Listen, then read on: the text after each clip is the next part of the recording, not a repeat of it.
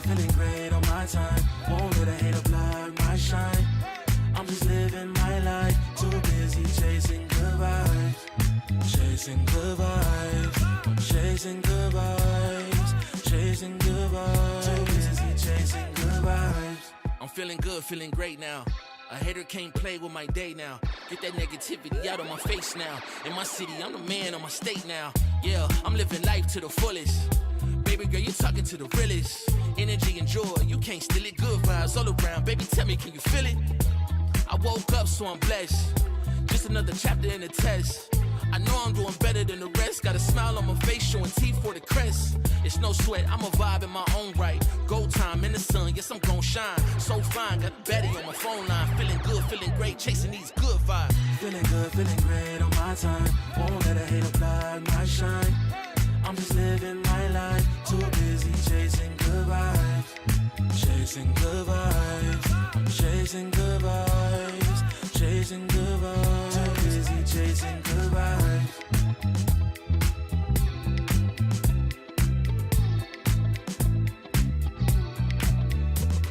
Put my soul on that beat, I'm ready to feast. Margaritas with some divas, I'm pouring the drinks. I'm living life to the fullest, the blessings in me. Don't really care what you say, whatever you think. Nah, unequivocal miracles with the lyrical. With the homies tryna pop like the cereal. Lucky Charms, got a model on my arm. Go watch on my wrist, garlic parm. No alarm, fireworks, I can feel it in the sky. I got love in my eyes, but there's money on my mind. I see passion and pride, I despise all the lies. I've been around the world, so I'm down for the ride. Good drinks, good people, and good times. Fast cars, pretty women on FaceTime. More money, more fun in my life. I'm just chasing my shots with good vibes. Feeling good, feeling great on my time. Won't let a hater block my shine. I'm just living my life, too busy chasing good vibes. Chasing good vibes, chasing good vibes, chasing good vibes. Too busy chasing good vibes.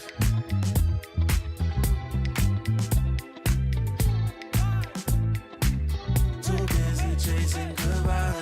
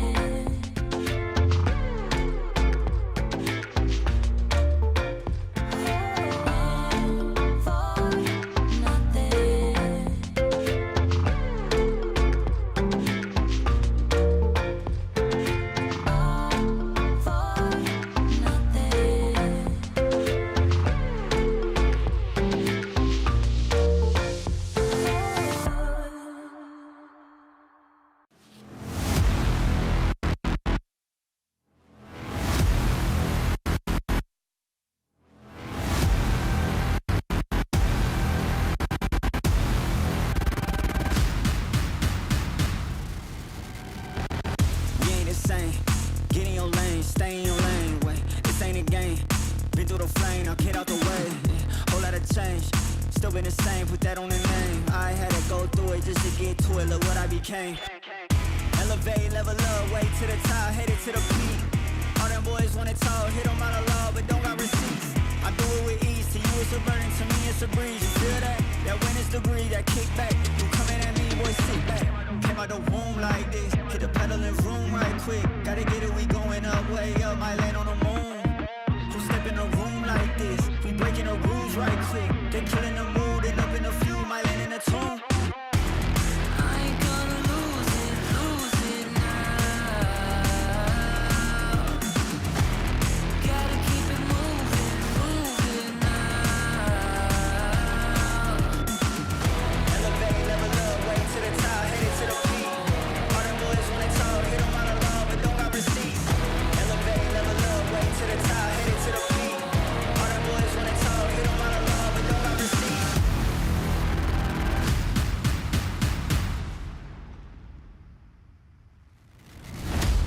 Bad with a vengeance, killing the ops, I'm leaving no remnants. They all in attendance, gotta go big, I aim for the fences. It's mine, I sense it. Back in the scene, I'm back to the business. Back on the front line, gotta grind, it's time, let you be the witness.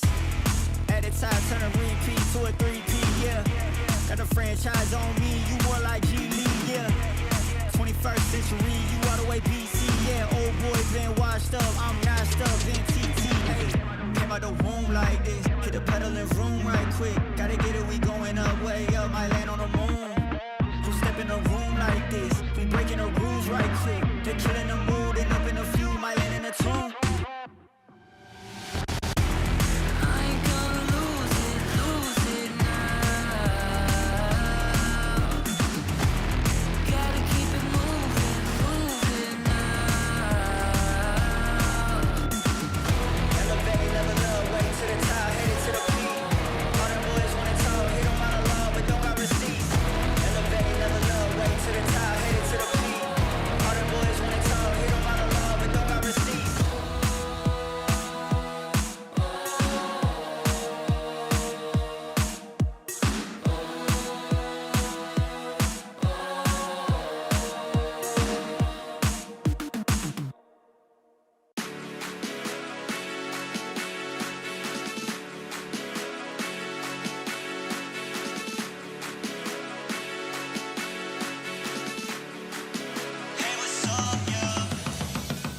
Yeah, throwing money fast like, hey. Yeah, my foot up on the gas like, hey. Double pump and bring it back like, hey.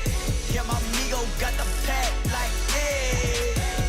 Hey, like, hey. Hey, like, hey.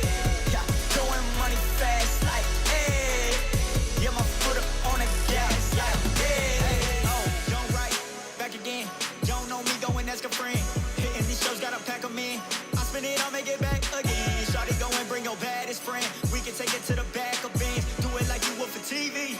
Camera on you like a bag of lens. Shaking it for me, I'm loving the move. Friends say you bad and yeah, I'm cool. Walking up to it, not thinking it through. Like, shawty, tell me what's good with you. Coming with me and she got, ayy, 24 on a watch. You don't know, that's a lot.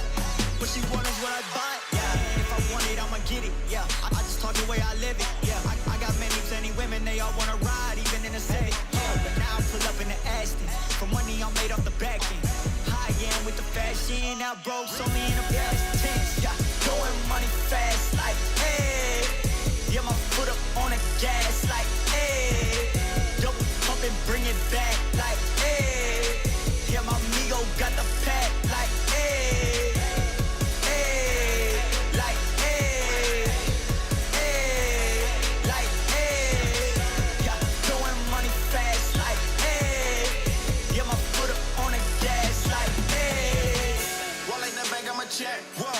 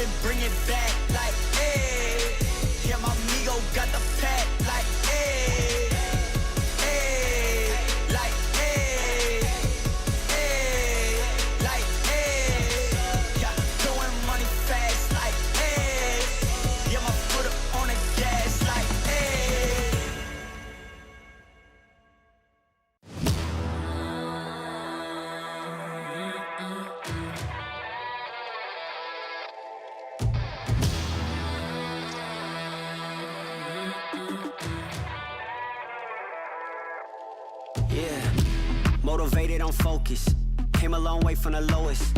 Yeah, gotta get it the mindset, gotta put it in motion. This is the moment, gotta one up my opponent. Back then they ain't noticed me, now they know it's me, I'm the chosen. It's my time, yeah, I put that on Bible. No excuses, gotta get to the final. Take all of my idols and turn them to rivals. It's all or nothing, man, the trophy is vital. Game time, bet I'm coming in clutch. No hang time, man, they can't keep up. The game's on the line, seconds on the time. Who can't fight? It's gotta be us. Better under pressure, go ahead and let it fall on me. I'm destined for it all, you better call on me. They say what doesn't kill you make you stronger. All that pain, it done made me to a monster. They say what doesn't kill you make you stronger. All that pain, it done made me to a monster. Yeah, whole lot of times they doubted I wouldn't be who I am without it. Sleepless nights, I counted. It all paid off, it's really astounding. I had to keep the faith to elevate, hope for better days.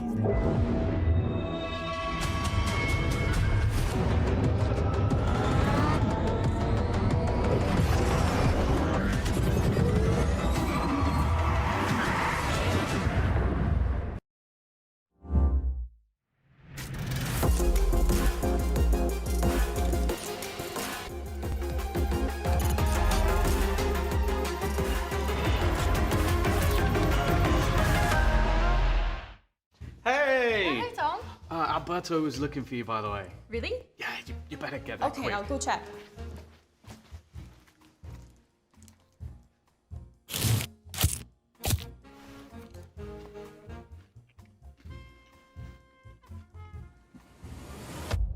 Have a break. Have a Kit Kat. Tom Biz. You've had your fun. It's my turn. At Carmine Corp, we demand the best. This is what backs us up. The Razer Iskor V2 New Gen.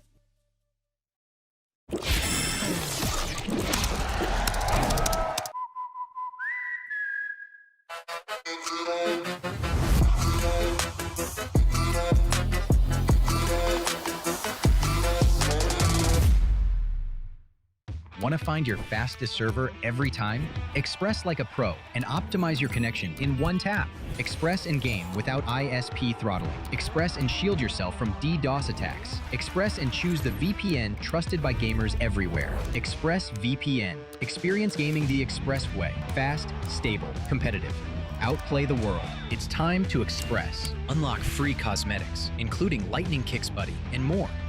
Scan to subscribe.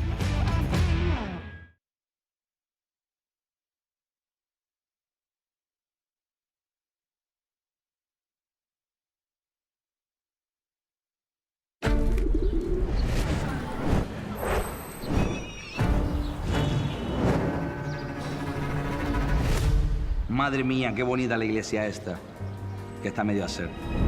Qué ornamentos, qué claraboyas. Y irradia más luz que una flash de Sky. Qué pocas ganas tengo de andar. Con lo bien que estaría yo viendo las finales de la VCT EMEA en Barcelona. ¿Pero os queréis callar? Contemplad.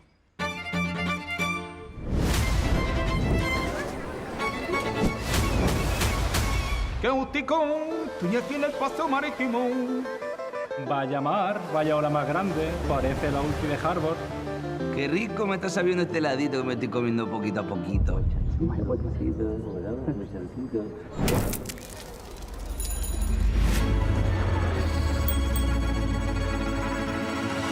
Vaya pirulo, niño. Ya está bien la coña. Vamos a ver lo que vamos a hacer. Porque la Rambla está muy vistas. Y un museo como que no, ¿no? Irnos de fiesta a cabeza, que ya tenemos una edad, y el Tibidabo pasando. Pero chapulines, si ya está claro lo que vamos a hacer. Basta ya de tonterías. ¿Vamos a ver la final de EMEA? Venga, vamos para el Olímpico. Pues venga, comprad las entradas porque ya están a la venta. Y bueno, la fiesta la dejamos para el domingo después de la final, ¿no?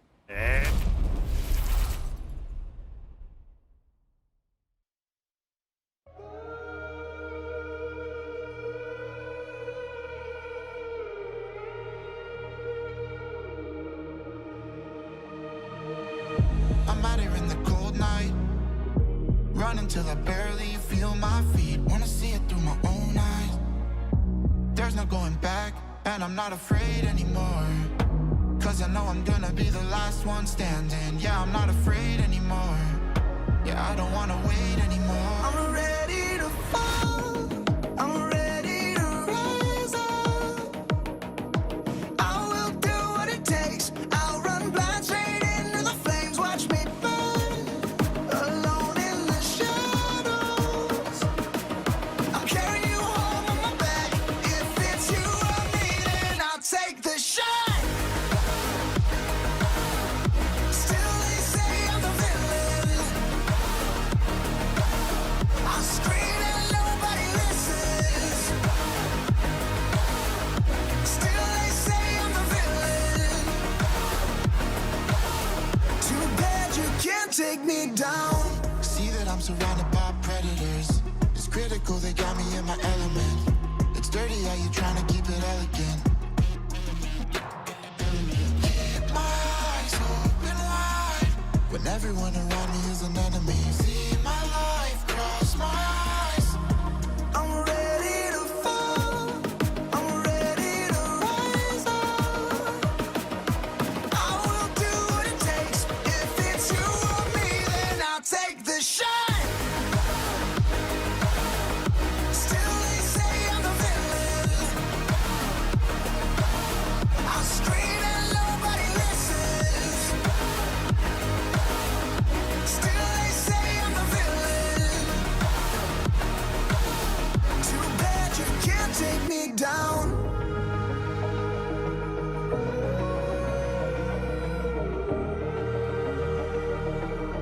Too bad you can't take me down. You can't take me down. I'm ready to fall. I'm ready to rise up. I will do what it takes. I'll run blind straight into the flames. Watch me burn, alone in the shadows. I'll carry you home on my back. If it's you or me, then I'll take the shot. Still they say I'm the villain. I scream and nobody listens. Still they say I'm the villain. Too bad you can't take me down.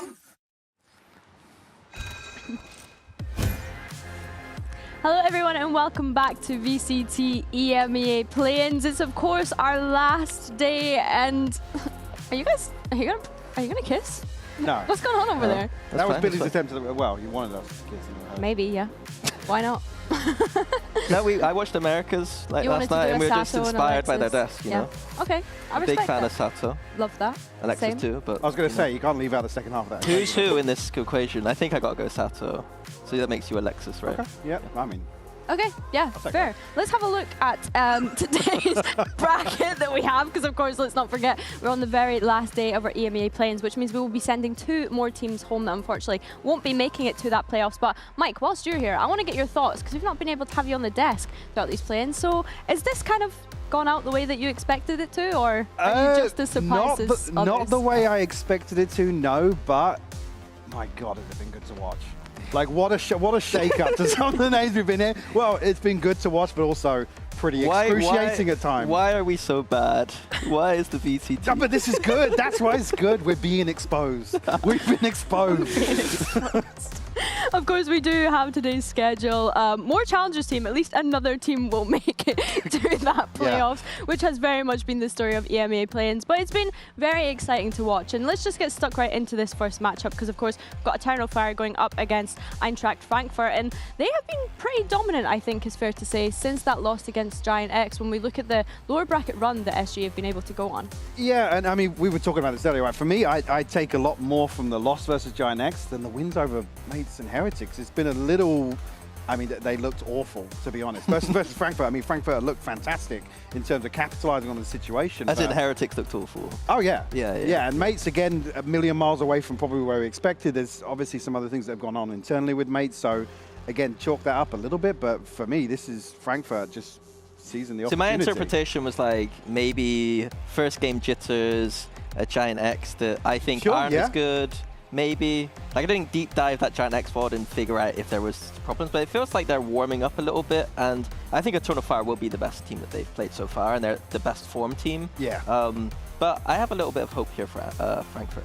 Oh, yeah, definitely for me. I'm not writing them off at all. I think today, considering what we've seen, this will be the hardest test for them. 100%. I think, even from my perspective, they've already exceeded the expectations I had of them, considering that they came in from... They've over-delivered. Yeah, 100%. Considering they came in from that last chance qualifier as well, let's not forget. I feel like they've been able to pick up this momentum now, and someone else that has been able to pick up momentum as part of that roster is Azuri. I feel like he's been probably one of the highlight supportive players throughout our play-ins so far, especially on that breach and fade, Mike. Yeah, I mean, he's been phenomenal. We were talking as well about the step up from obviously ahead of play-ins coming into this. And again, just individually, I think it's one of those examples we can talk about. He's really elevated. Once he got on this stage here, you can see the passion he's playing with. And again, getting pretty vocal as well. He's really, really stepping into these shoes perfectly. Yeah, there's been a definite glow up here. Like before the event, he wasn't really on my radar as much. I thought he was more of just a kind of supportive role player. But it seems like he's really warming up to the stage. And I guess the question is he going to regress back to that mean, or is this him coming alive and kind of elevating to this moment and kind of building confidence, I guess? Again, on that breach, not my favorite agent of all time, but making it work. Yeah. Something about the hand models, he just can shoot a little bit better with those, apparently. I've been loving the vibes that he's been bringing as well. I was actually catching up with Steve, one of SGE's content creators, because I was like, this team is doing amazing. Like, they've been doing so well. And he had said to me that, yeah, Azuri is just bringing a new lease of life in the sense that this player was a bit more quieter in the kind of Challengers League. Yeah. But yeah, since you wouldn't say that watching him on the stage. Like I said, he's really stepped up. Yeah, and it's really nice that I feel like being on that stage has kind of elevated this team also. Yeah, I think as well, it's another discussion around tier 2, inverted commas in general. You get them here, you get them on the stage, you put them in this environment, and some players will just shine. I guess it'll be a test today against Eternal Fire, who are going to be standing up, shouting in their face. Like, can you kind of maybe in some ways, if he truly is at that level, that might actually put a fire under him. But like some teams, some players and some teams do crumble under the You need Turkish, that versatility fire. You need somebody to be stood up and giving it back to them. Yeah. Let's also chat about one of the head-to-heads that we had our eye on coming into today, because we know that Fizzy as well has been having a great individual performance, but Echo, some of the things that he was doing in that last series that we saw from him. Yeah, again, and the numbers weren't all that impressive, but you see some of the individual circumstances he's under, and then you kind of look at the minimap as well and what he's required to do in some of these situations, and time again, they were looking to overwhelm him with utility, and he was just delivering, be it 1 kill, be it 3 kills in some situations, solo anchoring. It got a little bit crazy towards the end of Lotus yesterday versus Foot, but he's Turkish just so impressive to watch. Yeah, for me, we asked him that, like, he was the player that we're looking at the start of the year. He was the player on this team that was the star player. But he had kind of dipped in form a little bit, but yesterday I think it showed that he was back in that form. I think that yesterday it seemed like Echo, Spear and Fabian were all shooting it at once. It wasn't enough to beat Foot, but to be honest, Foot are just a very good team. I think if they're delivering like that today, they're going to have quite easy time. But we haven't seen it often where all 3 of them are firing at once. Yeah, and for me, actually, to go back, well, roll our minds back a little bit, the series earlier on in this year where kind of Neki and Echo were the ones kind of backing up, obviously with the change included, but Fabian and Spear obviously fragging out. It's Echo and Neki that I look towards to be the ones to really carry that forwards. Yesterday, I feel there was probably a little bit of a disconnect, but you chalk that up to being a Turkish matchup and things getting a little unorthodox at times. But for me, again, today I'm looking at Echo and I'm looking at Neki to step up as well. I think someone else that we've not mentioned here is Fabian, because the series that they played, not the last one, but the one before that, he was performing insane, but the last one, it felt like he quietened down a little bit, Minnie. Really, my perception yesterday was that all 3 of them were doing quite well. I think Fabian was delivering highs to the point where you can't maintain that level of high. He was one of the highest ACS players in the region, and I think that, like, yeah, that's just not sustainable to be 260, 270 all the time. So I don't really read it as like slowing down too much. I think that he has been the best player on this team this stage, and I think that he's going to continue a good form. I think that's fair enough. I think as well, something that we need to speak about is people might often forget that Eternal Fire were just a challengers team. Yeah. Right? Not that long ago. They came into Tier 1 only this year to face these Tier 1 teams. And you might forget that because, of course, they had a top 4 finish when we think back to Stage 1 and just missed out on Masters London. They played against Foot where they missed out, and they played against Team Heretics where they missed out as well. Stage 1 run. Which is crazy. Yeah. So yeah, I think we need to remind ourselves that this is essentially a challengers team that's come into Tier 1, had that reps against Tier 1 teams, going up against another challengers team who have got the momentum right now. Yeah, and I think that's something we were talking on yesterday, and it's going to be a big theme of today, is I just really think these challengers teams and the Turkish teams just really understand the meta right now. They just understand that it is about kind of the firepower first. It is about, you know, re-clearing space with using contact. And it's not about a micromanaged chess match anymore. And this is what's key in terms of where we put Eternal Fire in terms of VCT EMEA. Again, you wouldn't necessarily put them comfortably towards the top, but in terms of their play style, I just think they're more suited to what we've seen here at Plains. Let's have a quick look at our predictions as well, because of course we have been doing those throughout this series, and I think that Cairo's pretty happy. I don't even know how I'm doing it. I missed half of them. Me and you were the same. Yeah. Is top of the standings right now, which I think is completely fraudulent. Okay. And okay, we've gone Eternal Fire most of the way. I feel like I need to defend Well, all the way myself. actually, except for you. Yeah, except for me. I mean, I have been saying throughout these play-ins, I've been going for the challengers teams. But on this one particularly, I just think they have the momentum, you know. I think having that lower bracket run that they've had, yes, we've spoken about the opponents that they've gone up against, but I feel like if you're coming into this off of a win, and then you have Eternal Fire that are coming in off of a loss, albeit against Foot, I think that they can carry that through. Any other team? I don't think momentum's a discussion here. Eternal Fire are the ones to break the rhythm of most teams because you can't get comfortable versus you can't get into the groove. It's difficult to really execute some of those set game plans. Yeah, they're just going to, one of them's randomly going to be pushing you at a random time, and you're going to be really annoyed, and you have to just accept the fact that there's going to be some rounds where you've lost because they've done the dumbest thing humanly possible. And it's worked. But it's worked. And it's worked. And let's have a quick look at the map veto as well here. SGE picking into that Lotus, potentially because it was a weakness from Eternal Fire. Here's the thing, again, you look at the numbers and yes, you'd feel like it probably is a weaker map, but I'm still just so concerned about the playstyle. And we saw, I wouldn't say the most extreme example of that, but we saw quite a few examples of that yesterday versus Foot, which in my eyes are probably a team that are better equipped to deal with that. I think that Lotus is a must-win for Frankfurt here. Yes, I think absolutely. that they've been looked very strong on it. It's one of the two maps where they've just been dominating, that Haven as well. And I think this is the map where they're going to have to get that win. Can we see the comp change back? What comp, sorry? The Viperless comp on the Lotus. From Eternal Fire? Yes.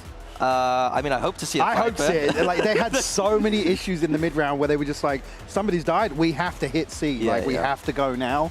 And again, that's crucial tape really to have just 24 hours prior in terms of prep. Yeah, I just don't want to see the veto from Eternal Fire on that map, if I'm honest. But either way, after a top 4 finish in Stage 1, Eternal Fire at a risk of their year ending here. The question is, will another challengers team in SGE be the ones to end it? Let's welcome both teams to the stage.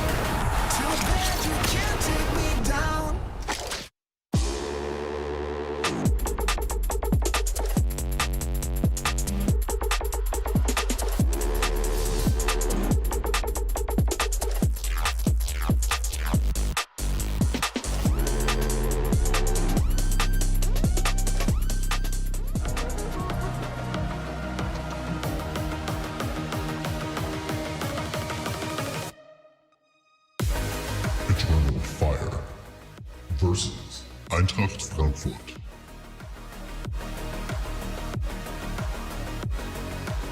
It's like looking in a mirror for Eternal Fire. Let's not forget, they were once those challengers eager to get to the VCT EMEA, and now SGE could be the ones to put that to a close today.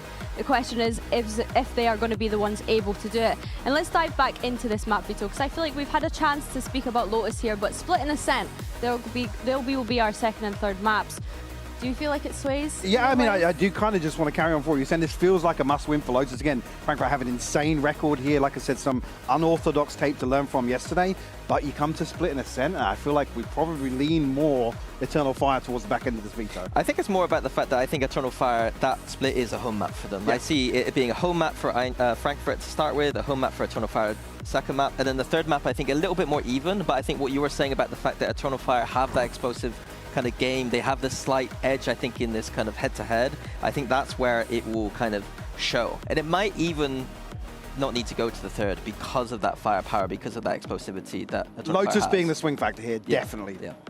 I think to speak about Ascent quickly though, if it does get to that point, it was messy yesterday from Eternal Fire. And I Would it be anything else on Ascent for Eternal Fire? Yeah, I understand completely. But looking ahead at this, Lotus, you're saying that this is a must-win for Eintracht to be able to kind of kickstart their series here. How do you place their kind of odds on Split as well when we get to that point?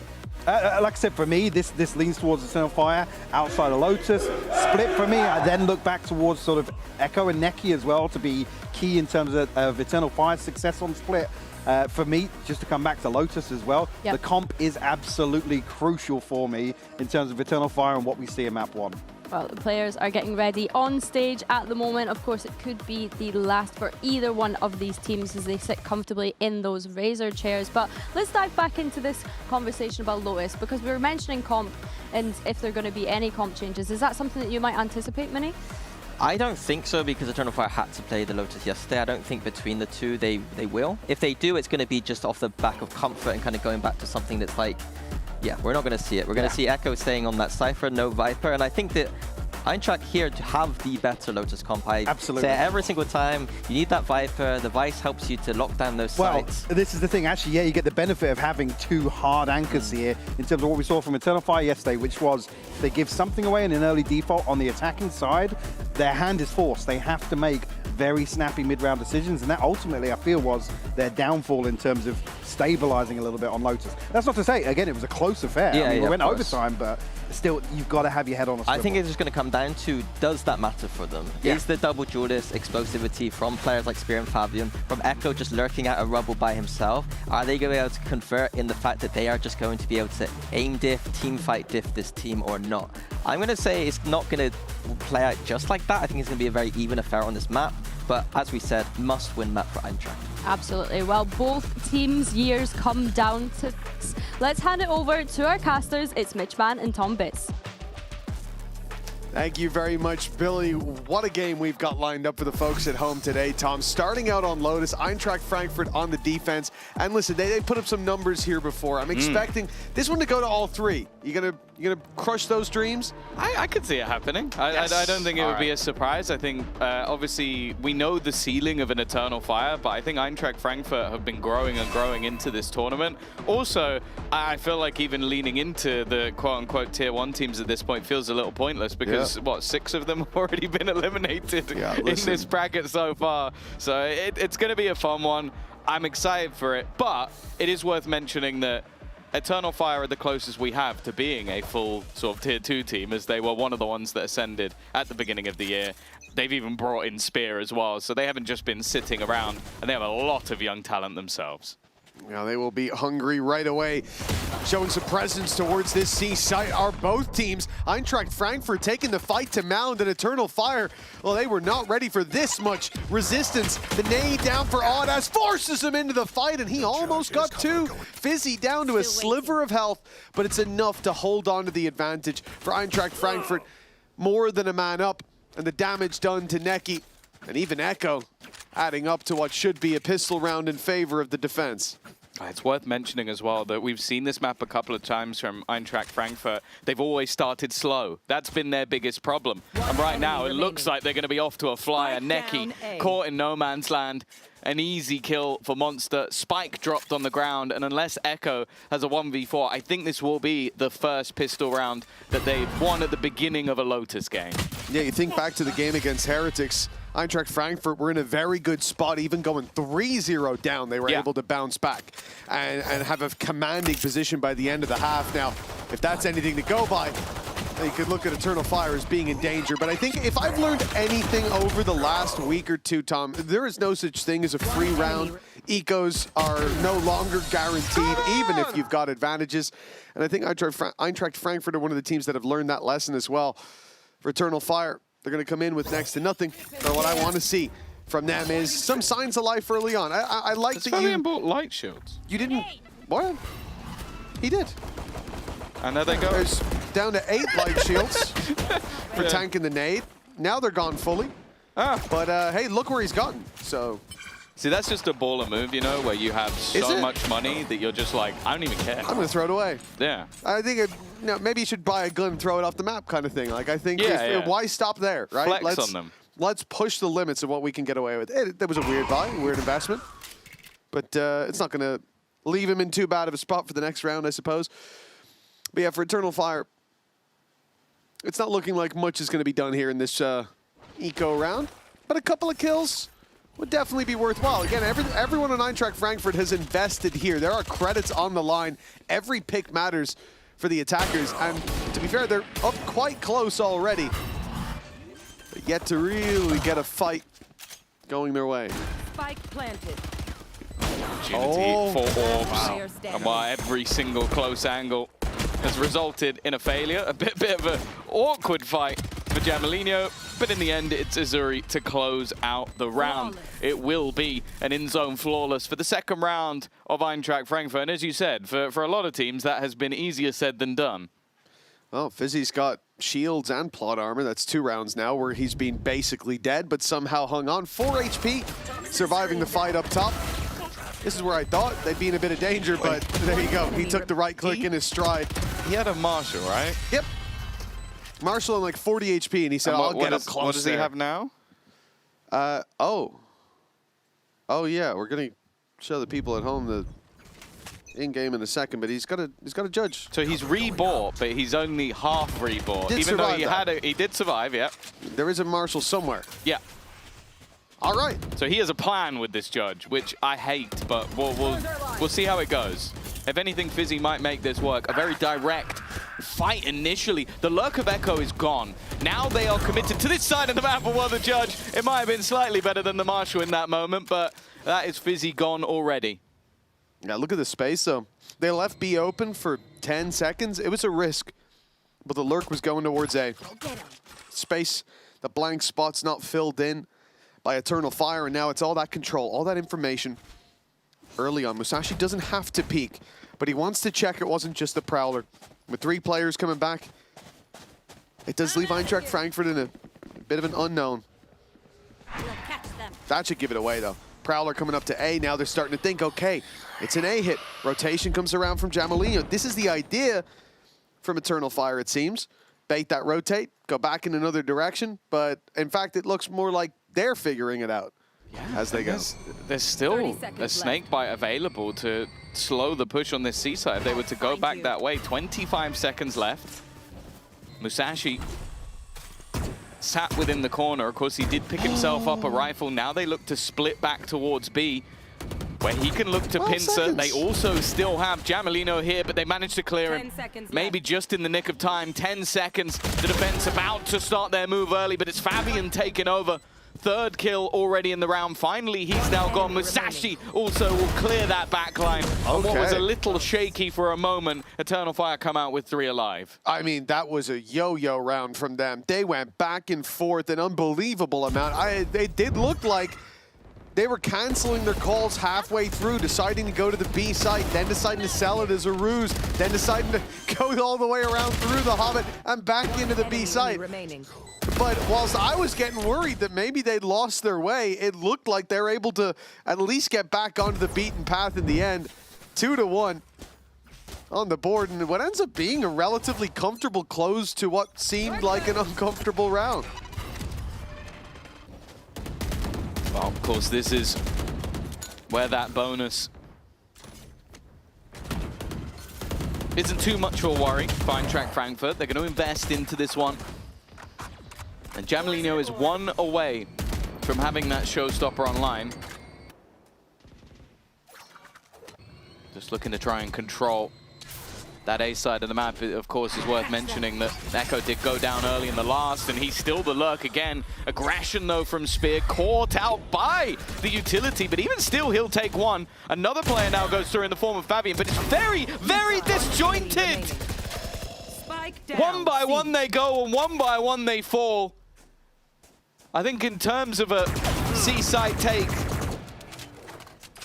Eintracht Frankfurt are going to hope they keep doing it like that. Yeah, that's about as well as it could have gone. Only one man left in the form of Echo. He's got to find Jamalinho up close, or he'll be giving him a showstopper for the next. In fact, he'll give it to him either way. Jamalinho claims it with ease. 3-1 for Eintracht Frankfurt. And yeah, for Eternal Fire, you know, the round before, as I said, it looked like they were a little lost in the mid-round, but they were lost together. They're on the same page, they just kept changing book. But this time, everyone had their own story to tell, and it's not really the kind of story that you're going to want to remember. That TP is definitely the most insane of the lot. Even if it was on time with the full push, you could see the benefit, but it's like a lull in the play, well, it's like a quiet moment, and he goes, right, now. Fabian's dead. Now I shall go. 3, 2, 1. I bet they're not looking anymore. Like, yeah, I am perfectly on board with this pause coming out, because that was such a messy C-site push. And like, we're not talking about an Eintracht Frankfurt that maybe after game 1. I said it in the last couple of games as well. It's like after game 1, they lost to GX. I went, okay, maybe this isn't going to be a team to compete, because GX has been at the bottom of the board for the majority of the year. Then they beat Mates, and I was like, okay. Now I'm a little bit more interested. You've beaten Martin. Even him alone could be a difficult player to go down. And then they've improved, even had a better result versus Heretics. And now they're taking big names. They're taking teams that have made it to those internationals multiple times in the past. Either way, going up against Eternal Fire, the point I'm making is they're not a walkover. They're not a team that you can go and go, we could just run into sites and be a bit stupid and win rounds. No, you need to play a tight game, otherwise they'll pick you apart. And players that, I'll be honest, I didn't come in and go, okay, Azuri's gonna like blow my mind with some of the individual level. I was like, maybe good team synergy, maybe they have good strats. No, individually they have been fantastic as well. Yeah, I think Monster, we said it in the last game as well, going into it, that he's had maps where he has been the highlight of the squad, certainly the consistent factor. Yeah. But it looks like on Eternal Fire, they want to challenge this consistent factor, this monster, this beast of the sea site. And it will be a split that they go for. Already 2 players through B. Prowler not going to see them. That's space given up that I hope Eintracht Frankfurt are aware of. I said in the pistol, this was a gap that they left. This time that gap's been exploited. Do they expect the second? No, they don't. This is a great round. I love this from Eternal Fire. I love this from the coaching staff. This looks like a coach call all over. There's a gap. Let's exploit it. Let's bait them into awkward positions. And what for Spear, that looks like the round closer already. Echo Take what's useful. will make this 4 players alive for Eternal Fire, and genuinely, all credit to the coaching staff. That genuinely looked like a moment where they went, okay, they've left a gap.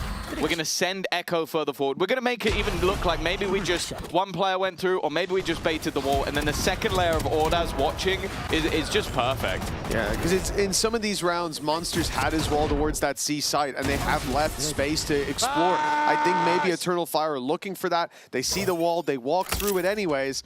And the fact is, they've spent a lot of these rounds baiting that wall out. So you assume it's the same thing. Spear, a little slower than expected in making it through. He's caught by a lot of utility, and it doesn't matter, because although his ult doesn't find anything, Ordaz in the chaos caught Jamalinho, Azuri down, and it looks like, well, they think they've got a route through to the C site. Fizzy's been spotted early, though. Musashi with the backstab denied as the door closes, and there's Trips covering his walk-up. Fizzy has to pull off an insane round. He's going to get absolutely nothing for it. Monster's back. A more all-out brawl. Oh, he's now going to be able to retrieve a weapon. Of course, this was more of a light buy, just purchasing what they could additionally. Timing for Musashi's not the worst, but the weaponry is truly not the best. And they're going to push them together. 2 players making sure. It's all left on to Monster. A couple of them are low, but There also then has to be the question of, is it worth more to hold onto the gun?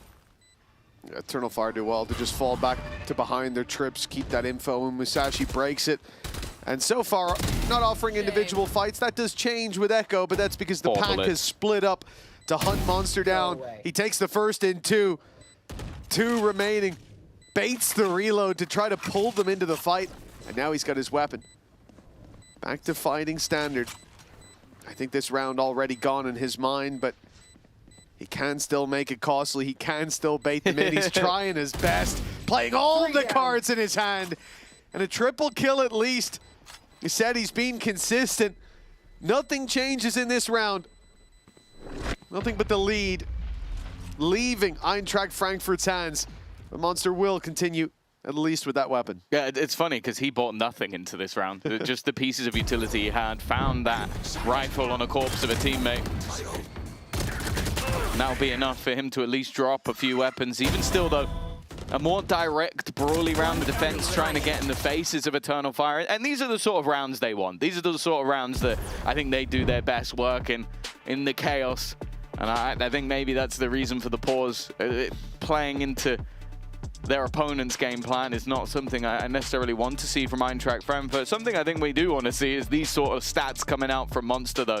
Again, he's someone that I think you go back a couple of years, even to the likes of Ascend, when he's running through Ascension, and this guy is very talented. He's been someone that I think has been an up-and-comer for a long time, and someone that I also think could have easily been in Tier 1. Maybe if some of the decisions were made slightly better, I think he would have been.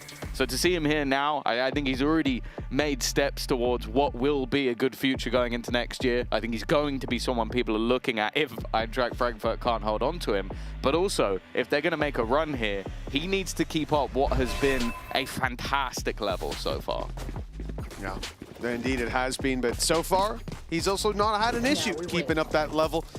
The scoreline might be even. They've lost 3 rounds, but he's 9-3 on the board. Impressive stuff from Monster. Now, it looks like we're going to have Azuri with that responsibility over the C site. Of course, Viper's Pit's going to be online soon enough, and you can just leave Monster to be self-sufficient there, but the gap on B, not going to be left open anymore. Eternal Fire won't find a free site to walk into, but they are spreading the net. A different idea. Let's see exactly what that idea is in the listen-in. Almost down. Oğlum robotanın. Attım. Ha kapatacağız Dedim oğlum var. Beğeni yok. At. At. Oynayın oynayın. Var Viper burada beyler. Viper burada. Gel oyna. Ve 2 tiri oyna. Ne vardı onun? Paid Aa pikliyor lan birisi. Phantom'da vandaldı ya. Giriyorum şimdi gel. Bir tane daha var. Giriyorum. Gel girdim. Paid ayda böyle. Hayır şurada şöyle parla verir misin? Gelsene şuraya. Tamam bekle veriyorum ver. Gittim. Sol yakın sol yakın. Ben söyledim. Tight. Hayır ulti ömür. Olur dikkat et. Ha ultileri var. Main geldi. Baycısı var boys. Ve bomba kapan. Fight is late. I'm gonna come to you. You can be on me. Bottom the door. He's gonna go B. If he does, we win. I'm ulting. Okay, I'm gonna come to you now. No, he's not gonna go B. I'm revealing elbow. Yeah, close CT. Cypher. Pillar, default. Yeah, side, cypher. Default minus 170. Main. One enemy remaining. There, take them! Marked one. Shot plan.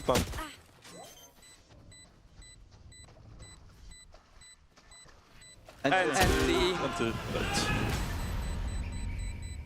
Neki survives there. 70 HP. The decay was hitting as well, but a good swing gets the round and the lead for Eternal Fire. Yeah, for sure. I think, again, you have these more direct plays in towards the C site, managing to get past Alluri in these moments is always going to be that little bit more difficult, but Monster still making competitive. And Musashi, well, he gets his first kill onto the board. He would have liked the second one to go with it, to at least keep them in the lead. And this is a reverse of what we've seen from them. As said, like, it's always been slower starts on this map in particular, and then an attempted comeback. Instead, now, they had the good start, but their opponents are building back into the map. Yeah, Eternal Fire putting up attacker rounds, not slowing down. Spear maybe taking a bit too much space there as a shot to the face puts him down, and Eintracht Frankfurt, they have the advantage. nullified for just a moment. Viper's Pit down on B, and immediately Eternal Fire have taken that A site. They're planting, and the pit has to be left. That's a big ultimate to be thrown by the wayside in a low-buy round. But they have found themselves a way back in thanks to Monster.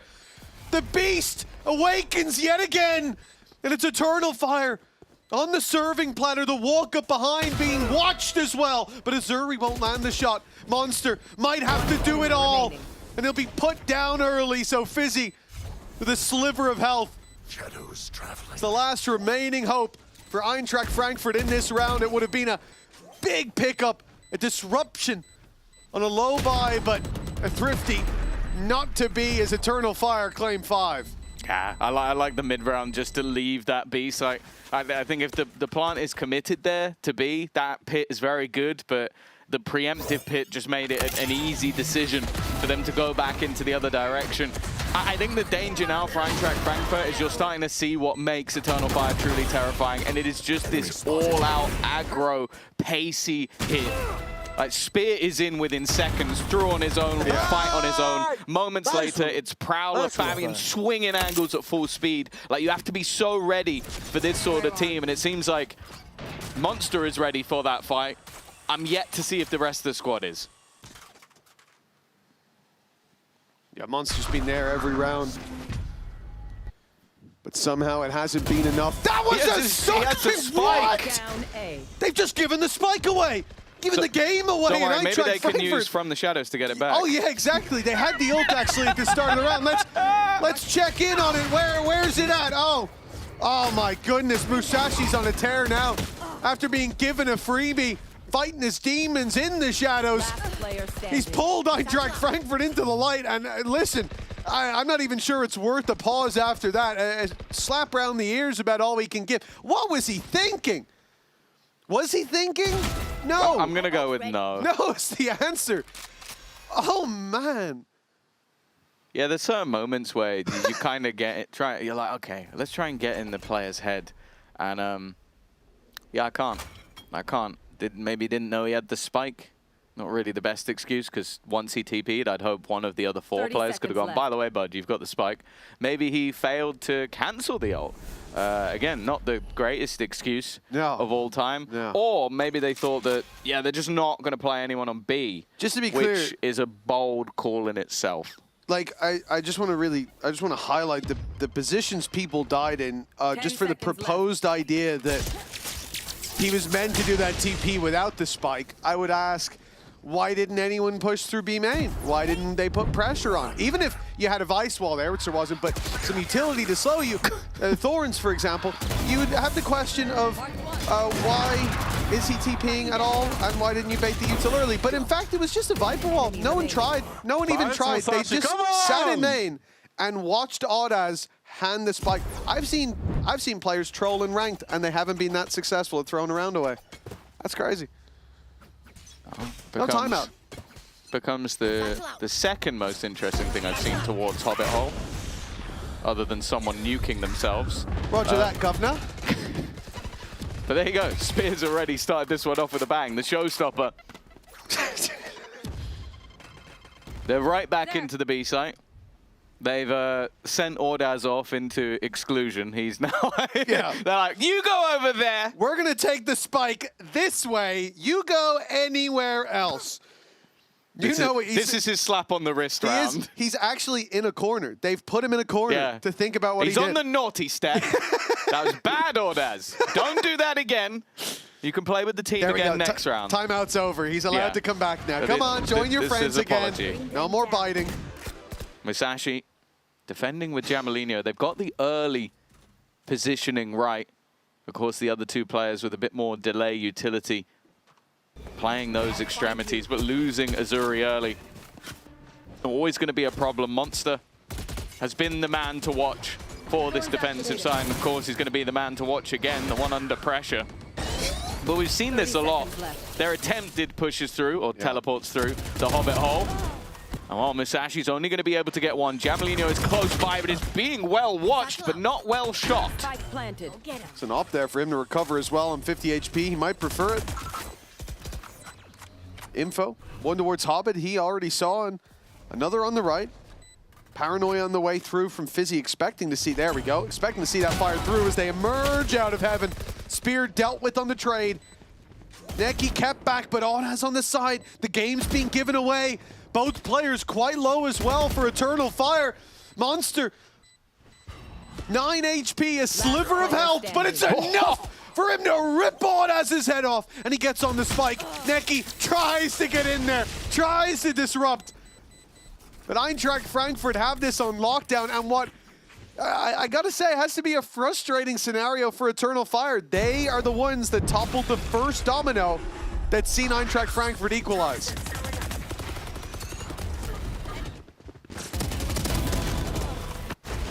Yeah, it's a back and forth that definitely looked like it was only going to go one way, but I feel like a broken record, but Monster has just been unstoppable.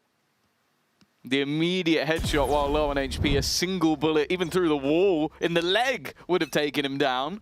I'll find you. But he survives to tell the tale. Back level we go.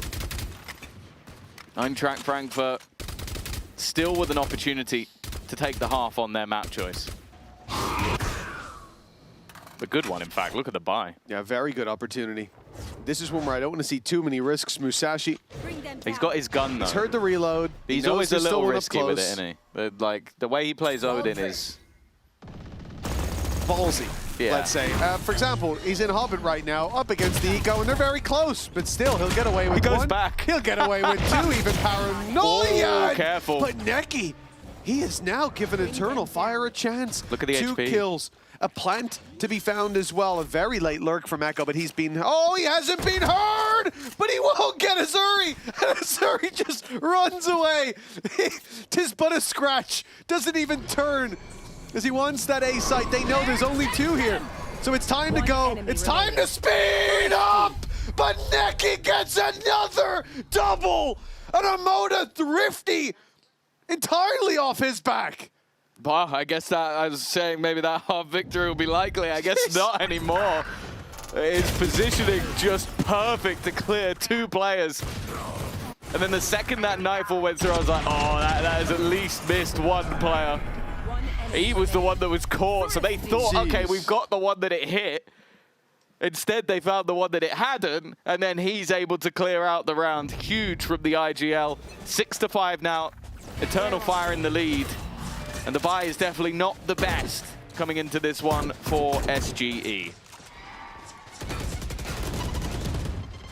All up close, going through an orb would certainly level the playing field, but the Nightfall might just pull it back in Eternal Fire's favor. The first goes to Azuri, the second goes to Azuri, and Monster's here to help! Eintracht Frankfurt have the C site on lockdown, and Echo is the one that has to try to break this hold. 5 players on the other side, an ult for Monster, and no reason to keep anything in the pockets. Jamalino closes us out on an in-zone flawless for 6-6. Yeah, I think that C-site hold when you have both Monster and Azuri there was one of the biggest issues that Eternal Fire had. And Eintracht Frankfurt, well, they're going to get 3 of the last 4, 3 of the first 4. Nonetheless, Amanda maybe had a bit of a quiet half, but came back at the end. We spoke to Musashi earlier in the day. Thank you so much for joining me, Musashi. Now, you came in through the last chance qualifier to be able to make it to these play-ins. What were your expectations for this event, and do you feel like you've met those expectations? Thank you, first of all. I mean, our expectations is just, I think we don't have, we're like going game by game. We see what we can do.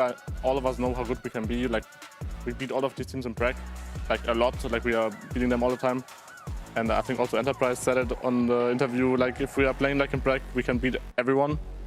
So, like, we're taking it game by game. I don't think our expectations are met yet. Like, we want to go all the way if we can.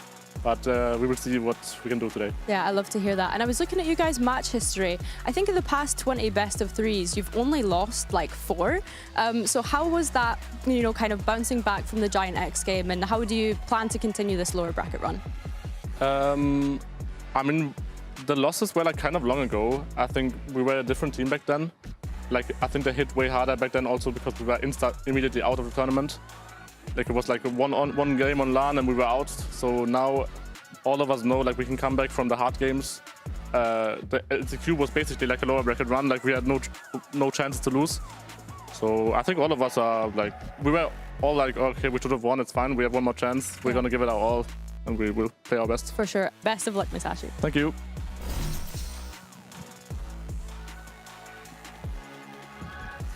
Well, 6-6, putting their all on the table, and Monster certainly is. Like 17-6 for him after that first half. Yeah, I guess it can always be easier on the defense, but I'd say his work for the game is already done. But a little bit more needed to push them all the way to playoffs and Barcelona. For you, all you got to do is scan that QR code, get your tickets for our Stage 2 finals. It's what these teams are fighting for. A little bit before that, his pistol round could be the difference maker here. And well, obviously the first one did go the way of Eintracht Frankfurt. An early stack up from the defense, having a crossfire around A. It's where they expect the contention, but it's also where they had the cam deep on C, giving them a little bit of extra info. But if this push continues in this direction, well, Echo with a shorty is going to be under some serious pressure. He's going to need an immediate upgrade. A lot to dodge as well already. The information not finding its way into Eintracht Frankfurt's hands. They might be surprised to find him up close, but that's unlucky. He's dealt with immediately. Can't pick back up as classic and get to firing away. Just a bit of damage onto Jamalino. I mean, quite a lot of damage, but a man advantage and a plant for Eintracht Frankfurt. Oh, Musashi's caught though. A little bit further ahead. Flash will delay a little bit, but no one's been able to action off of it. If anything, on HP, there's a severe advantage at this stage. Fizzy and Jamalino low. Already Fabian clears out one, leaving that advantage going further and further in one direction. And it's Neki once again. He's had a few fantastic multi-kill rounds. I think one of the reasons that this scoreline was level in the first place, and he will be the reason that they take the lead. Well, yeah, it was the 4K towards the end of the half. That's really what he's going to remember from this game.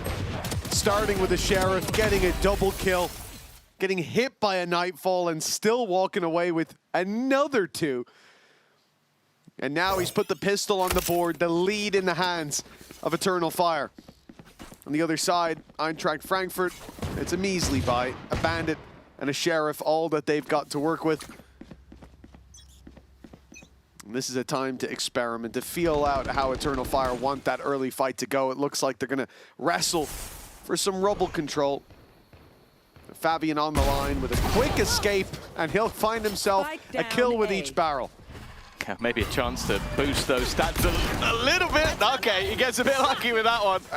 Fizzy trying to be cheeky, and now he goes in with a pistol himself. I think Fabian deciding, okay, I've only had 5 kills in the first.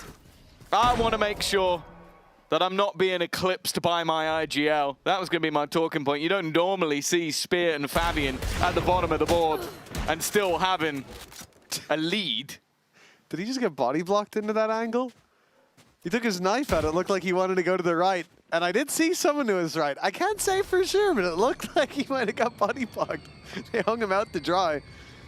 Either that or, well, he brought a knife to a gunfight for some reason. No ace to be found, but you know what? 8-6 up. And a lot of orbs for Fabian. I don't think Eternal Fire are going to be all too upset. Yeah, they did lose that Outlaw, though. So a bit of a pricey weapon to get dropped because the man with the pistol was nowhere near close enough. The good thing for Fabian is because of how many kills he got, he is one off his ultimate. So maybe they're actually just going to have him buy a rifle into this round. And if it goes well, great. If it doesn't, he still has the overdrive into the next. Oh, there you go. Musashi's being supportive. You'll live to see it, not just with his utility. I'm sure Fizzy was just as supportive. Yes, yes. Nothing but good vibes from Fizzy down on that stage. Oh, 2-round gap and a buy up for the attackers. She said, look at the stack. Investment from Eternal Fire. They're willing to gamble their credits and also gamble in the round. 4 players early on towards the A site. In fact, basically 5, considering where Neki is. Yeah. But the Prowler goes up on B. Eternal Fire put all the regs into the A basket. And I don't know if it's the Prowler or just the late rounding in general, or the mid rounding in general, but Eternal Fire have given up B, and that space is now being taken. Yeah, they don't even have a cam or a trip. They have nothing. Everything on the A, C side of the map. genuinely. They've just decided either we go all in or they play retake. And honestly, I don't mind it, the way that they play the game. I feel like that works better, having those crossfires. But you can now start to see Neki going, okay, it's been a little bit too long that there's been no pressure on this side of the map. Yet to take over C just yet, but if he times his final Prowler right, he might get his teammates at least a little bit of a head start. And well, there you go. That's the information they needed. And this is the moment we start to see those players move. But even still, it's a little slow. Azuri's playing super slow towards the B side as well. He's now hearing all of these steps coming down outside A lobby. He knows the flank is underway. He's got a little box to hide behind, and Fabian's alone. But he's been spotted. Azuri now in danger. Paranoia is going to catch him, and he should be dead to rights. A little bit of damage he has to show for his position. But in the meantime, Eintracht Frankfurt, they came back to help. The beacons were lit and fizzy. Well, he answered the call, but it's a bloodbath. Eternal Fire are miles ahead. Monster has to have another grand stand. As the time ticks, they get on the site. Musashi falls, and it is all in the hands of Monster. A triple kill. The defuse all ready to have. Monster has to hurry. And Echo knows a fight must be taken, but will not be won. A Red Bull clutch for the unkillable Monster. Except to the spike. Yeah, he did go down. But it doesn't count as a death. It doesn't count as a death. He's still 22-8. Yeah, I thought, like, with how slow Eternal Fire was in that moment, that they had no chance of winning this round. Like, they were getting trapped by the wall, having to clear players through middle, a lot of delay. But it still came down to Monster again. By the way, he has double the kills of anyone else in the server. That's how much better he's doing. We're in round 16. It's getting a bit ridiculous. He has 22 kills. The next highest is 11. There, Monster has finally died. Early pick information removed from the hands of Eintracht Frankfurt. And most importantly, a new hero will be called upon. There. Where Eternal Fire will extend their lead. Azuri. Nice opening onto Echo. Musashi finds Spear, but the trades. Azuri! What? Stepping up to the plate a little late, but it does not matter. And he's found himself a third. Well, Monster clearly passed the baton before taking that op shot. And Odd has the last chance to keep that lead. You're looking at an equalizer. I feel like Neki just got done at their own game. Someone running into a smoke and still winning a fight. That sounds like the MO of Eternal Fire. What Broad has. Okay. First one comes easy. That was a showstopper down. That's helpful. He's managed to cross towards the site, but he does not expect Azuri on that backline. Another multi-frag round, but this time it's Azuri to take it home. Mentioned him at the beginning of how well he's been playing throughout the tournament, and he's at least going to stop it being that fact. The Monster now no longer has double the kills of everybody. For now. For the time being. That may change. It does get harder and harder as the game goes along. He now needs to get to 28 with no one else getting a kill. 6 kills, so it would be tough. But an eco coming, a chance to farm, perhaps. One would hope. Eternal Fire, though. 4 players on A early. They want to fight. Who's surprised? Oh. The showstopper active. I'm surprised to even see that. They know there's numbers here, but they don't turn. They don't show tail. Instead, they go running forward into the meat grinder, dismantling it piece by piece, but some flesh removed, some bones showing, but Eintracht Frankfurt still strong in a 3v1. Echo makes a damn good try of it, but the lead now in the hands of the attack side. Yeah, at least in my head, I was looking at that and going, okay, they've used the showstopper to try and keep that as a cleaner round. Like, we want to try and get an easy opener, and instead, they end up losing 4 players. Great haunt, but I think the shot into the floor was almost just Jabalino going, actually, I'd rather have the sniper here. I don't want to be peeking into these angles at these moments. Even still, Eternal Fire have done well. They made it very costly. Fabian seems to be on the rise as he now has that operator back into play. And with that weapon in hand and a very aggressive start, this now becomes Eintracht Frankfurt having to reset. Let's listen in. They have second too. Let's maybe go fast, eh? Like run a bit and make deep pressure. Yeah, they probably be. Yeah. I'm on a full white pick. Hold on. Good. Cameras on me. I smoked stairs already. I think it's fake, maybe. I think it's fake, guys, I think. Did you open up the door? Can we just freeze? We open door. Can we just freeze and act like it's fake? I mean, they will have up here. I mean, guys. Top it up. No. Guys, we can just go 3 main, please. I will ult there at 3 and side. And you go for timing picks, okay? Yeah, I will molly stairs. Maybe careful AWP heaven dodging it. Stairs. Yeah, we smoke stairs. Yeah, smoked over. Smoke stairs. And careful AWP heaven. That's the only thing we have left. Okay, I'm molly stairs. No one 3. No one side. No one drop. I will reveal drop just in case. I will ulti. Yeah. Oh, no plant. I plant, guys. I plant. No one's drop. It's weird plant. I back real. I don't need to. Operator on me. Gonna ult. Planted. Yeah. I found coming if you die. Hemen ultimi basacaksın, tamam mı? Stun'ım var. Bas. Nerede vurduysa bas. Nerede vurdun? Smoke'tan vurdu. At default'a doğru. Boruk Kola açacağım gözüktüğü yere. Attım mor bende. Gel kayıyorum ona. Kayacağım gel. Kay. Ya çözüm. Sağda. Koşuyor. Nice AP. Gel. Ulti gel. Arda çöz. Dur. A valiant attempt inside the pit, but, well, they could have used the showstopper there. But even if they had it, it wouldn't matter. Jamalinho taken down so early on. But I have to say, once they get onto the site, Eternal Fire do the right thing. They know they have the advantage, and the patience they showed here, sitting back and just harassing them through the pit, it paid off. Yeah, I don't know what Spear has just found 2 filthy shots through, but that's a painful round for Eintracht Frankfurt. That is them using a Nightfall, that's them using a Viper's Pit as well, Steel Garden, like 3 ultimates, and I'll be honest with you, Eternal Fire, again, they look good in these retakes. I think that's why we've seen them gamble so heavily in early rounds, is because when it comes down to if Echo can hold some of the space for them to get back in, which he did excellently in this round, their retakes have been great. Again, it's just them grouping up and playing together. It's the old shield and spear strat. Everyone else is just blocking while you send Fabian to go poke them. And he poked 2 out of the round. Jamalinho traded immediately, but Eintracht Frankfurt keep the momentum going. Man advantage now in their hands, despite the damage done. The AWP will be denied the pick, and Neki will be taken down. That should have been the surprise angle, Fabian. Oh, well, he's going very aggressive indeed. Echo's Connoisseur taking down the planter as well. And guess who has to step up yet again? It's Monster, whose back must be sore. This responsibility resting on his shoulders in so many rounds. And he's delivered another, even on low HP. The Thorn's active. Fabian tanking damage to get close. He'll tap that spike to bait him in, but he'll find Monster is repositioned. He's wrapped all the way around. He doesn't believe in it being stuck, and now he knows he's made the right call. A masterful play by Monster, and another big round for this man. A Red Bull clutch for 10-9.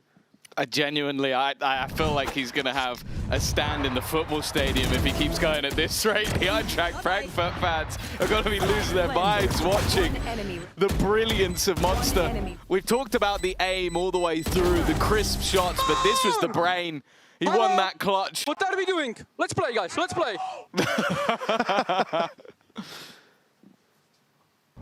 Another round that can almost solely be put down to him, and another pause gonna be taken. It's difficult in those sort of moments though, because sure, you could say maybe the players over on Eternal Fire needed to group up a little bit more, talked about those retakes. That was a lot more sort of in play. Neki very committed to the site. But while the man we've been highlighting throughout, 326 ACS, this is his stats so far in this game, 220 almost on the damage per round. And honestly, I think this map is over in Eternal Fire's favor if he is not putting up this level of a performance. I'm actually so glad that Uli has gone home. I think he's in the airport right now. That's a bit mean. I think he's... Actually, we can just end that sentence He'll be getting on his flight pretty soon, and that makes me happy. Anyways, back to the game. No, there was a point to that. He told me when Monster joined the Koi roster a long time ago, like, oh, bro, this guy is insane. Keep your eye out. Like, he's gonna go crazy. And on that Koi roster, no one ever looked good, so that's not a surprise. he didn't deliver to the standard that was set by Uli, and I might have made some jokes at his expense. Well, this is even better than what Uli sold me. Let me tell you, I thought he was a snake oil salesman, but my guy had the miracle cure. It seems like Monster might just be what many VCT teams needed. Honestly, the scouting department's being put to shame with a performance like this. And also, again, a performance where even coming into today, I'm saying like, oh, well, we keep talking about how good he's been, but you can't expect him to keep going. Yes, you can. Yes, you now can expect him to keep going. I want to see this every game.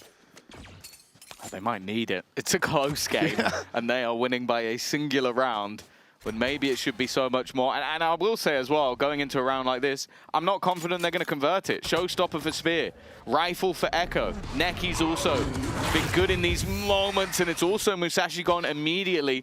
That's Fabian just having a Sheriff. Nothing else to play with in this round. The net spread for the attack this time, clearing some space out of A, taking the orb over on C. And at least this time, Eternal Fire have the gamble completely wrong. You've heard of the shoulder peak. Jamalino showed us the trampoline peak there. They'll never expect you up that high. And they definitely did fall for it. I'm not sure what else they were supposed to expect was happening, but him going forward, him taking the position on the box. But now the Showstopper's giving the game away. Deep control towards this A site. Halfway gone already. He can make it up top. And fire that. He could have went for the spawn. There is a target-rich environment, but secures the site instead. For Eintracht Frankfurt, they're not up against much, but that Showstopper is a real concern. It's already made it to the back site. It's hunting them down in tree. But luckily, the door had closed. No. But Musashi just got caught through the crack. Already halved. Spear is just sticking this. He's just trying to stick it through, but it's the spam from Fizzy at the last second. A Monster up to 28. It definitely still got a little bit dicey, but Eintracht Frankfurt survived with 3. Well, the snakebite didn't even help out until the very last kill. That was entirely just Fizzy spamming the box that took down the diffuser. It's the strangest peak I've ever seen in my life. I just wish someone was on the angle just to see them whiff on this guy doing clown maneuvers. This circus act, but hey, it's working out. 11-9. A 2-round gap now for Eternal Fire to make up, but they've come in with the big buy. And Fabian on this defense with that operator, he's the reason that the retakes have looked good. Like we've said, you can concede space when he's making them pay for it at every turn. What is it? Is Ordaz still suffering from his previous mistakes? He came into this round with no shields, so he's had to make a sacrifice for one of his teammates. Maybe that's to get the operator into Fabian's hands. We'll see if that was a worthwhile trade. Well, he's already taken a lot of space for them. The problem is, we've spoken about it before, the loss of Echo is a huge issue. He is that anchor on the site. He is the man that holds space for retakes, and with him being gone, Ordaz, the man with no shields, is having to fill in the gap. And he's already used both of his Shrouded Steps. He can't escape anymore. All he can do is fight for his life. And he's done a damn good job taking a double Necky there to pick up the pieces that Spear dropped. The wrap around, it's a death sentence. Monster in the 1v1, the stun just about dodged. Up against the up against the ult, and he'll be taken down this time. Finally, a clutch denied for Monster. An Eternal Fire still in with a chance at this map as a result. Yeah, it's the combo breaker again. 5 of the last 6 rounds have gone the way of Eintracht Frankfurt, but Eternal Fire with Fabian now top, by the way. I think he had 5 kills in the first half. Yep. He's been on a fantastic comeback. A few eco kills in there, but you know. 4K with the Outlaw, yeah. You take what you can get. And this one was the most important of the lot.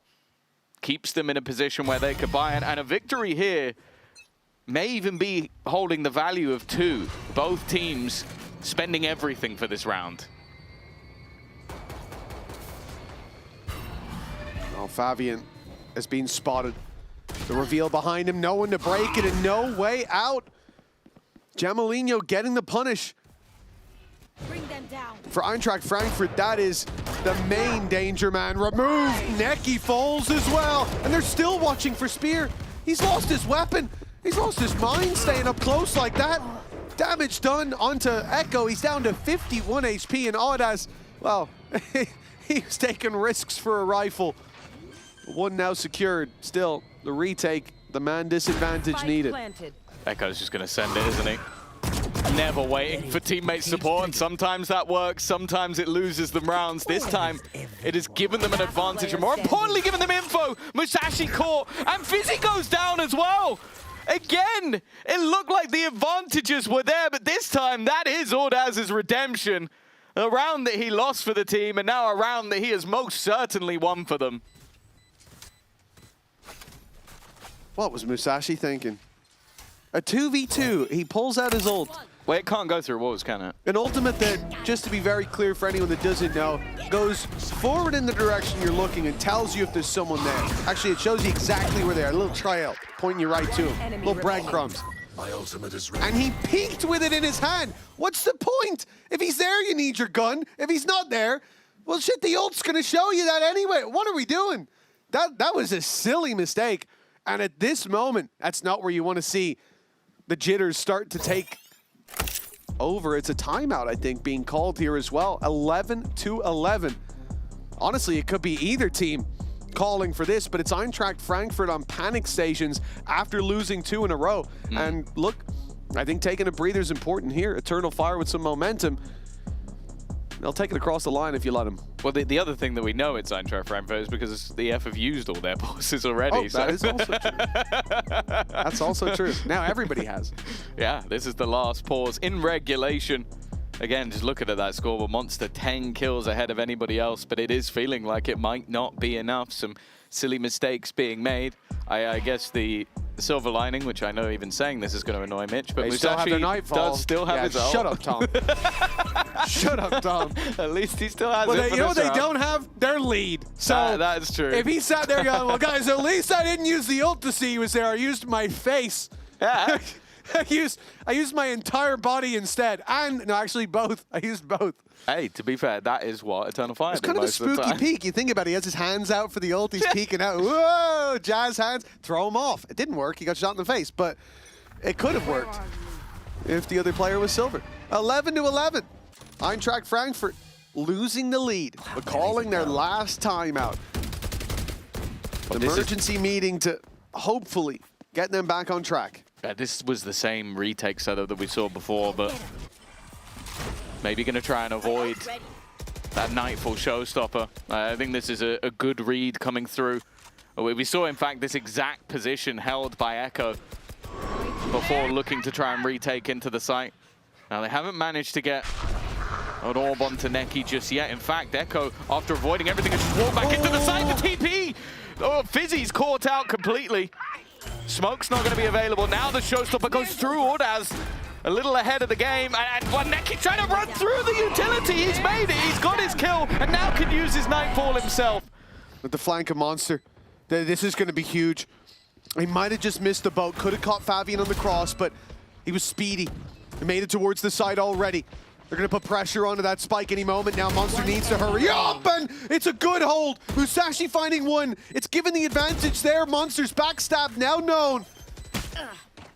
But there's no time to check under the bed. Spear's going to go for that defuse. Half already.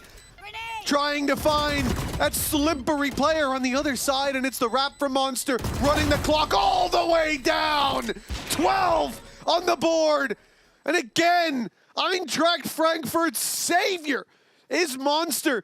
He's guaranteed at least an overtime on their pick. Yeah, 31 kills is what it has taken to get him there. I feel like you could accept him being mad if they don't manage to take this one over the line. Again, we see these all in play. It is infuriating because I feel like when we see Eternal Fire truly wait for the retaker's 5, it looks good. And then when they're just making like these hero plays all the time, I wouldn't have been surprised to see a pause after this one if they had a pause left. Instead, Spear wants that orb. And while SGE want to deny him of the orb, but Fabian has managed to take down Fizzy instead. They did not get the showstopper though. Yeah, they're not going to try it anymore either.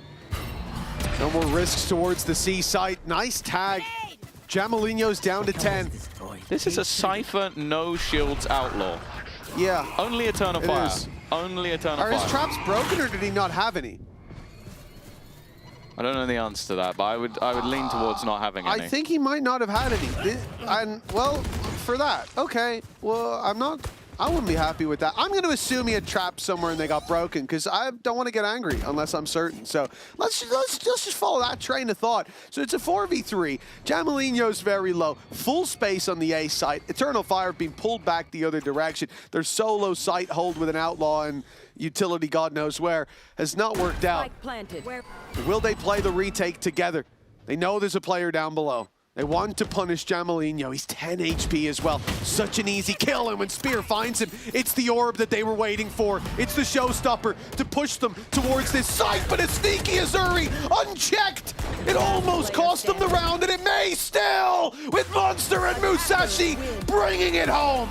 13 to 11, a hard-fought map, but a map pick that lands with Eintracht Frankfurt. Yeah, for sure. A fantastic individual performance from one man in particular.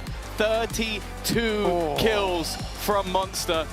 Well, the fact is, I think he's more than earned the victory in this map. Let's chat to him now.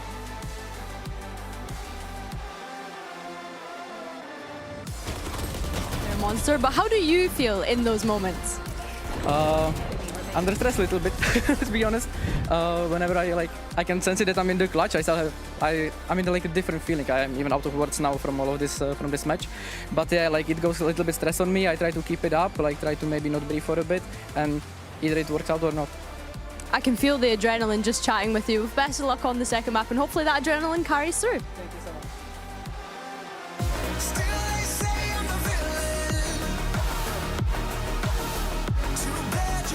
Take me down.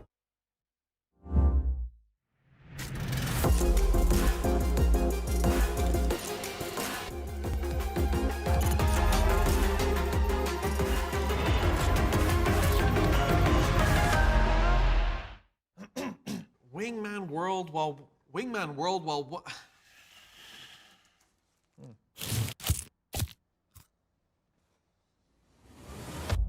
Have a break. Have a Kit Kat. Wingman World while wanting a well, one break. Let's go! At Carmine Corp, we demand the best. This is what backs us up. The Razer Iskor V2 New Gen.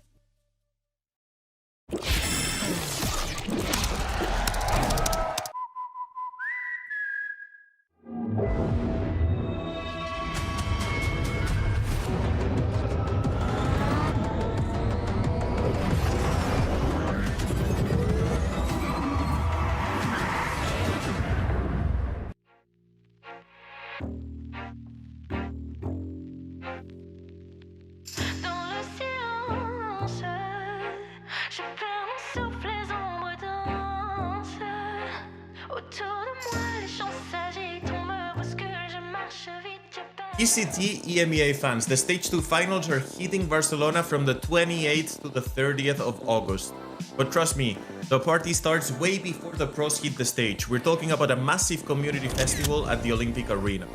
Best part, it's completely free. We're showcasing local artists in the Artist Alley and hosting different areas where you can meet your favorite content creators and gather with the community. Or crush the gaming area with 1v1 both console and PC. Our valued partners and VCT EMEA teams delivering fans an unforgettable final weekend, both inside and outside the arena. Don't wait for the finals to start the hype. Come soak up the atmosphere and join us in Barcelona. See you there.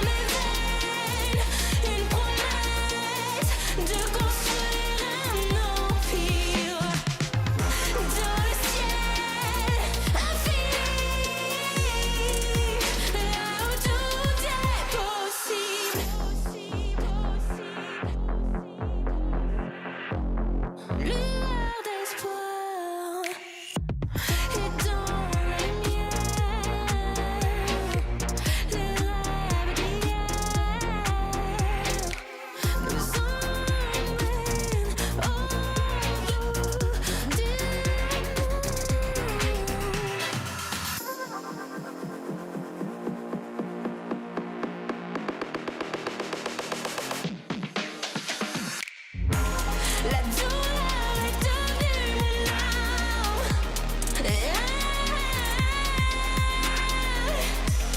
Ce feu qui brûle dans mes larmes.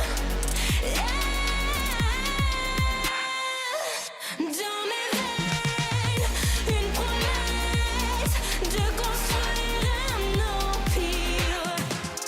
Dans le ciel, infini,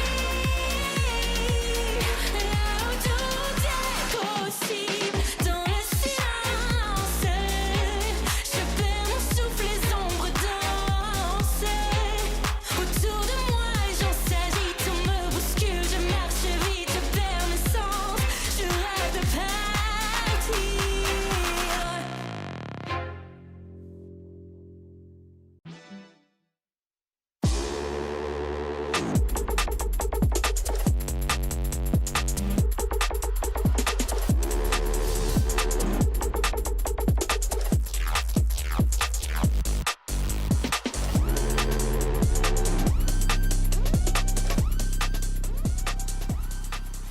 Should we ask ourselves a question?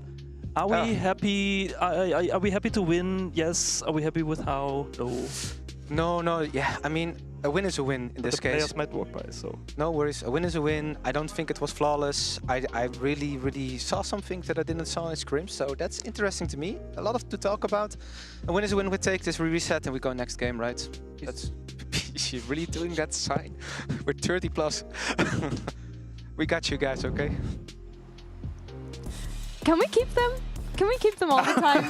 Like, seriously. This is like the byproduct of playing a map versus Telfire. It's just like, well, we A win won. is a win. We won. We take those. For context, our producers hadn't sent them a question, so they decided to make up their own, which I absolutely love, and is Get why on I'm the desk. saying, yeah, honestly, Yeah. they can come take our jobs for all I care. They're amazing. But let's talk about that, because they're phrasing it as a win is a win. But from you guys' perspective, No, I how did think that is play a fair out? assessment, right? It's like you approach this, it's like there are a ton of unknowns that you have to come up against, which is why we're kind of putting this as like, this is like the toughest test for them, right? Yeah, exactly. I'm just looking at Monster there. It's 32 Dude, and 12. Generational map performance. Like, I don't mean this disparagingly. That is a life map. Yeah, like, that is just a life map. That he was walking on water this map completely. Like, we had some doubts maybe at times about can they match that kind of firepower, but Monster just saying, Well, again, I'll do it. We had this conversation about pre-veto. It's like you'd put kind of Fizzy maybe in that discussion here, but Monster's, he's got to be that guy on Lotus. And he was, time and time again. it's funny because I feel like the Challengers teams, we've always spoken about the young duelists, and don't get me wrong, like Jamalino has been great, but more recently it very much has been the kind of story of the support players on this team, at least in the past few series. But let's also take a look at our team up moment presented by Auroras, because Minnie, there was something that you had highlighted towards the start of that series. Yeah, I mean, Mike was saying about the Viper and a fellow, you need to play Viper on this map, Enjoyer. So here we see SG early controlling the rubble space. They're able to do it really well, punishing Echo there because there is no Viper wall, because there's no way that Echo could come out and lurk this easily. So they keep doing that. And what that means is you can see on the mini-map that they're able to heavy rotate towards the C side of the map.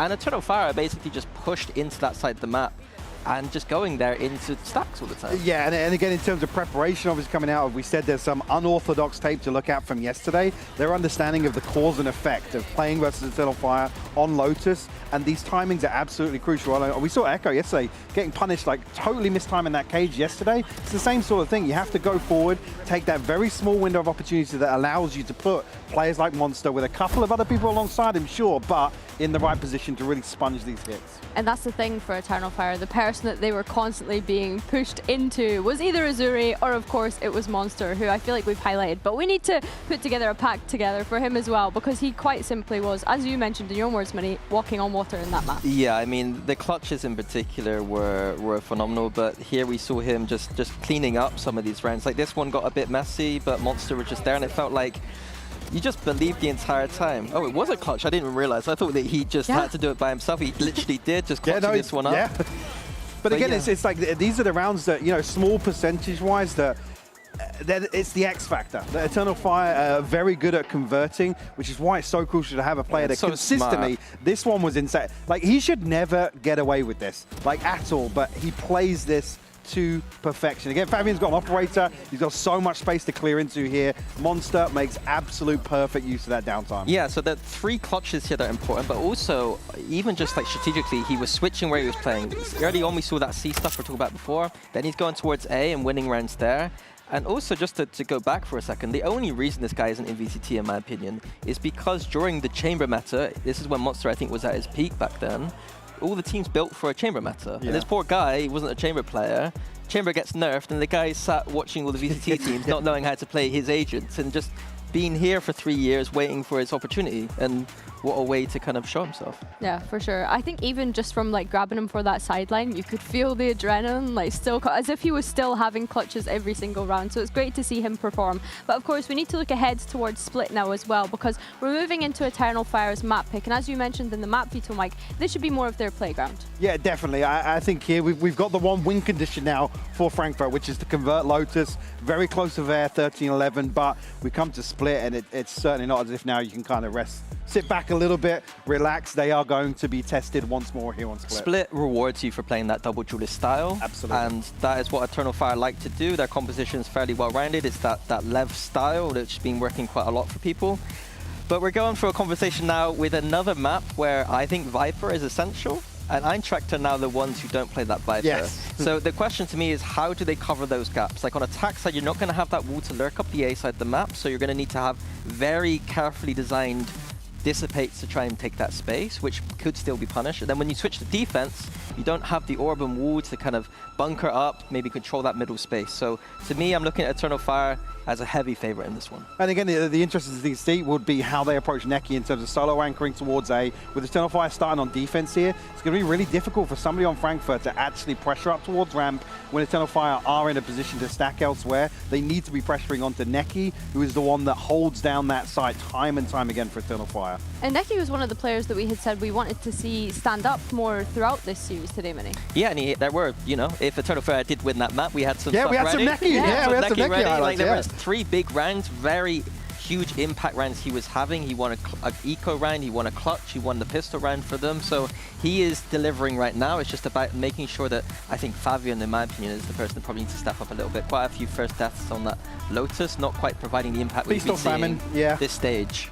I think another thing to highlight here is the fact that Musashi is on the raise. Your IGL playing this secondary duelist. What do you think of that? I didn't realize that for a second. I talked to him on the couch of the day. I was like, I remember him back in the day being that raise player. A lot harder to do with the IGL, so I'm curious to see if that's going to have any impact, him having to do that at the same time. For sure, Mini. Well, let's see if Eternal Fire can push us all the way to the 3rd map, because let's not forget their year is on the line and depends on this. Mitch and Tom, take it away.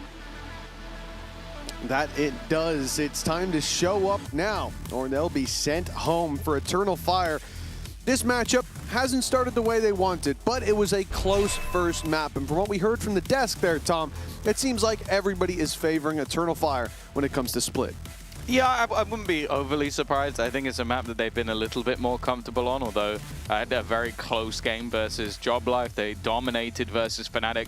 I think also it's been, at least from what I've seen, maybe one of the more comfortable maps from Spear. I think his Phoenix has been consistently quite good, and I think as well he didn't have the greatest of first maps, so I think that's a good sign going into this map that he's basically just going to have utility that's going to consistently allow him to be more aggressive and, well, not die. In terms of the start, Eintracht Frankfurt on the attack already, wasting no time getting up into heaven, but Eternal Fire want that retake. Phoenix leading the way. Flash gets them through the wall to start with, but look at Eintracht Frankfurt descending on them towards the screens, but Neki only has pressure from one side. Musashi doesn't find the hits he needs, and Eintracht Frankfurt get a plan, but with a man disadvantage. Jamalino up close. He's actually got away with that. I thought peeking any wider, he would have been dead for sure. Instead, leveling the playing field, falling back, and a bit of an audacious position being held, but they are holding the line. It's only Neki to find anything from that point onwards. And Eintracht Frankfurt, after losing the opening fight, and Eternal Fire coming in on the retake, have held. Well, Eternal Fire have been great on retakes. Neki finding Musashi there, you know, cut one head off the snake, and there was no one else to punish. So it seemed like, yeah, they've gotten away with everything they need. to put this round under their belt, and I think now is an important time to talk about expectations in this first half, because for Eternal Fire, obviously we're favoring them on this map, but if Eintracht Frankfurt don't get off to a good start on the attack, I think that's where we really get worried. Like, we want to see this half looking locked down for the attackers. Otherwise, I do agree with the desk that we are looking at a third map. Yeah. But versus Mates, it was an 8-4 attack half. Versus Focus back in Challengers, also an 8-4 attack half. So I'd agree. And the Mates game was close in the end, right? It was like 13-11. Yep. Yep. So it was more their attack that ended up doing the work. But I also think for Eternal Fire, the thing that's always been there with this roster is, okay, all it takes is one thing to ignite them back into that terrifying, fast-paced force. But if it goes a few rounds where that doesn't happen, we've also seen them not that long ago get 13-0'd. So they can just dwindle out of this round. Bit of an interesting one. 3 players into B. The flanker is being flanked, but does Jamelino know that there is a player behind? Absolutely not is the answer. There's another one coming up for Echo, but luckily, Musashi, the IGLing Rays, has kept them in this round, a chance for maybe even to get just 2 away from the showstopper if they want to give it to him. Instead, no. Monster says, you know what, I need to start building up my 30+ kills again. I think it's a very interesting one for me, having Musashi playing the Rays here with how the last few maps have gone for him here on the VCT stage. It's a great opportunity now to pick up some of that confidence, because he's been quiet against Heretics in the first map here as well. He's certainly not quiet anymore, is he? A 2-0 start for Eintracht Frankfurt. But Eternal Fire get the buy-up. As you said, it takes that one round to reignite that flame. It looks like they're putting stock in mid. Extremities covered by 1-3 in the middle for Eternal Fire. The Phoenix ready to fight on a flash, but Jamelino's already up in their grill, taking an aggressive stance against this team. It's a bold move, but it has paid off. I like it. A set plan to try and kill anybody in towards that vent position. The C's was perfect, and from then onwards it was all Jamelino, but well, you look back to his previous performance, 20+ kills. You expect him to deliver. The 16-year-old has already made a name for himself, and well, for Neki, he might have had his moments in the last map. He might be one of the only players on his team that even has a kill at the moment.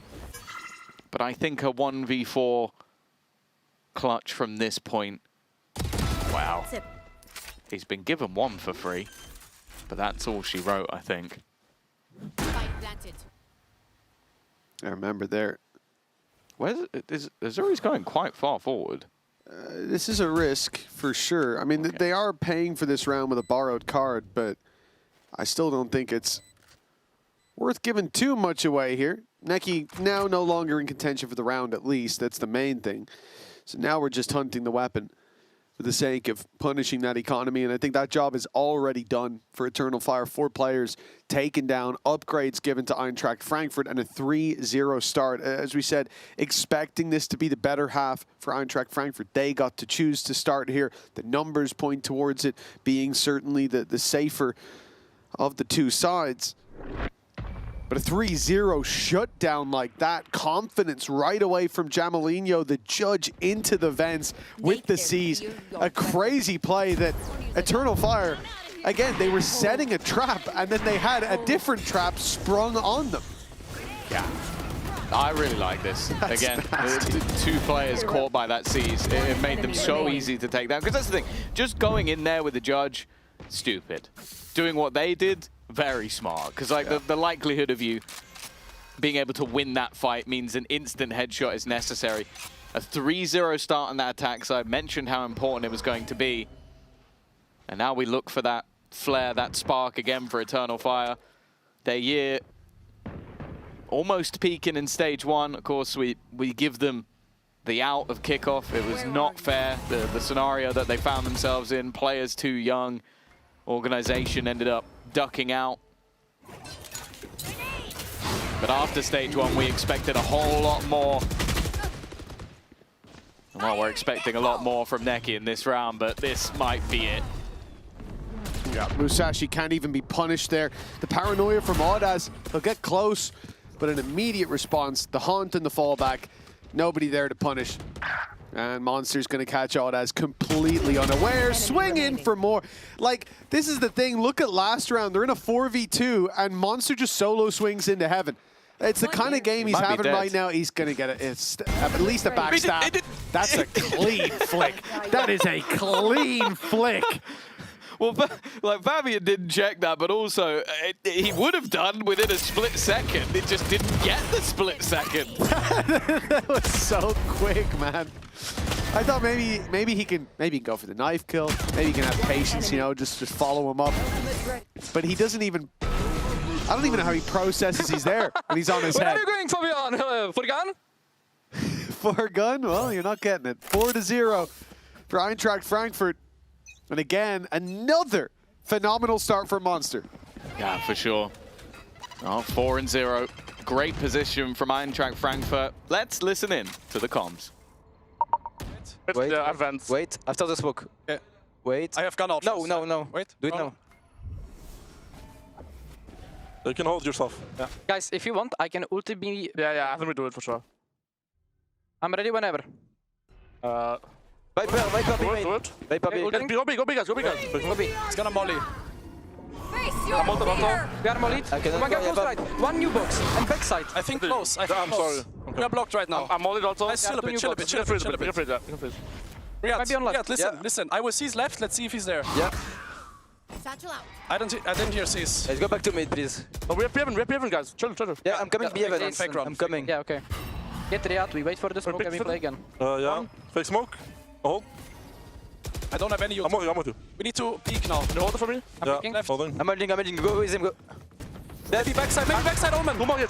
Yeah, Omen backside, guys. Yeah, I go out Omen backside. Backside Viper. Can we go outside? B7. Up. Down B. Haven't. I'm hiding. Hold red. Monster's on a tear yet again. But he might be called on one more time in this round. Fabian puts it down to the 1v1, and Fabian takes it across the line. Finally, Monster will be denied, put to bed. But not before he took a chunk out of them. He's 9-2, but it's 4-1 on the board with the Red Bull clutch for Fabian. Yeah, a big individual round from him. It got very dicey with that retake attempt into heaven. A flying shot landed, in fact, a couple, but even still, Fabian was able to turn this, an operator holding, and then just quick enough to clear out Monster.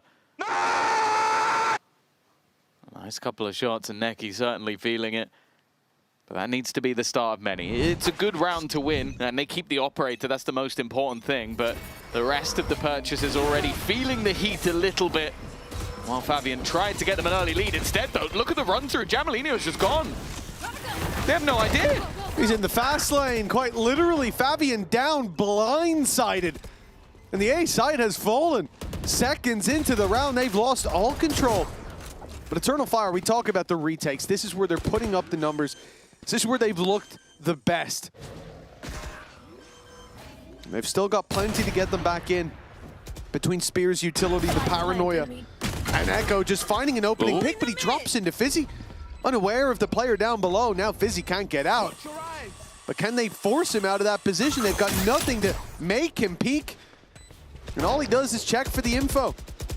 A problem, a thorn in their side that they never know when that knife is going to twist.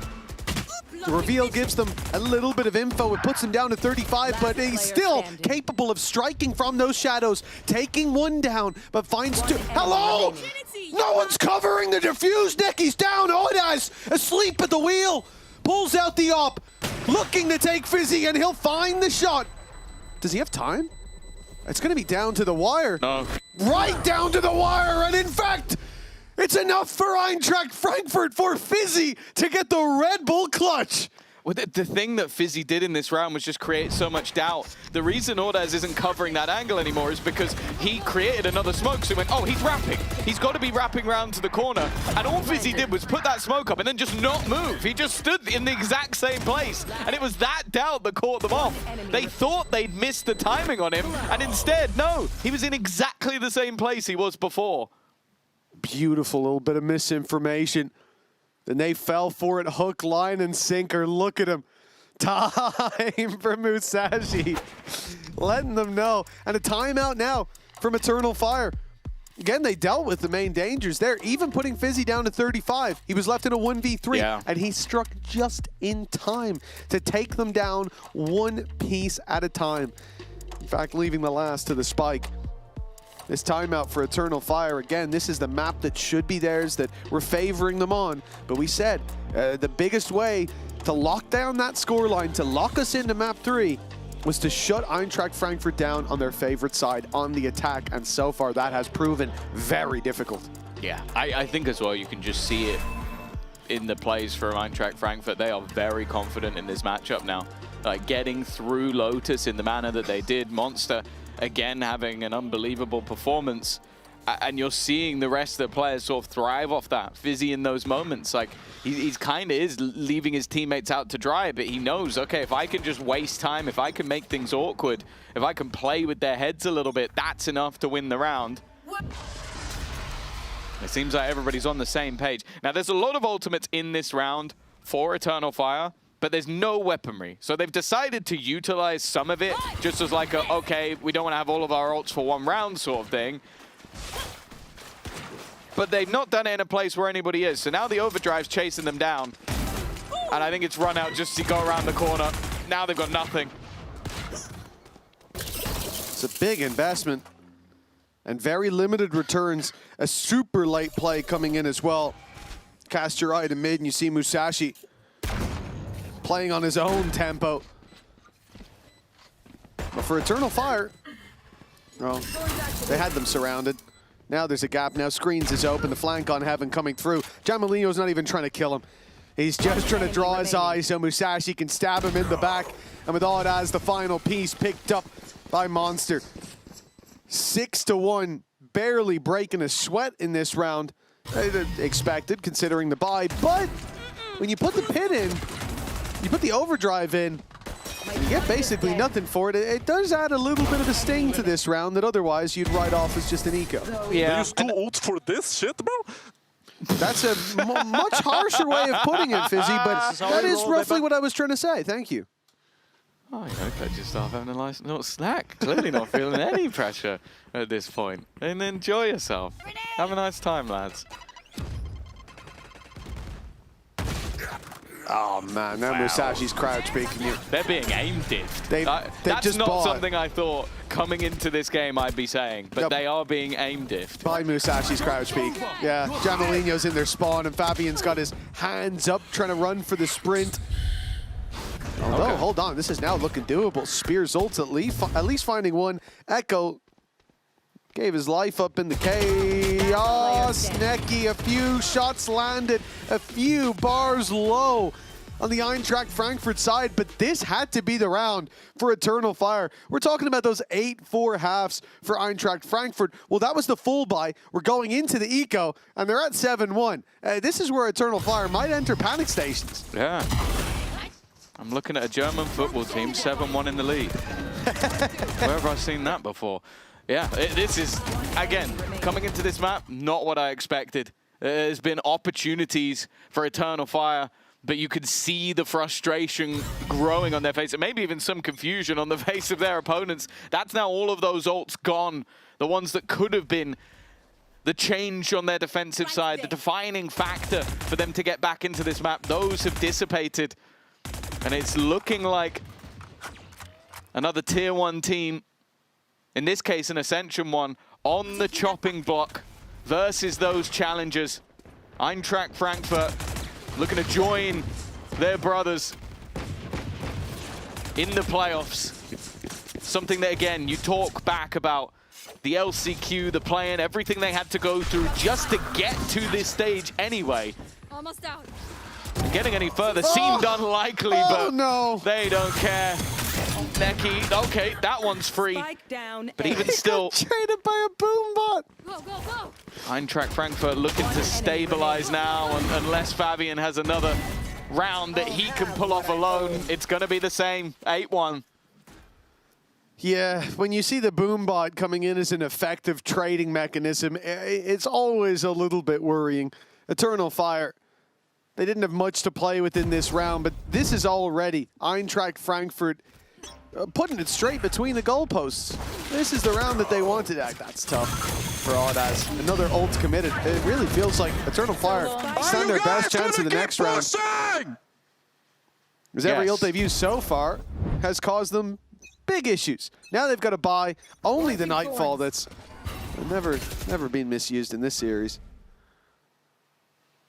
And if they don't wake up now, well, it goes from bad to worse. A map that they're favored on, but they'll have to be flawless. It feels like they almost have to be flawless from this point onwards. Anyway, Echo, he's done well. He's done very well, in fact. Both of the double duelists gone. Operator now in play. The spark looking to be lit. And well, it's beaming. An in-zone flawless. The cleanest round by far in this map. And well, for Eternal Fire, that's exactly what they needed in this moment. Oh yeah, something to put a smile back on their face. You saw the frustration as they lost the last 2 rounds. It was starting to seep in, but now maybe they can believe in it again. Believe in the bounce back. Remember, it's not just in this map, it's in this series, but it's a matter of survival here for Eternal Fire. There's no time to take your foot off the pedal. And right away, Fabian getting aggressive, but he's caught off guard. Jamelinho swings in, a jump scare. As finally, he sees his opponent, but too little, too late. A 5v4, damage done to Spear as well. And not to show for that early mid-aggression. That's worth mentioning that Eternal Fire are not one of the teams in contention on points as of right now. They need a whole lot more. Showstopper. Along with the divide, and well, divided and conquered. Down goes 3 players in quick succession. And even Jamelinho icing on the cake. I said the last was the most dominant round we've seen so far in Eternal Fire's favor. That might be the most dominant round we've seen all series. An in-zone flawless. Eintracht Frankfurt back to back. Well, with their ults, they made it look very easy. Audas must be screaming. Look at that stun, man. He's on the edge of the smoke, timing again up in heaven. Jamelinho had that to a T, but the second Audas goes, this is my timing. Steps out of the smoke, stun at his feet. Like, they didn't know, they just guessed, and they guessed right every step of the way. Eintracht Frankfurt winning a game of Battleships. Eternal Fire didn't know they were playing, and again, Jamelinho! He's got a double, but Neki responds, down to 2 HP, but he's made it out. An advantage as slim and thin a margin as it may be. But this is a necessary round for Eternal Fire. A pistol could bury them deep if they go into the next half 10-2 down. Man advantage just about. A stubbed toe would take Neki out of this, and it needs to be a landed shot, and it will be for Fabian.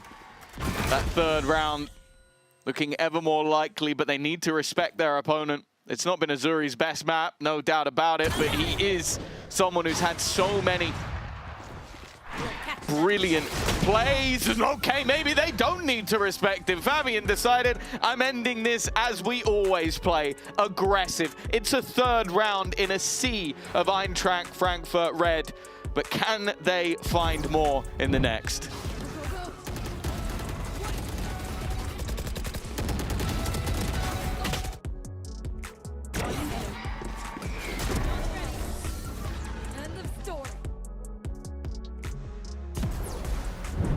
Thank you so much for joining me, Audas. Now, you had mentioned that the Job Life game was just for hype. What did you mean by that when you said it?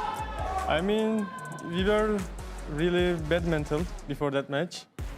So it was really good for hype us, and I think it's very useful for us, that win. Of course, and you guys had also said that, you know, you're feeling more like an Ascension team more recently, and Neki had just mentioned it to me as well. So talk me through that. Who kind of, are you consciously thinking about that? Was someone brought it up, or is this just the feeling that's been amongst the team? I think we are like Ascension team because the same team we are playing against, and we feel the vibe again like that, so it's very good for us, and we are like coming for the bar, I guess. Yeah, I love to hear it. How are you feeling coming into today's match? Just playing as if each is your last? Yeah, we always feel like it's our last, so we give our 100% every match, so that's it. Well, hopefully we get to see 100% in the server. Thank you so much for joining me, Aldaz, and best of luck today. Thank you. Los necios dicen que el destino importa tanto como el camino.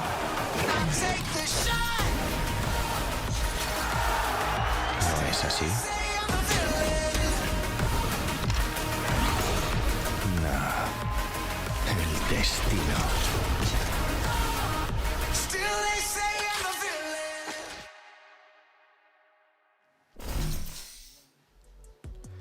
Well, there's quite a lot of ground to be made up now. Eternal Fire were sleeping, but just as you've seen on your screen, they're waking back up for the second half, and they better be wide awake. They've got the bare minimum, 3 rounds to the board, a bit of wiggle room, even if they lose the pistol, but to be honest, they need that injection of rounds early on if they're to stand any chance of making that long run to Barcelona. Not so long for you. Scan that QR code and get your tickets for Eternal Fire. It's time to get off to a flying start, or they'll be buying tickets just like you.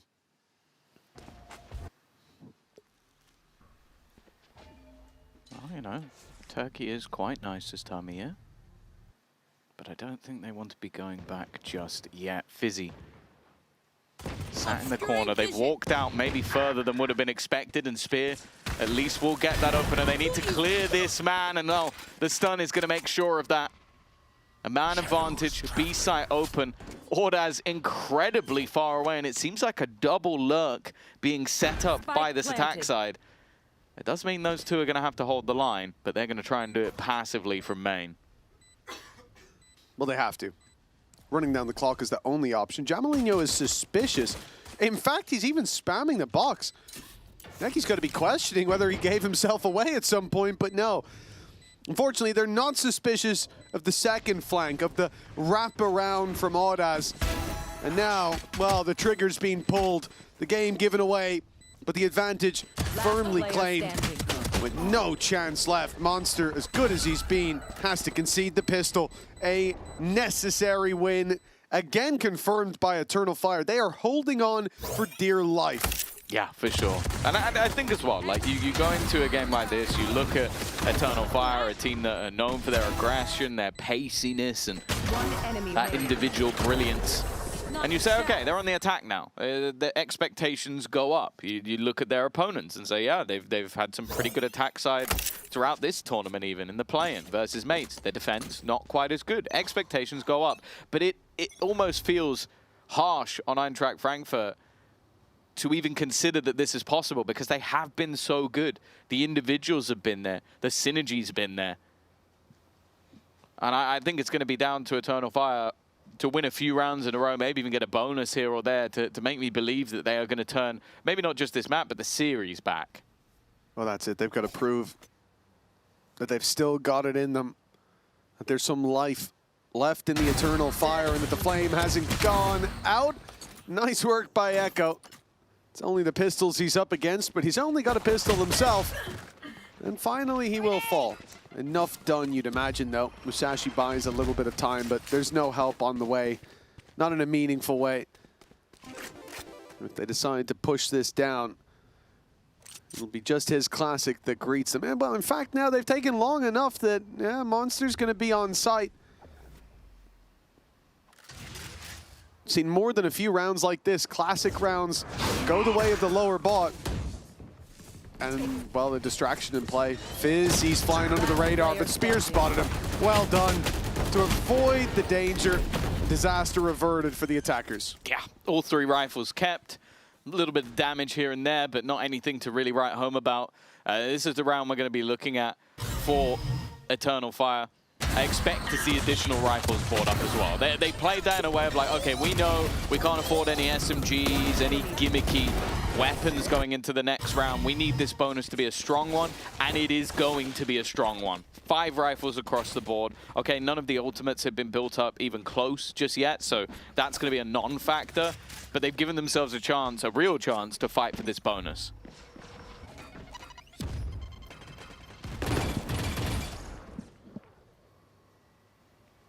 Oh, it is B main contention early on. Doesn't look like Eintracht Frankfurt have given up on it either.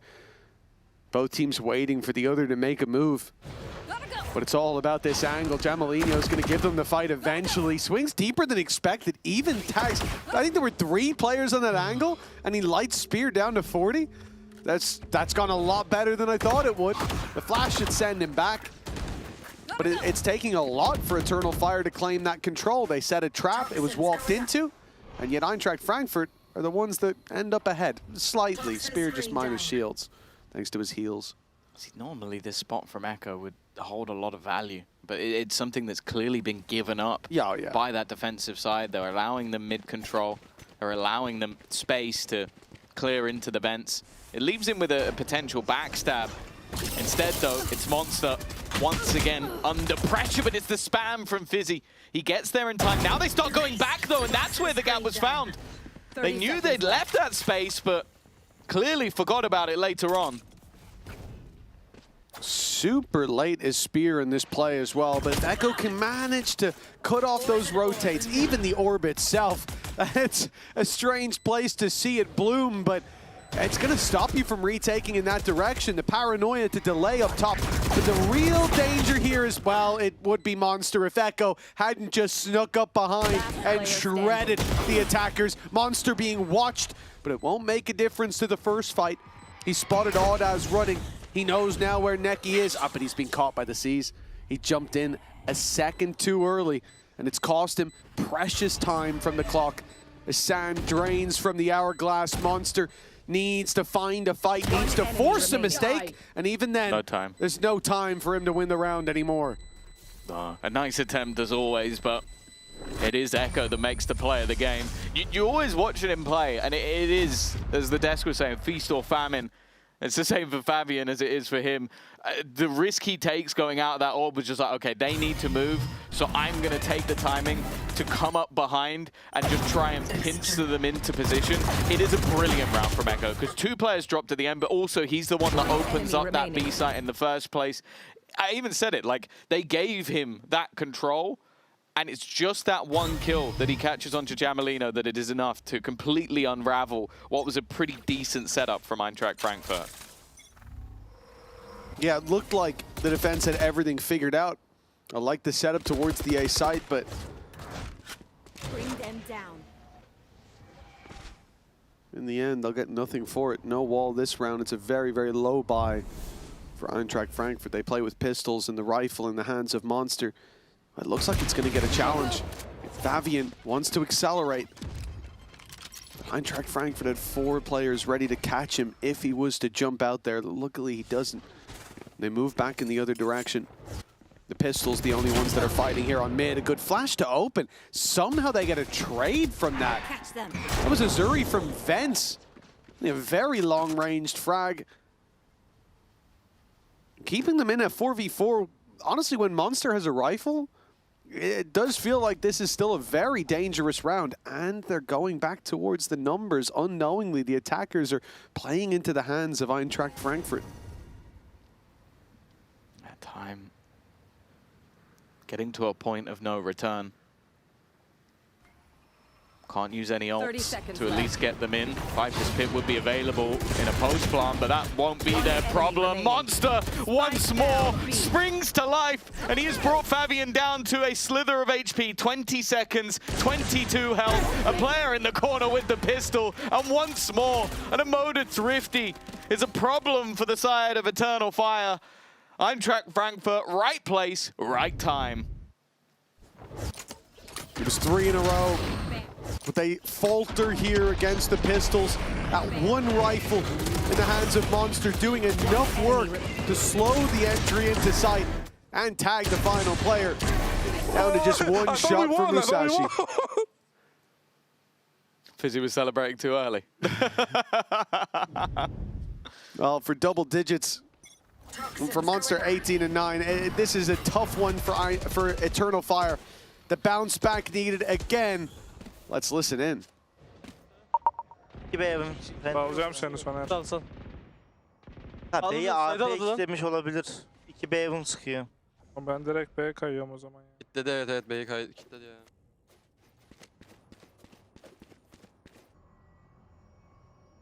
A'ya gitsenize siz. B'ye bir tane flash at öyle git gel. Benim dogumla flash at. A'ya git. Elbow'da Anıl, Elbow'da biri. Tamam A'ya gideceğiz. A Kol rampadan atıyor, oynuyor. kol zıplayarak kol atıyor. Bekliyor bir, rampaya gidin.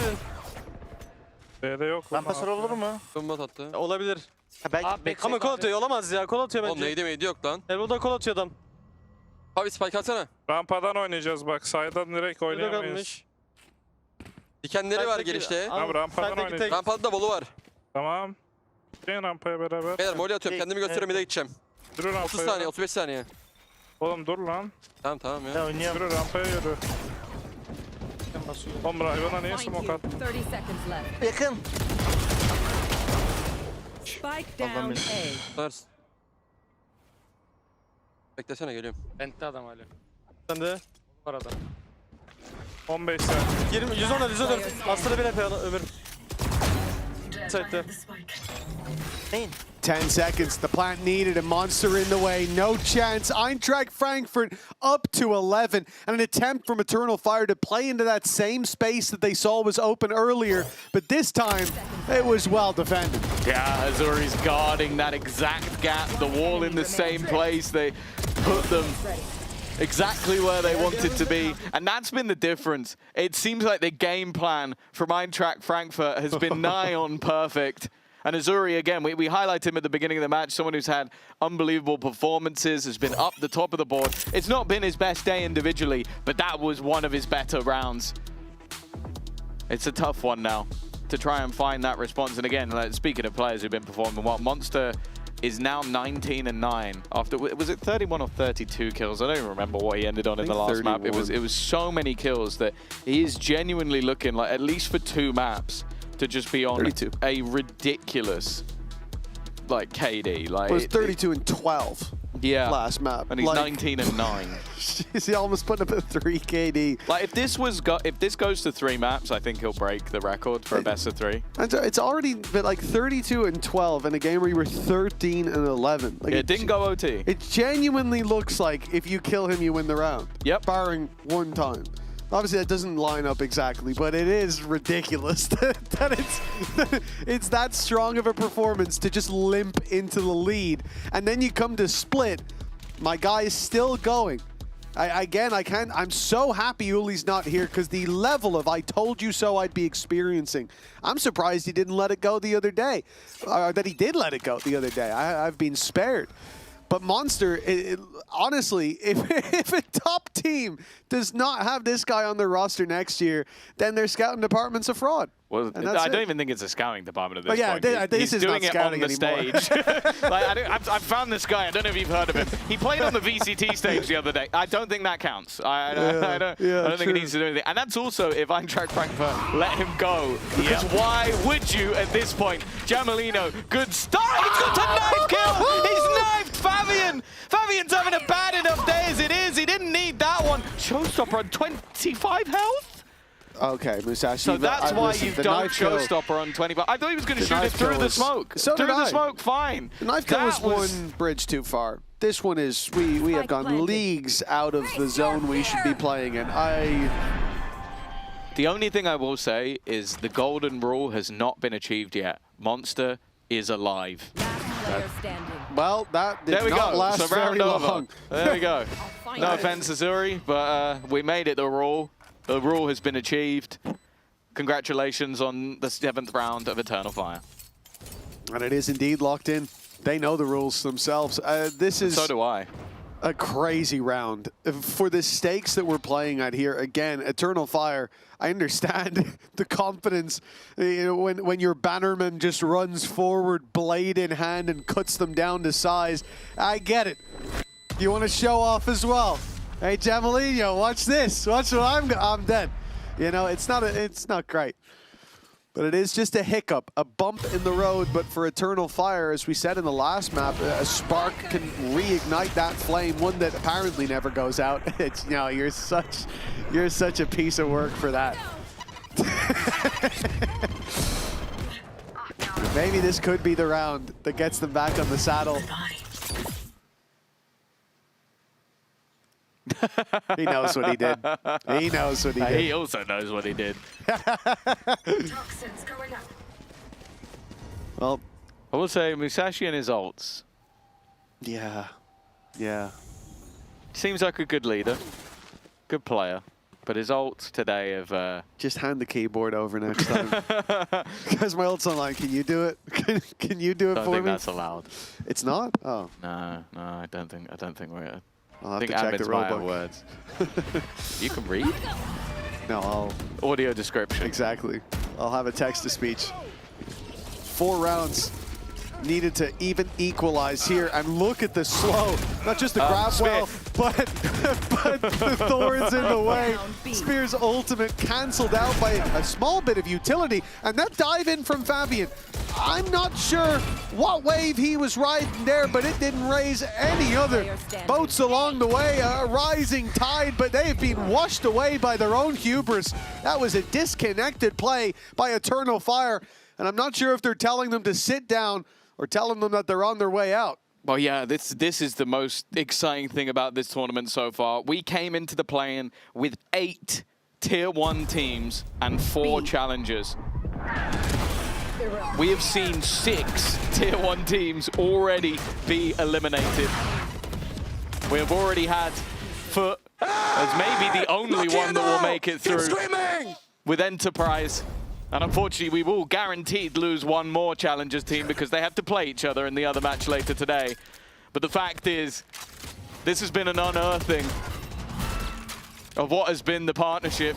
Sure, the top 4 will try and prove that there are still some good teams in EMEA.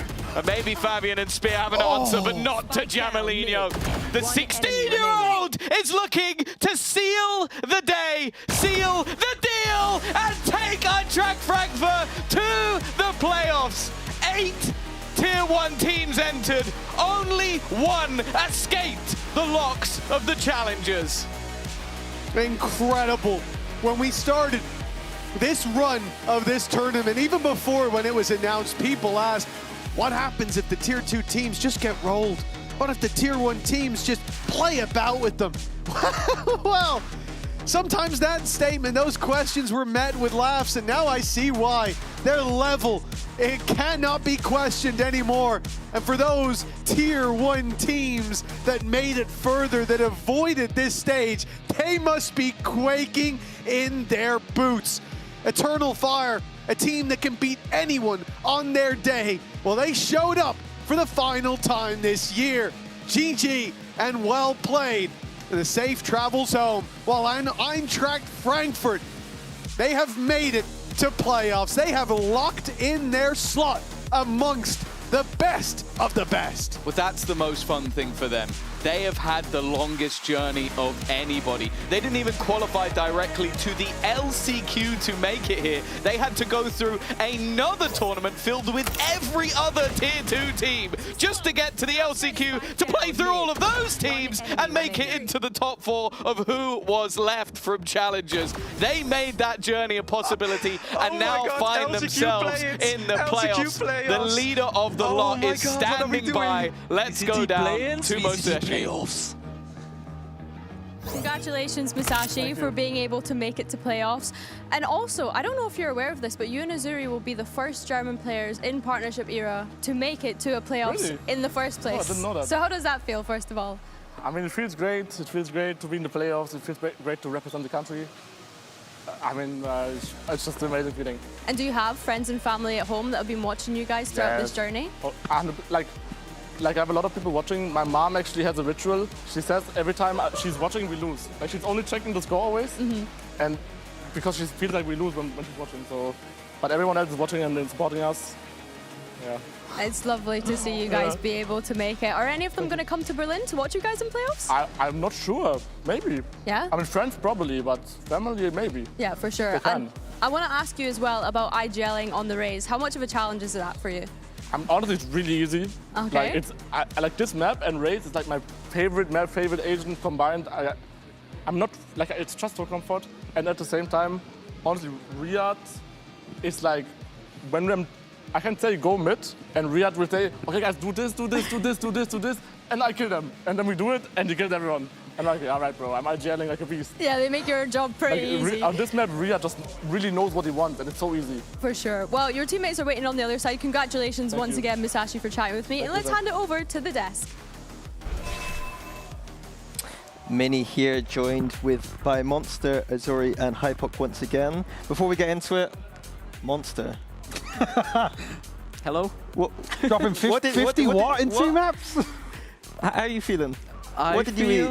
I feel very good and happy because the last game against Heretics, I was excited way more for the opponent than Eternal Fire, and I wanted to like low-key show myself more, like shoot better. We still like won the game convincingly, and I was happy for the win, but I knew that I can do individually better.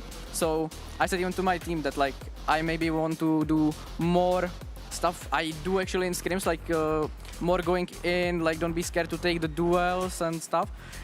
Here I tried it. Oh, I mean, it went better than I expected. Obviously, like dropping 30 bombs is not on my daily scrim menu, let's say it like that. But yeah, I'm more than happy that. Can I add something to that? Sure. We went eating afterwards, after the match, and all the teammates got annoyed by him just talking about like the game. Oh, guys, I want to really. I can't say this on stream now, but it was full hype for the next game. So yeah, finally paid off. I mean, you also had a fantastic game in that Heretic series. Like, is that something in general, once you start feeling it, you just kind of just send it a little bit more, you're just in the zone? Like, how does it feel to be a professional player and just like, you know that you're just on it? For me, it's, how do I explain it? I just need to remember myself of what do I do at home or like at the boot camp. So maybe for me it can be also how I put my mouse pad and everything. Just also remember what I do on scrims so I can reproduce the stuff, because obviously if I'm on Lotus, never flooding into the backside to anchor the side, and I'm sitting every round on pillar, I'm doing something wrong. And that's what I was doing against Heretics, for example. And I knew that this is not me. Usually I'm going in the side, I'm fighting for my life. So this is one of the stuff that made me realize, okay, if I will do this on the next game, I know that I'm gonna play my game. And yeah, it went like that basically. So for me, basically this. I guess, and again, question for both of you to follow on from kind of the adjustment from coming home, well, from home to here on the stage. You guys have, again, today, in terms of the matchup, the stage atmosphere, it's obviously also always a discussion for Eternal Fire. They'd love to get up, make some noise. You guys were giving it. How important is that for you guys in terms of, you know, clutching up rounds and really approaching them in terms of greeting that aggression that we know Eternal Fire can bring? I mean, I think, for example, our team, we're like maybe the other people of the team talked about it already. We really thrive when we're happy, when we're having fun, and in prac and like official at home, it's like a bit different. Like you can scream and whatever and cheer each other up, but on stage, like you can look at the opponents, you can make fun of them if you want, like you control them, whatever, and you can like express your emotions more. And I guess that even like makes us thrive more in the end. Yeah, just to follow on that as well, I think we noticed a couple of times on stage where, particularly some of the clutches that you were pulling out, where like everybody was kind of up on their feet giving it. I mean, especially like on Lotus was just like, I mean, some of those were textbook. Yep. I think it's interesting too, because Steve, or content creator for Frankfurt, was telling us that he thought that before, Azura, you were a bit of a shy person. I wouldn't say... But I don't think so maybe anymore. Thing is, I mean, I'm like calm and whatever to my teammates, but on stage, like it's more to the opponents, you know? Like I hype my teammates up, but I like to scream a lot, so like I can show this here and it works. Like to also add up on that, like he usually is actually a calm person. Like in the team, in the team environment, he's always calm. Like he's just honest and full calm. Like he never like makes any like, let's say, problems or whatever. Like he will not even like scream never on us or something. But once he's on the stage, like even before the VCT stage, like when we were in Berlin or Cologne, I think, like once he's pumped up, it's crazy. He's getting very wild. A technical question. I'm a big Vice fan. You've been playing a lot of Vice Monster, and I feel like it's a little bit underrated at the moment. What's your thoughts about this agent? I mean, from my understanding, I like Vice more than Cypher, let's say it. I know a lot of teams are running Cypher in this meta, but also a lot for the Phoenix to kind of support him. We don't play much Phoenix also, and for me, I'm a player who likes to anchor. I like to anchor and fight for the side. And I feel in the current meta with the double duelist, it's kind of hard to anchor with Cypher. Like I can put trips, whatever, but sometimes you need the informational trips, like not very the anchor ones, like to just kill and spam. So when I play Cypher, like and teams are just sending on me. They're sending it on me. They're putting me into a situation where I have to play like way differently than I usually do, and I just don't like it. So Vice is just a comfort pick for me, where I know that I can sit in the side. You guys either flat. If you really cannot flat, even with the taunts and everything, I'll just try to go back. Other than that, yeah. Fully agree with you. I get, just to come back to another sort of, well, a Lotus question in general for both of you. How much did you take away from the previous series versus Foot that Eternal Fire played in terms of having Lotus here to start? We were kind of talking on the desk about how solid an understanding you guys demonstrated of what didn't work versus Foot. You kind of really manipulated that early on, at least in a few of the rounds. Was that kind of like the approach in general, or what was your read on them coming into Lotus? I think, I have to be honest, I think we didn't switch too much up. I think we looked more at the Cypher mostly, because people don't play Cypher as much. So with Cypher you have like deep info cams and whatever, you need to break them, manipulate them, move them around. But besides it, I think we kept it mostly like just us playing our game, because we also only had like one night to prep. Yeah, sure, yeah. They finished yesterday night. So yeah, I guess I mean, it was close. Like it should have been a bit more convincing. Like we trolled a lot of advantages, to be honest. And I played really solo in them, but yeah. Yeah, happens. Looking now to playoffs, who do you want to play? I want to play Vitality, actually. I want to play Vitality. If they will go to lower, I will be more than happy to play them in the lower bracket. I actually don't know what are the teams we can right now play in the whole playoffs. But also KC. Like both Vitality, KC, I like the players. I think they are both strong teams, and having one of those at least try to play them on the stage would be nice. Yeah, for me it's same. Like Vitality, we know some of them, like some of the team. Yeah, and KC, like we prac both of these teams a lot, so it's gonna be fun to see how it goes in official. Is Vitality or TL? So Vitality, it sounds like. Vitality would be one you want. Sorry? I It would be between Vitality and Team Liquid, I think, that you guys would play, potentially. Ah, Vitality. Wait, Liquid? Wait, Yeah. Ah, okay. Wait, you're going to change now? Wait, no. I just got fully zoned out, I'm sorry. But, well, you might get what you want. Well, Vitality. Yeah. Oh, never mind. I'm getting more information. Sure, We're lying to you. It could be anyone. It could be anyone. Okay, well, congratulations on today. Both played very well. Thank you very much. But everyone stick around, because we're going to be going to Job Life Fireflux after the break. Nice! Good job! Come on! Nike! Nice, Fabian. Good job. Good job, bro. Nice! Come on! You are terrible! You are terrible! You are terrible! Nice! Come on, Andre! Hello! What are you doing? Yo! Yo, sit down, guys! Come on! Hello! What are we doing? Let's play, guys. Let's play.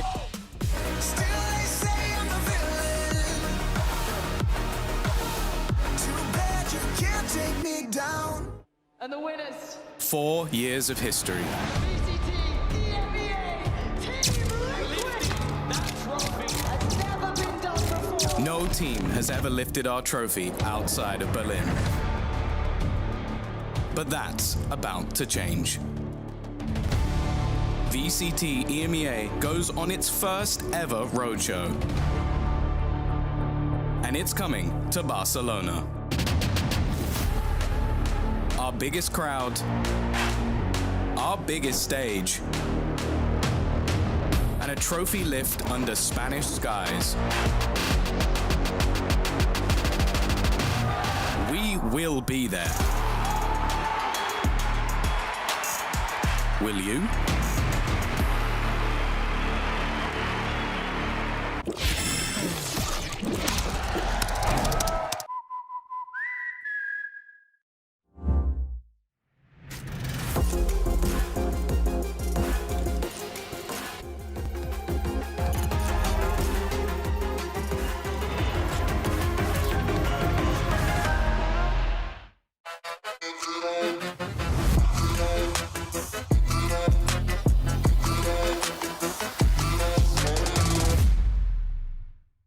Want to find your fastest server every time? Express like a pro and optimize your connection in one tap. Express and game without ISP throttling. Express and shield yourself from DDoS attacks. Express and choose the VPN trusted by gamers everywhere. Express VPN. Experience gaming the Express way. Fast, stable, competitive. Outplay the world. It's time to Express. Unlock free cosmetics, including Lightning Kicks Buddy and more. Scan to subscribe.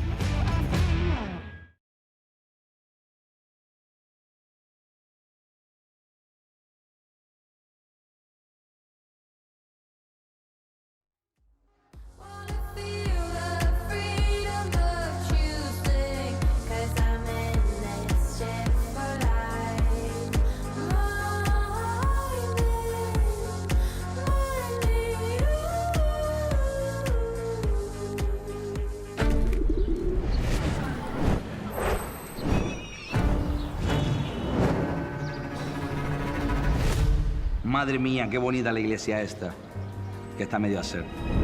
Qué ornamentos, qué claraboyas. Irradia más luz que una flash de Sky. Qué pocas ganas tengo de andar. Con lo bien que estaría yo viendo las finales de la VCT EMEA en Barcelona. ¿Pero os queréis callar? Contemplad.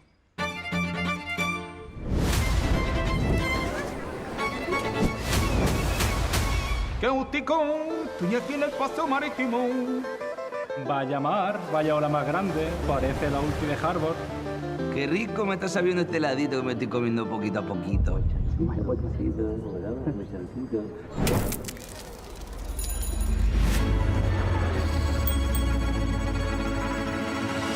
Vaya pirulo, niño. Ya estoy bien la coña. Vamos a ver lo que vamos a hacer. Porque las Ramblas están muy vistas. Y un museo como que no, ¿no?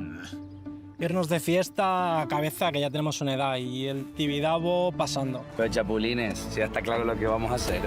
Basta ya de tonterías. ¿Vamos a ver la final de EMEA? Venga, vamos para el Olímpico. Pues venga, comprad las entradas porque ya están a la venta. Y bueno, la fiesta la dejamos para el domingo después de la final, ¿no?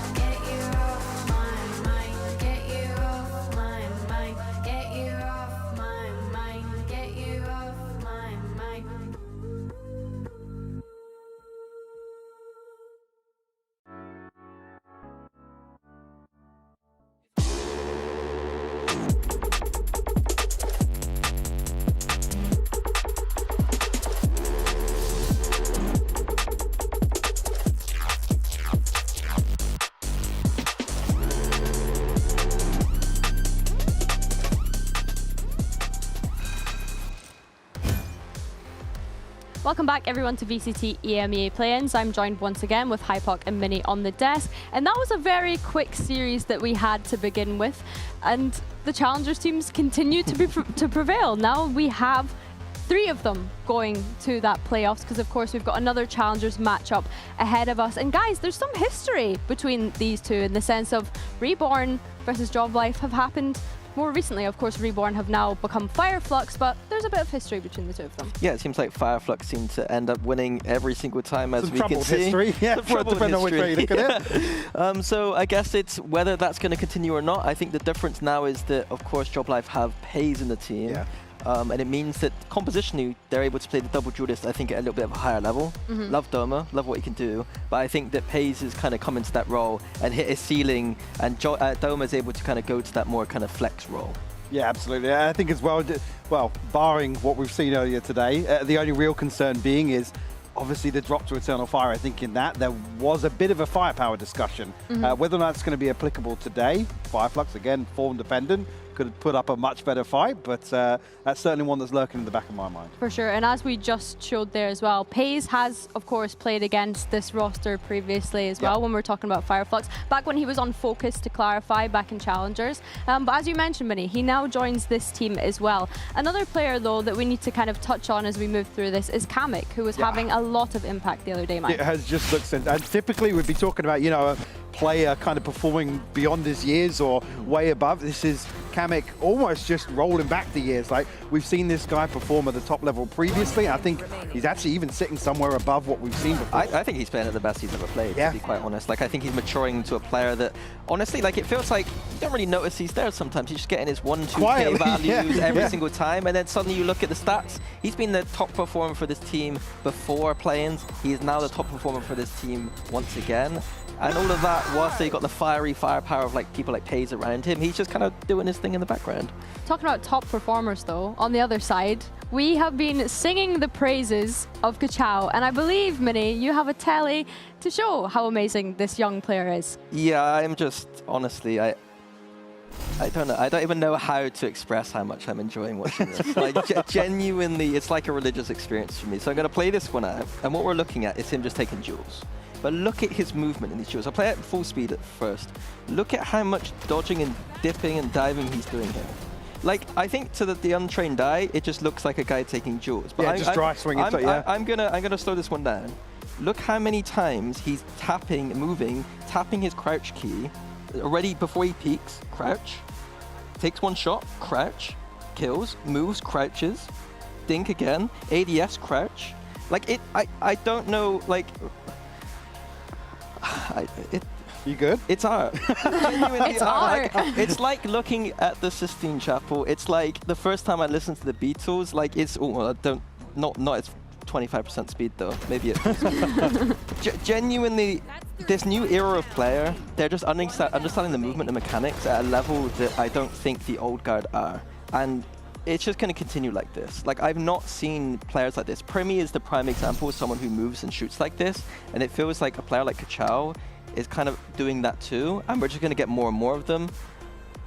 Honestly, I don't know. I feel euphoric. I've never seen him as speechless before. Like, you usually hear like criticizing teams, but you're like, guys, I love him so much. I love him. It's genuinely. Do you want to go over and give him a hug at this point? I genuinely. I saw him walk past earlier, and I was like, that's too much. That's too much over. So the main takeaway is that Minnie is a big Kachao fan. What about yourself, Mike? Have you been enjoying watching the youngster play? I was going to say, I have enjoyed watching Kachao. It's always nice to see somebody bring kind of a new approach to mechanics and especially look as good as he had, right? It's one thing to do it, but the precision you see from him is just something special to watch. And every so often, you get a player like this. I think he's him for this stage of this event. Even in that last match he played, he slowed down a little bit. Look, he didn't have the best performance on Split. He had to play the Omen on Lotus. He looked extremely good there. But I think my point is that you can just see it's an inevitability. Like, he's just one of those inevitable players. He still has a few years to develop. He's only like 16 years old. So by the time he's... next up. Actually, next up. Yeah.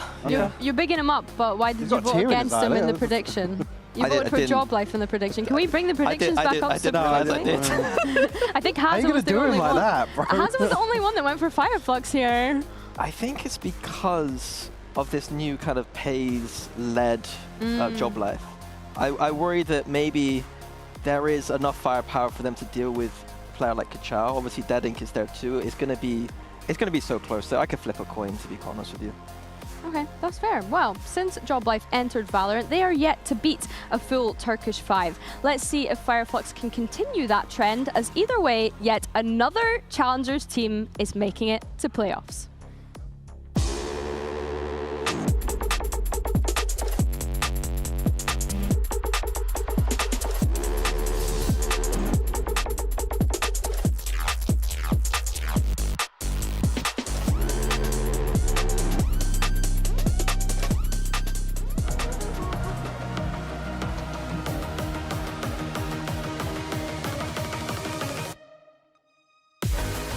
Fireflux versus Job Life. Job Life historically have been the kings of France domestically, but it's a question of whether or not they can do it here on the VCT EMEA stage against their opponents that have been thriving in the Turkish league since, of course, we had 2 Turkish teams ascend to VCT EMEA last year. Guys, first thoughts on this veto coming through? I think Split, I think the map picks make a lot of sense to me. Job Life has been scrambling for something on Split to play. Like, they've changed compositions every single time they play, and you know a team is not quite figured it out if they're doing that, so it makes a lot of sense for Fireflux to go there. Yeah, I think so as well. For me particularly, it's certainly always a good way to start. Job Life here on the defense, probably an opportunity for them to probably stabilize, set the tone a little bit. Some of these players maybe warm up into a matchup that we're anticipating. Could be a bit of a mismatch in terms of firepower, but I think probably the perfect appetizer for this veto. Let's talk more about that firepower though, because I feel like we didn't get the chance to really go in depth about that, Mike. I mean, well, alongside Pace, for me, Runner's an individual for me that's been massively delivering here. Obviously, composition aside, he's somebody that really complements Pace perfectly in terms of being that second layer. And outside of that, I think here starting on Split, actually, it's Kamek and Doma that you look towards really to be the ones to probably keep Fireflux in check, right? In terms of momentum, in terms of being the ones to be taking the initiative here. Yeah, I think there's a lot of players that can't. I think the double duelist head-to-head's a very interesting one, but then there are players in the background doing work. Like Batu, a player that, you know, on Apex I would have said, God, this guy, like, what's going on? And then he comes to this stage. And his numbers are really impressive. He was like our top-rated player until that last game. So, like, if he can step up, then alongside the double duelist there, like... I like that you mentioned Batu because I always remember him as being that Yoru one trick when I think of his time on Apex. But either way, let's dive into this agent select of the first map of Split. And as you guys have already kind of alluded to, it does feel like the story of the double duelist against the double duelist. Yeah, I mean... Also, the no Viper theme of today, you know, we've been talking about the Vipers. Fireflux aren't playing that, but they do look very comfortable on that map. I wonder if Job Life are going to be able to, you know, find the holes in the lack of the Viper in this composition. Like I said before, I think you just have to play that agent on this map. It's just the bread and butter. Yeah, there's an argument to be made that kind of like the Astra alongside the Omen, you can maybe achieve the same sort of thing in terms of mid-rounding, but that safety net isn't as, I guess, cohesive when you talk about some of these mid-rounding decisions that Fireflux is going to have to rely on, particularly here starting on the attack. And Dedink on the Waylay, right? We didn't get a chance to maybe speak about Dedink as much as we wanted to, but this was another player that you had kept your eye on. Yeah, in the last game they played, his FKFD was like, he was like 11-1. Like, he is definitely up there. I think a bit of consistency issues at times perhaps. I think if he can just remain consistent, then this double duelist head-to-head is the story of this matchup, especially on Split where the double duelist is kind of the iconic kind of archetype for this map. Paze and Runner versus Kachao Dedink, like, those are just big names all around. Yeah, I mean, that's going to be a bloodbath. There's no other way to put it. Yeah, for sure. It's definitely going to be a bloodbath. So what do you think the kind of keys to victory are for Fireflux starting on this attack specifically with that double duelist in mind? I definitely think here we're looking towards Dedink to really find value. Yeah. Kachao, I think, probably going to be well, it would be strange to say, but on the Neon, probably a slower burn in that regard. Outside of that as well, Hezecoil, certainly my eyes are set towards him of what he can achieve alongside Reezy on the controller role. Again, the other side of that discussion, though, for me, Doma and Kamek have just looked fantastic. Yeah, I think for me, for Fireflux, the Waylay is going to be able to go in first, which means that there's a lot of responsibility on Kachao to clean up whatever Dedink finds. Like, he is essentially getting a free human drone who can go in and get out, and then Kachao needs to quickly react to what information Dedink is seeing and just frag out, essentially. And on the other side, we've seen a Paze that has maybe overheated a little bit at times, Mini, but I think that when Unfake and himself were on the sofa the other day, that they hadn't really discussed whether or not that was a protocol and whether that was okay for him to do. I think in this meta, especially nowadays, I think it's better to have players who are more willing to go for those. Yeah, just let them cook a little bit, especially in a matchup where it's fiery as this. You know, there's a lot of firepower on the server. We saw it just then with Monster. He was saying, you know, I was feeling it a little bit. I was doing what I want to do on the stage because, you know, in scrims it works a lot. As soon as you start feeling it, I think that is the key in this meta, is you just ride that momentum. Yeah, definitely. Well, whilst we have a little bit of a delay on the stage at the moment, please bear with us. We will be getting into things in just a moment. Let's discuss, though, the kind of predictions, because we've all gone for Job Life, aside from Haza. Does anyone feel super confident about that right now with all of this being said? I didn't remember who I went for, and I wouldn't have been able to tell you. I went for Job Life. No, I know now, but like I didn't realize it. You know what I mean? I think this game is such a 50-50. I'm confident. Okay. Yeah. I'm feeling pretty confident too, and I'm hoping that our casters are feeling confident also, because we have Haza, and apparently someone that has never won anything in their life. Well, that's about to change today as we're crowning a new king of predictions. Arise, King Kyron. Thank you. Haza, the crown has fallen off. It didn't last long. I tell you what, none of these teams will want to fall off, because this is a historied matchup we've had between these two this year. I mean, already, right, the last time that they played, it was 3-1 in favour of Fireflux. 9 maps played between the two, and Fireflux have won 7. One of the only maps which Job Life have taken is their pick in this veto process, of course. Lotus coming up, but starting out on split from the defender's side, you can see Fireflux are playing a patient game. 3 bodies already towards A. The Flash doesn't hear anything as they're just making their way out of sewers now. And it's this double duelist approaching from different angles. No, mid is cancelled. It is a full A main take to get us kicked off. Both players looking to play more reserved and not give too much away as Pays is trying to spam up a classic at his side should he need it. Dead Ink down to 66 points of health, and you can already see Unfake not wanting a full-on brawl and already dropping into CT. Plenty of tension already in this game as both teams are looking to be the next challengers roster to make it into playoffs. One of them will be the third by the end of the day, and as it stands, Fireflux still slowly creeping towards this A site, considering some of that ramp control, but now the green light given, and they're straight in. Cash Out and Dead Ink combining, and as quick as you like, they have found the opening. It's going to be a long way before we actually get a retake coming through, as it is Runner who's extremely late, but Doma is looking for something to get back in his favour, and Kamek tries to work Heaven. Maybe seeing if he can catch an overextension of some sorts. Nade and a molly still available here for Job Life between Runner, as you said, and Kamek, of course, as well. Someone who's had fantastic clutch impact so far in this play-ins run. But it's starting to get out of their control now. Kamek taking off the board, the first to fall. Doma and the double, and that plays back in Runner. Time still of the essence. Reezy on the other side, but Bandit up close, and just one shot would have been enough, perhaps. Reezy gets past it, though, and with that, Fireflux have the pistol. Yeah, I mean, Runner maybe a little bit too eager to take that duel, but very nicely played in a 3 versus 4 from Job Life. Getting that down to a 1 versus 1. The thing about Fireflux has is just this firepower every single time that can overwhelm. Boom! Boom. Boom indeed. And opening up the series with a bang is exactly what they'll be hoping for, of course. Think back to the last game that Job Life played. 3 of the 4 pistols. Plenty of ecos in there as well, as they're immediately trying to threaten this garage space. Unfake and Runner have felled the spike at close range, and he's got a second paint shells for his efforts. Dead Ink is gone.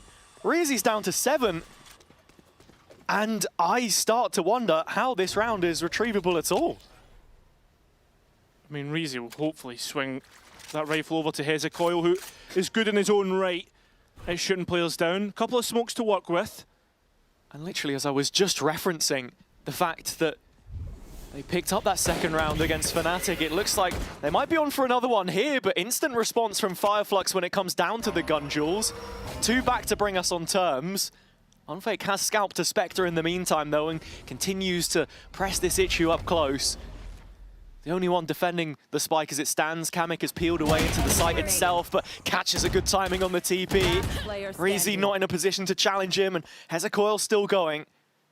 I have the spike. It's Kamek with just a classic as well. As Hezekiah notes that it could be a flank, but that's eating into his own time bank. 25 seconds remaining, and he needs to get that spike down. Kamek's almost in the perfect position. And actually, it looks like he might catch Hezekiah as he walks back into the site. Oh no, he's looked the wrong way! Talk about timings, it couldn't get any worse for Kamek there. A Red Bull clutch from Hezekiah keeps Fireflux's streak. Yeah, only 1 rifle into the next. I mean, should you lose that round, you've already done the damage, and that's the concession you take. But what even goes on here? It's just a nightmare. And once again, it's just Job Life guessing correctly with a stack and proving to be an issue when they fight together. And that's what's so good about this roster, is how they play off of one another. Just the thing, I feel like in some situations when it gets chaotic, Job Life have struggled with the micro, and that's perhaps where the round comes apart there. Fireflux still in front, 2-round cushion for them now. But a bit of a broken bite, as already Kachao's been taken out of play by Pays. Both of the defender-sided Job Life duelists working this ramp space. Still wanting to take this duel, and it's a successful one, and for the most part. Pays though, 50 points of health, and even manages to spam out Reezy. Batu makes no mistakes. And there's Hezecoil as a late win condition if needed, but it's still a 3 versus 2. There's still issues to play out here. Expecting a player behind the dog now too. Yeah. Should be expecting a player on the box, and Hezecoil very quick on the switch. Doma still managing to keep himself alive. Now Hezecoil gets held back and both players escape. Yeah, gets healed up, and actually this is an opportunity now for Fireflux to pivot towards an unguarded B site. When it gets to post plant, there are stars up to try and play from. Cosmic Divide if they feel as if it's necessary, because this is an incredibly long rotation in the end, not wanting to give away any audibles at all. The problem with this, though, is coming back in, so much utility. Yeah, and they are actually just going to pop the ult here as a safety net. Cosmic Divide invested. It's given a chance for a fast flank timing, though, from Unfake. He's very quick to garage here. Yeah, no audible's going to be given away. Unfake not able to use his utility, but his rightful work is excellent as always. So Batu tries to get something back in his favour, but Dog notes him, and Doma's there. First round to Job Life. And it's taken 3. I mean, even there, Unfake perhaps getting a little bit lucky, as it looked like Hezecoil had moved the crosshair slightly off the wall as the fight was taken.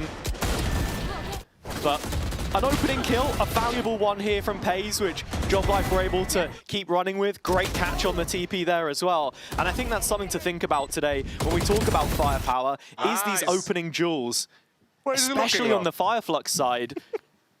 I mean, Deadink was 11-1 last game, but it's closing those advantages they've had most difficulty with. I think that's the thing, when you've got rookies on your roster, you'll see these mistakes come through time and time again. I mean, not only is it an inexperienced team, on the most part, with the exception of Reezy making his reprisal in VCT, you know, Batu's rookie year as an in-game leader, first time he's fully taken on that commitment. And so guiding them into mid here, it's a much different look from the attack on this round. Crossfire, but Doma just drops that smoke in time before he gets caught off guard. And now pressure towards Vents, but nothing really in terms of any kills. Players just drop in to the kill pit, and Job Life come out the other end. But Kachao managing to make this somewhat doable as he gets taken off guard by Pays. Batu now 1 versus 3, and he's got plenty of targets to choose from. It's a fantastic mid-reclear from Job Life on this map. Such a strong play to make as the defenders, just asserting themselves there. Trap with the paranoia and the showstopper. And for Fireflux, well, Hezecoil had scouted out this space in the previous round, maybe thinking it was a bit of a weakness that they could look to exploit. But shut down at the first time of asking, and this defense has adapted incredibly well so far. I thought Batu would have went for a full save, but instead decides to go for what I think is an attempt. He's in the CT. Very limited time to try and play from here. And actually, yeah, Batu is just going to give up the ghost. A kill or two would not hurt at all. He's creeping up on the Seekers. Unfake already with that one online, of course. And something to be thinking about in this follow-up round is the ult cycle.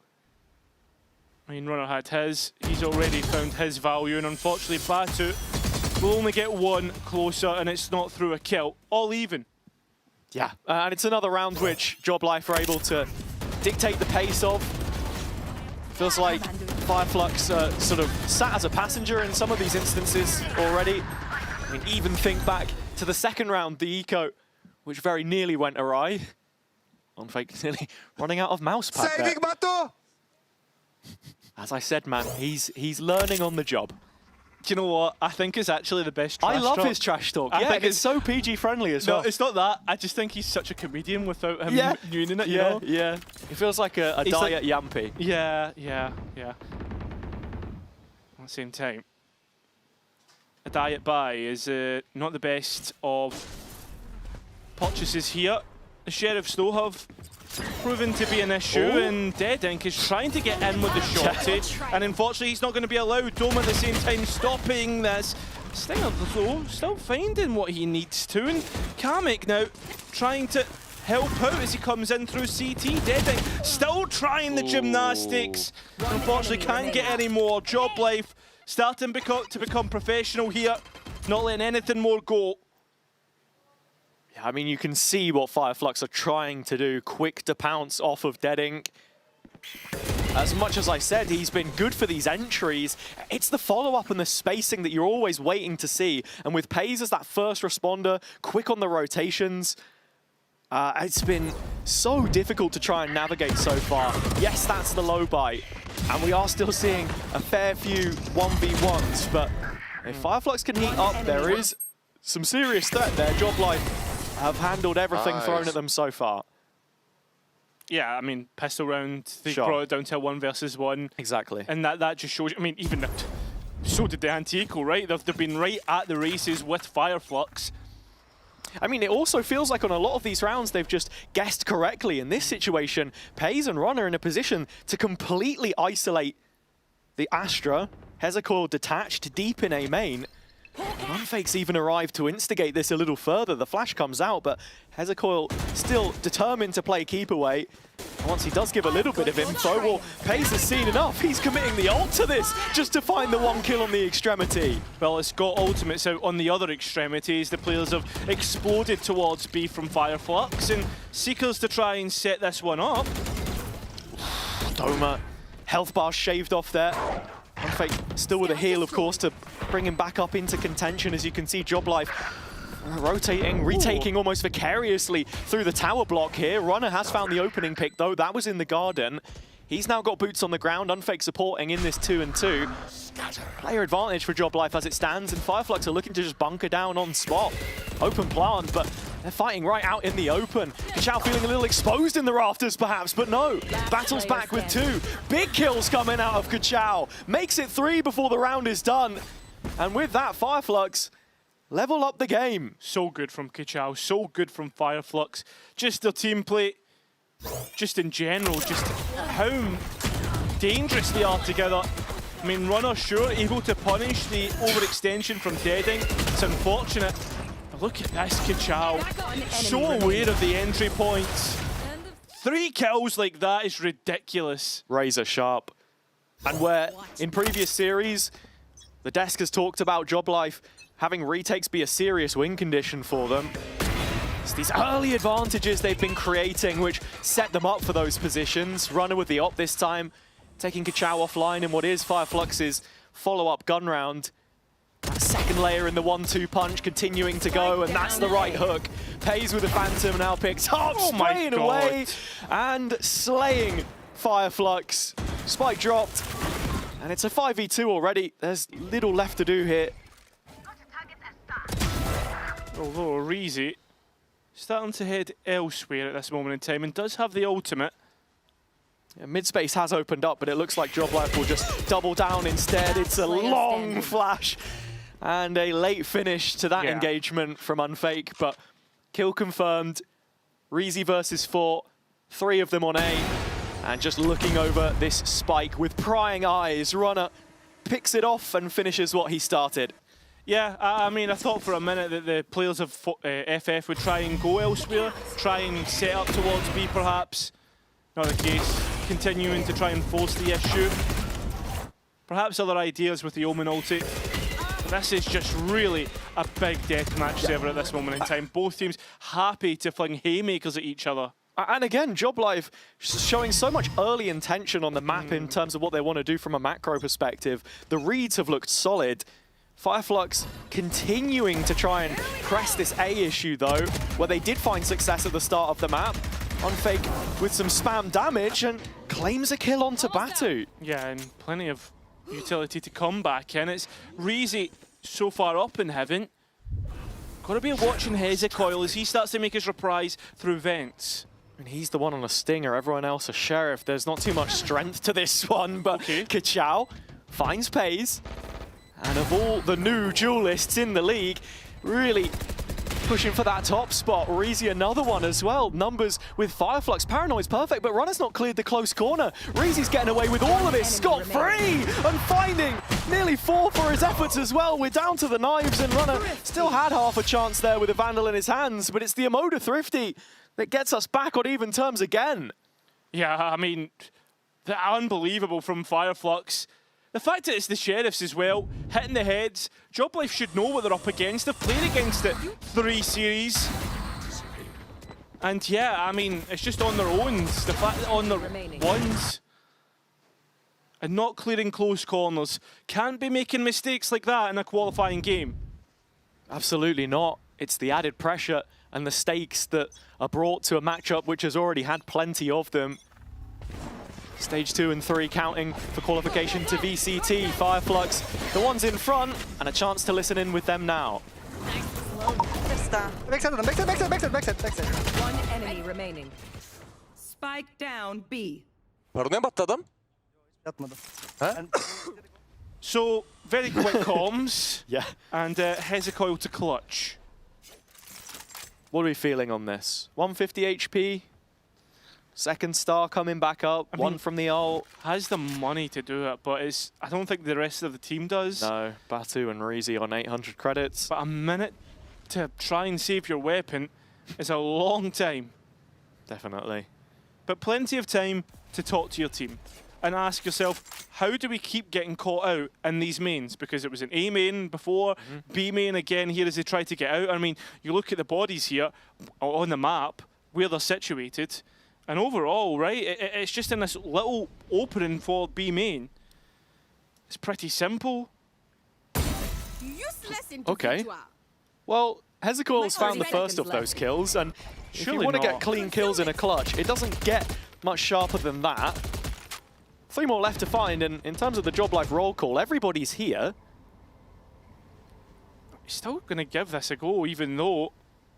No spike. Yeah. 10 seconds left. No, I think he's just going to give it up in towards backside. Clean first kill in the clutch, but doesn't attempt any more. So it'll be Joblife up to 5. Yep. Timer's just going to fade away on this one, and I think for me, in terms of right now, it's just the approach from Joblife. The game plan seems to be spot on for this defender's side, and coming onto their own attack half with double duelist. Now you're just looking at compounding that pain a little bit more, getting a couple extra rounds. You know, Mike was talking about it on the desk. Yeah. It's going to be Doma, it's going to be Kamek anchoring, and that's exactly what we've seen in that previous round. Yeah, I want to pick up on something that was said on the kind of post-plan that we got from the desk right after that last series. It was like Monster saying that, hey, like, listen, we've had one day to prep for this. It would have been the same for these two, right? Yeah. And that's why you're going to see not a lot of changes. And as we look towards here, I'm not going to count that Pacific win. That's a bogus result right there, man. But that is Joblife results versus Turkey opponents. Yeah. I don't think there's much Turkish about that Pacific team at all, unfortunately. But in the overall standings, you go all the way back. There are some games against the former Pacific, then BBL Pacific. Ross, we've got a Blender one in there as well. It's 0-10, and Non-Fake's played in half of those games. So the picture we're trying to paint more so is this a stylistic thing for him, and one which he's needed to learn how to approach? Because that's what we mentioned last time around. It didn't feel like he'd made those learnings. Yeah. Now, you know, 6th time lucky. Yeah.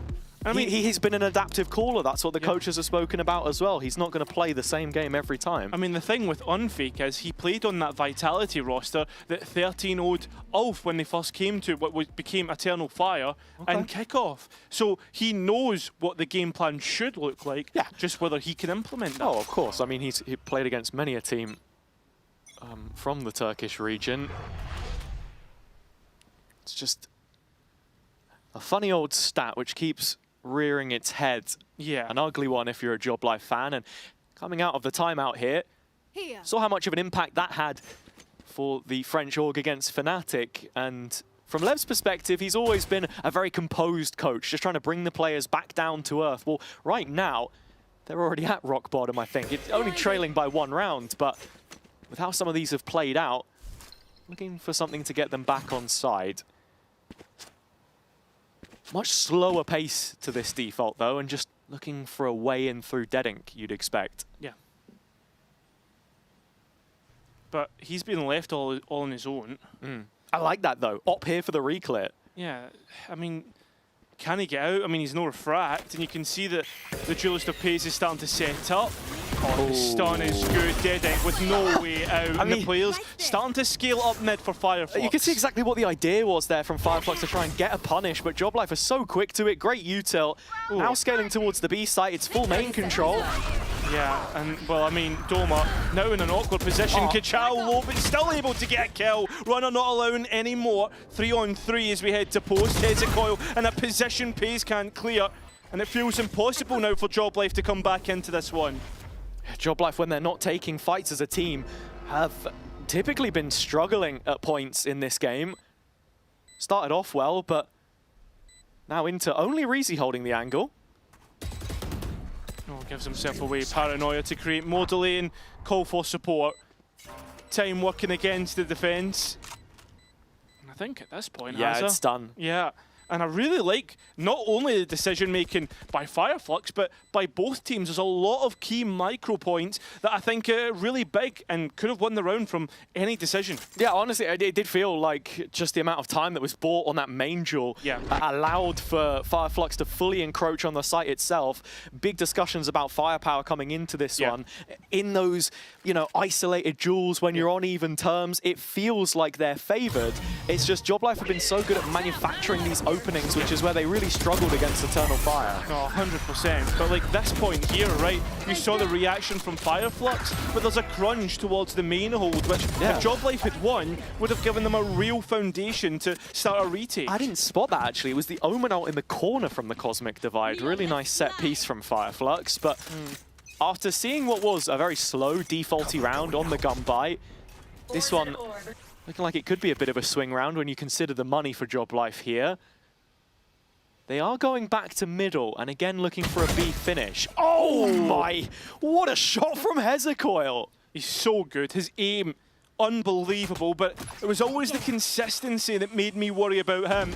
But he's starting to level up. And it looks like Joblife starting to level up into the round. Still, though, at a disadvantage as the scale through heaven puts Runner on a bad spot. Needs at least one more and gets it before he's dead, and puts it into an almost even spot. Yeah. Some health coming back in on the Fireflux side, though, and with Deadink taking a little longer to get his own ult online here and stave off the retake, Joblife have found themselves in a strong position now to challenge this when the spike plant comes through. Pays out on rafters, thinks better of it, worried about mid, and with the spike tap. Just no idea. He's going to try and encroach on this one. Try and find something, and has. Knows where the second is, and unfortunately caught in the ultimate. Can Kamek try and protect? No, it's a 2 versus 1 for him. Trying to get something, trying to work this, but both players join up, play together, and Kamek now needs a double spray down. Holding the smoke, waiting for the peak. Both players not giving anything away. And that puts them in a position, an advantage. Kamek finally sees both targets and gets one. Time working against him, and he needs the last, but Hezecoil plays keep away and keeps the round away. Fireflux find 6. Kamek so close yet again, the most proficient player in that kind of position and playing some of the best Valorant that we've seen from him right now.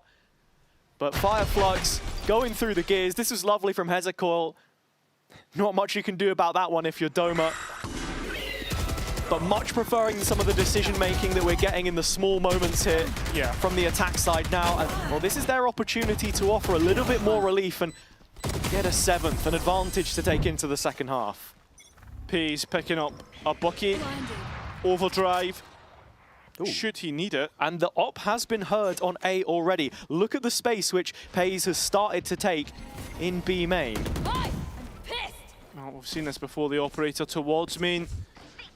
and then players on the other side. So Seeker's used, and Kamek now going to TP towards CT to try and help Unfake. There's bodies here for Job Life, but stepping out a little bit too early was Kamek. Doma and Unfake capitalise. Spike in no man's landing. Well, the Seeker's going to identify that. Runner needs to be careful. The Seeker not helping him out soon enough. So Joe, Runner gone, Pay's gone, both duelists gone, and a 3 versus 2 to work. And an open A site, if Fireflux can find it. They've already come into heavy traffic here as Hezekiah was hearing everything in mid. But a rotation has been made, a bit of a gamble on the Job Life side, and they've got it spot on. Doma and Unfake present in heaven. Finally, Unfake gives it away, but they don't consider Doma, and just the shots are not good enough. Fireflux get that advantage. Great bait from Batu at the end there to stop an absolute catastrophe as Fireflux have recovered and reset nicely into the second half with a lead for themselves now, all coming off the back of that timeout, which they ended up using. But to come back to the Job Life side, we got to hear the thoughts of Runner before the game, so we'll be heading to that one just after this.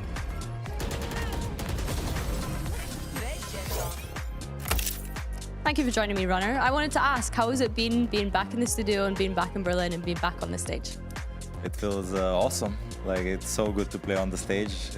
I've missed this feeling. Compared to home, just sitting alone, not even like if you don't have bootcamp, just full playing alone, it's rough. But here on the stage, it's nice. I like the energy. I like when guys yell at each other, so it's nice. Do you feel like you've had anything to prove since being back here? Yeah, definitely. I think a lot of people on this team have a lot to prove because everyone talks kind of low of us, I will say. But we don't care that much about it. We just have fun, play as a team, and we enjoy our presence. You don't have to say specifically who, but hearing the people talk low views is quite a surprise to me. Is that more from a community perspective or a player perspective? Because I feel like Job Life are the kings of France, no? I mean, about the community perspective, Yeah. not really. It's mostly like players, coaches, stuff like this. Okay, and what would you say that you've learned from your time in Tier 2 and in Challengers this year? I will say that there is no Tier 2 and Tier 1. Like, there is no difference, and especially in Europe, there's a huge amount of talent, so anyone can beat anyone nowadays. So next year is going to be insane. Next year, it's going to be a lot of upsets. Okay, well, best of luck today, Runner. Thank you. Thank you. Completely agreeing with the sentiment of Runner there. The gap between Tier 1 and Tier 2, non-existent as we've seen over the last week. And in my eyes right now, we've got two competitors who feel like they can go on not just a playoff push, but a playoff run, as one of them will be confirmed by the end of the day. And of course, if you hope to see either of them at the end of the gauntlet, you can go ahead and get your tickets for Barcelona very soon. Yes. Make sure to... There will be a QR code at some point. Yeah, we'll make sure to get that one up as we kick off the pistol round once again. Last time, Fireflux got an advantage, and it went 1 out of 1 versus 1 clutch. This time, it's the same site, and it's this time for Pays to get the entry, but Batu keeps it close. Yeah, and you can see here, Job Life not with too much map material, thinking about Doma still in main as that late layer to this. Otherwise, fairly bunkered down. Spike planted. Doma. Well, I was going to say needs to be close because should a kill go Fireflux's way, this round goes on its head, and that seems to be the way. As Deadunky's just going towards sight completely for free. Kamek unbelievable, and Doma nearly. Paranoia in which to work. A reload being baited out by Reezy's tap. Doma will bite down on it. Doesn't realise, doesn't know there's a player on the smoke. A little tap brings him back closer. The right click not working out in his favour. And Fireflux extend the lead. Yeah, and it's Doma just swinging for that one at the end there. Reezy playing a patient game as Fireflux get both pistols on split. Huge boon to their chances. And one of the biggest differences here for me as well is just the surplus of utility that they've got coming back into these retakes. Having Deadink being able to just fly in over the top. Bro, he's better. Such a threat. Very polite. Yeah, Batu. He's a good kid, you know. Yeah, except for Challengers 3. Dude. What? Hating. I'm not hating. No, he was giving it in Challengers 3. For a second. Oh right. Oh, yeah, that one. That one. Yeah. Batu versus Job Life, look it up. Of course, it's not always been the greatest for him on this stage, but great to see a comeback story. Their Apex going winless last year, and him ending the streak this time around. Job Life have brought a marshal to this. I mean, Pays was good for an eco here and there before with this in his hands, but the shot isn't good this time, and Hezekiah handles that easily enough. It's been pretty easy for Fireflux. I mean, looking back at the previous results, right? I mean, Job Life, their best opportunity to beat Fireflux was in the upper bracket game in EMEA 3. Then it was a 3-1 in the lower bracket final and a 2-0 in EMEA 2. An in-zone flawless for Fireflux. Yeah, I mean, just picking up on what you were saying, I think a lot of that also stems from the early momentum that they're often able to create in these series. That was a huge factor in their ongoing clashes between Enterprise at the top end of the division. If they didn't get off to a great start, punished for it. Otherwise, a surprise winner in a few of those. So, yeah, the fact they've been able to reset here already does bode well for their chances into a bonus round. It's not the strongest that we've seen, but Job Life have plenty to offer on the other side. Their chance now to get active and make some noise, so we get a chance to listen in on their comms. We're gonna take vents. Take B main. Take B push now. Yeah, we pick him. I'm holding vents. Take the B. On my heaven. You dogging guy now, Sky. Nothing left, I think. Nothing. One city, guys. Nice. One is city rotating to B. They can repush. They can repush B main, guys. now. It was Omen pushed B, but I'm holding vents, guy, right now. Guys, group up on mid. They might fight from heaven, guys. Care. Yeah, group up. Nice. One more vents and two heaven. Care. To heaven? No, unknown. But one is seven. They might fight. They wanted to fight. Okay, Max, come back to. Can be pushing timing now. You're all on pace, Care. Two are still open. Come back. We're gonna be exec, guys. We're gonna full be exec. Care one more. That was Didn't push it, but didn't push it. Wait, Pace. Wait for your boys. Wait. Guys, you need to play now. We have 40 seconds. You can walk. Waylay no slow. Keep walking. I'll be smoke in hand. Get a judge close. Just come with gun. Okay. Default. Have default. Neon and no one close. Waylay stats, guys. Only one on you. Flashing Neon backside. Flashing backside. Dead. Get city. Have city. I'm smoking city. Shit. One is stairs, guys. One was stairs, Waylay. Maybe one flank already. Dash out. Dead. He was on A at the beginning of the round. He was went after. Have money. No! An effective round from Job Life there, as they were able to catch Fireflux on almost every extension they tried to make, from middle back to main. And from that position, using the gun advantage to their favor. Yeah, and need to continue to find these rounds together. Guys, good job. Almost, guys. Good job.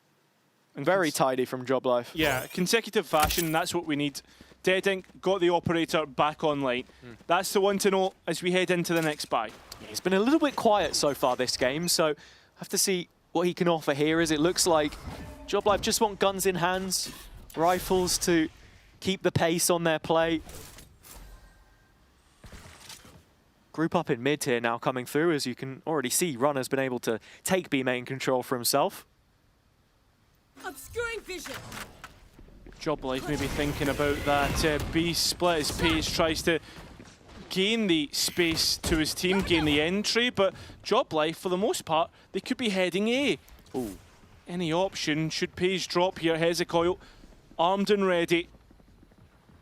He's hearing all the steps though, just waiting in the vent, and it's a rotation that has been called on the Fireflux side. Job Life quiet about their operations though, dropping back to just restyle this B execution fully from B main. I don't know if I fully believe in it though, Hazard.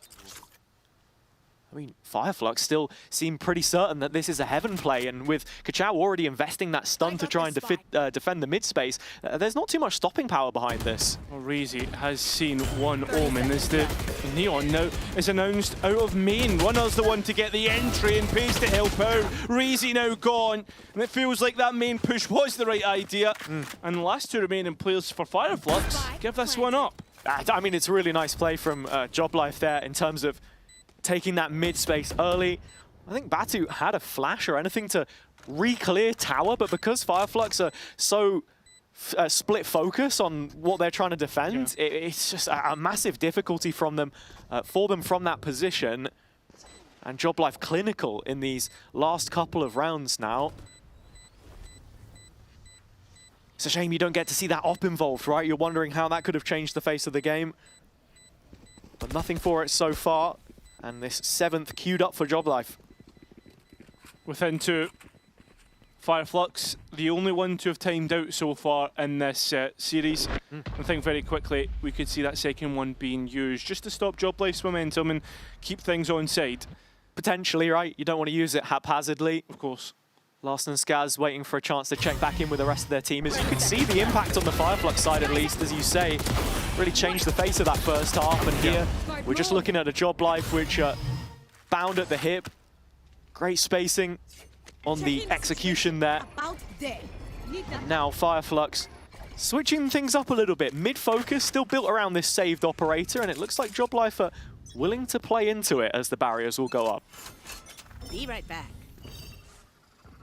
Out so early, but it's the left side, it's suicide, which KaChao will capitalise from. The trade somewhat good as JobLife fight back to an advantage and dip away. Look at Runner so far in B. I mean, Deadink fired off a couple shots there, didn't find anything, and look at how far Runner's managed to get, as you say. Should be a free one here on Batu. Should be, and it is. Yeah, Deadink maybe thinking about a save here, instead drops out. I mean, he had the rope to escape. You can see JobLife just watching vigilantly. Won't happen though. Deadink gives this one, acquiesces away. He's trying to sell the illusion that he was still going for it, but absolutely a save here. He is the richest man on the Fireflux side of the server, not only for the weapon in his hands, but the cash in pocket, of course. Yeah. And just not seeing the impact from the op. We said in the previous round, obviously, wasn't in a position to use it, but I mean, he was the point man of that mid-play. Would love to see a replay if he got blinded or something, but I heard a couple shots rattle off and just not finding anything. So JobLife make it a one-round game.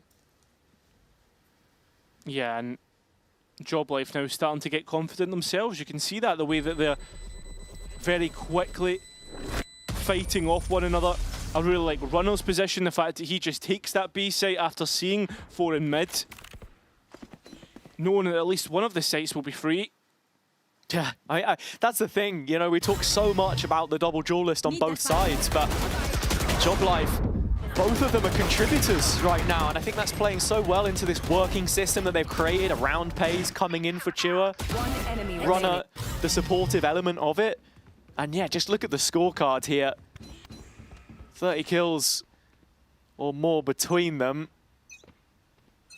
And I mean, for Fireflux right now, feels like a bit of a sinking ship if they can't plug those holes. Still got the op here, of course, but it is just Sheriffs to entertain an equalizer. Well, Hezekiah is hearing that dog and thinking that's a sign there is going to be an executing. Well, he would be right, but I mean, the utility once again to set up players is good. KaChao the one to deny. Still though, not encroaching too much on the plantable position as KaChao still continues from rafters, just firing down electricity. Keeping this one winnable. Oh, it's just up to Kamek now, and he can't even clutch from this. Fireflux extend once again, a thrifty in their favour. Yeah, KaChao just firing down like a power line there. And for me, the heavy lifting is just done by one smoke from Reezy. Yeah. Just completely allows Fireflux to bunker down here. Pays comes sliding out of that smoke, and there is no follow-up, no trade, no ambition to try and get themselves in that position. Yeah. And then JobLife were just waiting for someone to face and not able to take those duels together as it was an overloaded B site in the end. I mean, what a round with just pistols, really. And KaChao's ultimate.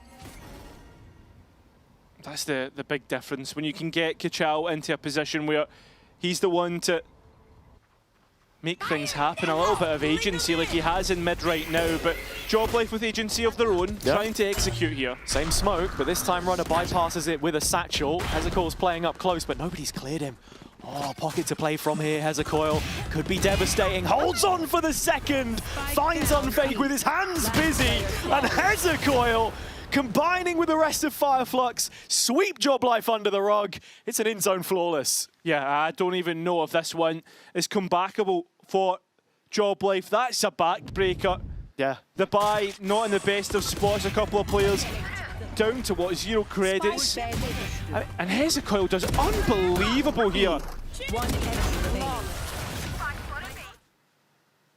It's going to trigger a timeout from Job Life, and I think something that I'm feeling here is what we saw towards the latter end of Lotus in that previous Job Life game, where they're really trying to close it out. They want to grind out those last few rounds, and maybe running out of ideas in a way when I'm looking at some of these executions. Keep on repeating that B play. Yeah, it didn't work the first time, but that's where you're then expecting the next round to be so much better, and obviously we don't see that. Perhaps, now is the time to throw in a second layer, a bit of mid-control, a bit more of a default maybe, but it's in the finer details really where they're falling short. Yeah, and I think that's the big problem, right? When you're allowing, for instance, Kachao to run out of heaven with his ultimate and win a thrifty round for you. Next, that's turned into 2 more, Yeah. You're starting to see that momentum build up. I mean, look, Job Life are not out of this by any means right now. Fireflux have managed to chain together a couple of rounds, but the fact they've won both pistols and conversions have already put them in this position. Otherwise it would feel like a pretty close game, but those early advantages that they've netted have made the difference. Yeah. And now heading into this one, Op still in the hands of Dead Ink, otherwise full purchase for both. And Job Life need this one to stick. Oh, Flash doesn't find much in A main, and that's where Job Life are starting to be pulled back across. As Fireflux are moving round towards the other side of the map and reinforcing B. Ooh. Yeah, they baited a bit of a rotation here, but I'm just wondering what Batu's up to. Thinking about that main re-clear.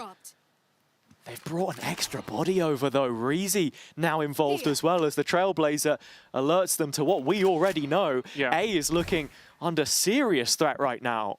That timer starts to tick against Job Life very quickly as the dog herd, and now everybody knows Fireflux rotate in numbers, ready to fight things over, and Paze can't quite find the avenue in which to work. Fireflux are here to completely stop Job Life and find their map pick, their map point. Unless Karmic can give us something with 26 points of health, this would have to be an absolute whirlwind, which he cannot find. 12 for Fireflux, their map pick. Yeah, and I mean, in terms of that round, again, it's just this bit of a disconnect on the double dive that we're seeing from Job Life. First player flies in, Paze, I think it was, as, so much stall is bought by the Astra. There was a big conversation on Twitter recently, as, between Blossy and JT, I say big conversation. They were talking about it. Why do you want to play Astra on this map? Just because of that extra util, really, more than anything else. And yeah, there is an absence of a Viper for them here, but you look how much time that bought. Yeah. When Job Life had everything else spot on.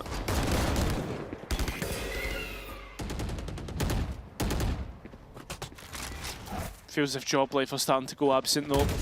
Kachao, he's under a bit of pressure here and manages to get out somehow, but looks for the next engagement, looks for the re-engagement, and finally gets it as the bodies send it his way. He can't quite get any more. Well, now that leaves Dead Ink in a bad spot. I mean, there's Hezekiah in main, but he's not really going to help anybody swinging out from heaven. As Hezekiah holds on to main at least and gives Dead Ink a reprieve. Yeah, and looking at this here, it is main control for Fireflux now, which they are banking on. Dead Ink has really struggled to make this op work, but he might not need to from this position. Oh, well, does this time. There you go. Second big kill. Karmic, once again, one of the last alive with runner, need to delay, and well, the next 2 players can't win out. Karmic now in a 1 versus 2. He was able to clutch up so many times against Fnatic, but does it this time as well against Fireflux. A Red Bull clutch for Karmic. Number 12 for him in the play-in stage, which puts him more than twice the amount of clutches of the next player up in second, Yetajay with 6. I mean, he's in a league of his own, always giving you that belief that something could happen. Great reaction here from Fireflux in taking the main guys, space. You are trolling me hard, yeah. Deadink finally hits the shot, but it's still not enough. 3 chances. And a much bigger buy. Odin, Operator. And the Odin, well, now known about as Fireflux are moving so deep in towards mid. Joblife are losing a lot of map space. I mean, Fireflux have shown how much they are willing to play a little more passive on A, invite that pressure, hold from deep because they're so confident in their own individual ability. Patty finds one on the spam, and of all the players to pick off, it's Pays that falls first untraded. Yeah, it feels like he's been having a tough map so far. Yeah, second half especially. Yeah, difficult, but that's what Fireflux will do to you. Make things difficult. This is what you're up against. This is the quality they'll be in playoffs. As Joblife try to get themselves into post, and they will be successful. Yeah. Fireflux feeling like they're playing for that retake. Yeah. Don't know about Kamek though. Yeah, well, they do now. Yeah, Hezekiah, so good on the clear. And while that post comes through, runners re-clear. Oh. Excellent. Kachal though, you will not get by him. Doma might, as he's not looking his way. 2-on-2, and Doma has that heaven space in which to work, but he doesn't move into it. Tries to support Unfake, who's now in a 1 versus 2. Now in a point where he has to win, or it's a Fireflux map, and it's the latter. Fireflux will win split. And take advantage in a series which they have dominated since they were reborn from the ashes of the old org. Unsigned, of course, at the time, but a very different team now. The results staying the same. Joblife may be feeling like they missed a couple of opportunities along the way, because it was a very close game in the gun rounds especially. But on the whole, Fireflux making the necessary adjustments towards the back end of that one and course correcting their way towards a map win. Yeah, I mean, it's been one to watch, let's be honest. Excited for map 2, but excited for this sideline with Reezy. Reezy, 1 map away from being able to make it to playoffs. How are the emotions right now? Match is not over yet. We are full focusing going to map 2. We feel much better than yesterday, today. We are full concentrating for playoffs. We're doing good right now. Yeah, well, hopefully you can keep that up in the second map. As for you guys at home, don't go anywhere. We'll be back after this quick break.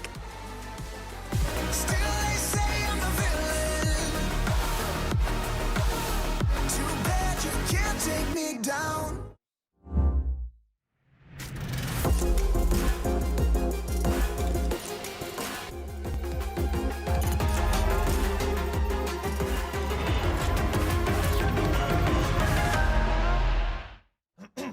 Wingman World while what?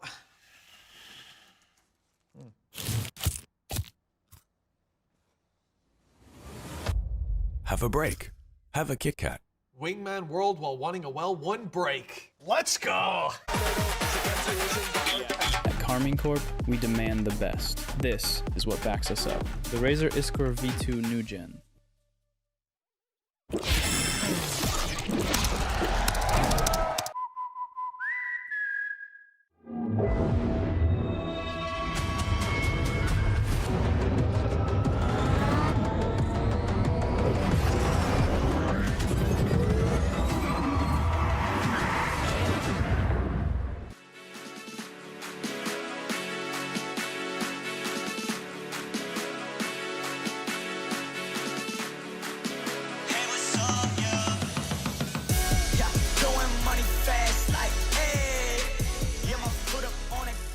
VCT EMEA fans, the Stage 2 finals are hitting Barcelona from the 28th to the 30th of August. But trust me, the party starts way before the pros hit the stage. We're talking about a massive community festival at the Olympic Arena. Best part, it's completely free. We're showcasing local artists in the Artist Alley and hosting different areas where you can meet your favorite content creators and gather with the community. Or crush the gaming area with 1v1 both console and PC. Our valued partners and VCT EMEA teams delivering fans an unforgettable final weekend, both inside and outside the arena. Don't wait for the finals to start the hype. Come soak up the atmosphere and join us in Barcelona. See you there. You don't know that's a lot. What she want is what I bought. Yeah, if I want it, I'ma get it. Yeah, I just talk the way I live it. Yeah, I got many, plenty women, they all wanna ride, even in the Civic. Yeah, but now I pull up in the Aston. From money I made off the back end. High end with the fashion, now broke's only in a past tense. Yeah, throwing money fast like, hey. Yeah, my foot up on the gas like, hey. Double pump and bring it back like, hey. Yeah, my amigo got the pack like, hey. Hey, like, hey. Hey, like, hey. Yeah, throwing money fast like, hey. Yeah, my foot up on the gas like, hey. Wall ain't the bank, I'ma check. Whoa, VVS all on my neck. Whoa, we talking power, respect, got me blowing on gas and I'm high as a jet like, whoa. Shorty can't breathe no air, yeah. Red bone body, long hair, yeah. Everything I do real rare, yeah. Can't buy one, need pairs, yeah. I get paid now. I was in them streets and I ain't never do no playground. I just kept it real, stay 100 and I stayed down. Made it out that jungle, now we shopping when we touch down. We riding around, my windows down and my speakers loud. Hate my grind down, like my shine, I'm one of a kind, no stopping mine. I'm certified, can't copy me. Got the bank like Monopoly. My tie fly, that's all design. I'm dripping shorty, know it's hard to see, but best believe lie. Yeah, throwing money fast like, hey. Yeah, my foot up on the gas like, hey. Double pump and bring it back like, hey. Yeah, my amigo got the pack like, hey. Hey, like, hey. Hey, like, hey. Yeah, throwing money fast like, hey. Yeah, my foot up on the gas like, hey.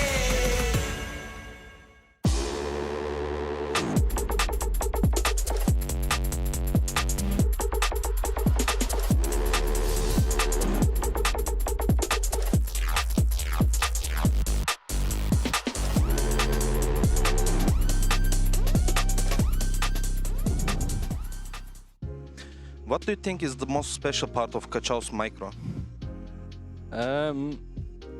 It's a hard question, but he does everything really well. He uses if he plays Neon, he uses the stun really well. The walls does really help on when they're executing, for example. He can help with the wall. Yeah, he's really good on that. Utility-focused player, as well as the mechanical skills that Kachao clearly has, I think is what the coaches were alluding to there. Welcome back, everyone. We had a pretty close map in the end there. It felt a bit dominant, but then JobLife were trying to bring some rounds back there. Yeah, trying desperately, but I think we were talking about this, they kind of got pulled into where you don't want to see a team go with Firefluxes, right? It's like getting stuck in, well, basically bogged down by some of these rounds where things go a little weird and you kind of all in on one side of the map, and I mean, Fireflux were just lapping that up. Yeah, I think Hezecoil here, a player that we didn't speak about at all, and of course, team doesn't play Viper, but who cares? You're going to play the Astronome, and both those players are going to pop off 24 and 10, 20 to 13. Beautiful defense from Fireflux, sometimes getting away with a little bit of murder, like corners not being checked properly and stuff, but to be honest, they seemed like, how do I explain it? They went down in numbers quite a lot. They're 45 quite a lot, and it felt like they were kind of able to scrappy out the rounds in a way that JobLife just couldn't keep up with. Let's talk about those scrappy rounds in more detail then, Minnie. Because obviously some elements of it come down to luck, but I think it's the way in which they were playing cohesively in those rounds. It's also just the individual skill. I don't know how the hell Kachao doesn't die there to that raise up, by the way. It hit the box, so I don't know. Yeah. But how many times have we seen him connect round corners before? That shot by Hezecoil, yeah, by the way, that's disgusting. Okay. Yeah, even like, so 13-9. I don't think this score really represents how close it really was. I think that, you know, Fireflux won both pistols. They won a few eco rounds we see here. Even rounds like this, I think it was like a 3v4 in a position where they had bingo. They knew where they were. Here could, you know, Hezecoil once again getting away with behind. Yeah, another one here. Showstopper pop, by the way, on the way in. So Hezecoil's like, I'm going to cross my fingers and tuck in here. And it's the one thing that completely pulls this apart. But I think that is a testament to how much mechanical skill this Fireflux team has. Like, if you're not going to check your corners, if you are going to let them into rounds still where they're 4v5, they are going to Kachao you. They are going to apparently Hezecoil you. So yeah, not the cleanest game of Valorant I've ever seen, but a fun, scrappy Fair. But Mike, you had kind of raised this at the start of this matchup of the firepower difference. Like, we saw Kamek being able to have clutches as well, if we want to quickly touch on Job Life. But it felt like it was almost heroics having to come out from Job Life, and on the other side it was overwhelming firepower. Sure, I think if you were to just bring it down to the individuals on Job Life, I think there was a slow start. Probably across the board. I wouldn't say there's probably an easy target to criticize there, but credit actually, I was saying as well, Runner actually picked up the slack where Pays here didn't really shine in some of these more chaotic rounds where he has done previously here at Play-ins. Runner actually putting up some numbers that probably kept them in a few of these. Yeah, I think very early on, I quite liked the Runner and Pays had like a dynamic duo thing. I was saying that they're just holding hands and taking a lot of duels on defense. Nothing special about it at all. It's, it's a buddy system. Just the buddy system. But then in the middle of the game, it kind of just fell apart a little bit. They couldn't get that momentum once they went to the attack side at all. It was those key, just tiny rounds, the details missing, which meant that they just couldn't get into that attack side at all. Let's start looking forward towards Lotus, though, because of course we have that coming up next. And these two teams have actually faced one another on Lotus recently when I think back to Challenger Stage 3. So it's a question now of which way is it going to go in, because I believe it was actually Fireflux that won on Lotus the last time they played, which of course puts Job Life in a little bit of a difficult situation considering that is their map pick and they're a map down now. But we were mentioning this narrative earlier. That was without Pays. And Pays on this Lotus every single time has looked like the best player on the server. Like every time he's just taking confident duels, he's taking control of the map, he's re-aggressing places. This is where he should be shining. I think if we, call a spade, we come out of Split. Maybe certainly in terms of performance here in Berlin, an off map for Pays. Here on Lotus, it's got to be squeaky clean. It has to be. And actually, to go beyond that, Runner needs to continue what we've done. And actually, I'm looking back towards Kamek and Doma again to really, really step up here on Lotus. Unfake was on the desk with us saying that their Lotus is incredible. Like they love playing this map. They think that they're just really strong at it. They've been changing comps quite a lot, and it doesn't matter which comp they play, they can win no matter what. They know the advantage and disadvantage, what's going on. Fireflux, their composition, obviously one I love, but it is, again, Chow on that Omen. Last time he was doing very well on the Omen, and it didn't really matter, but it's about the fact that maybe because he's off that duelist, he isn't able to take over quite as much. They had a kind of close affair in their game yesterday. Yeah, I was going to say it was Lotus, overtime against Enterprise. but they couldn't quite close out the map there. Do you think that is just kind of this comp doesn't fit their identity? Doesn't fit the game plan, the ethos overall? I think genuinely, I think it was fine. It was just it felt less compositional and more, oh, we couldn't close out. Right. Yeah, maybe an experience diff in that one potentially. But either way, we're ready to jump back into this game with Lotus. Please take it away, Hazza and Cairo. Thank you very much. Yes, a map that Job Life have had a lot of success on. They were even successful against Fireflux. But at the end of the day, this is Fireflux and they can turn it on when they want to. No, absolutely. So, riddle me this, Predictions King. If Job Life are to turn it around, as you have predicted, how do they do it? By winning the map. Oh. Analysis, everybody. We'll come back to that one a little later, but starting out on the attack side, for me, just got to begin with a pistol, really. Double pistol on Split made a difference. No, that's crazy. Job Life had done really well in those before. Past tense. We're using all of the big ones here, as you can see. Fireflux queuing up for some of that early root space. Smoke to just drop in here.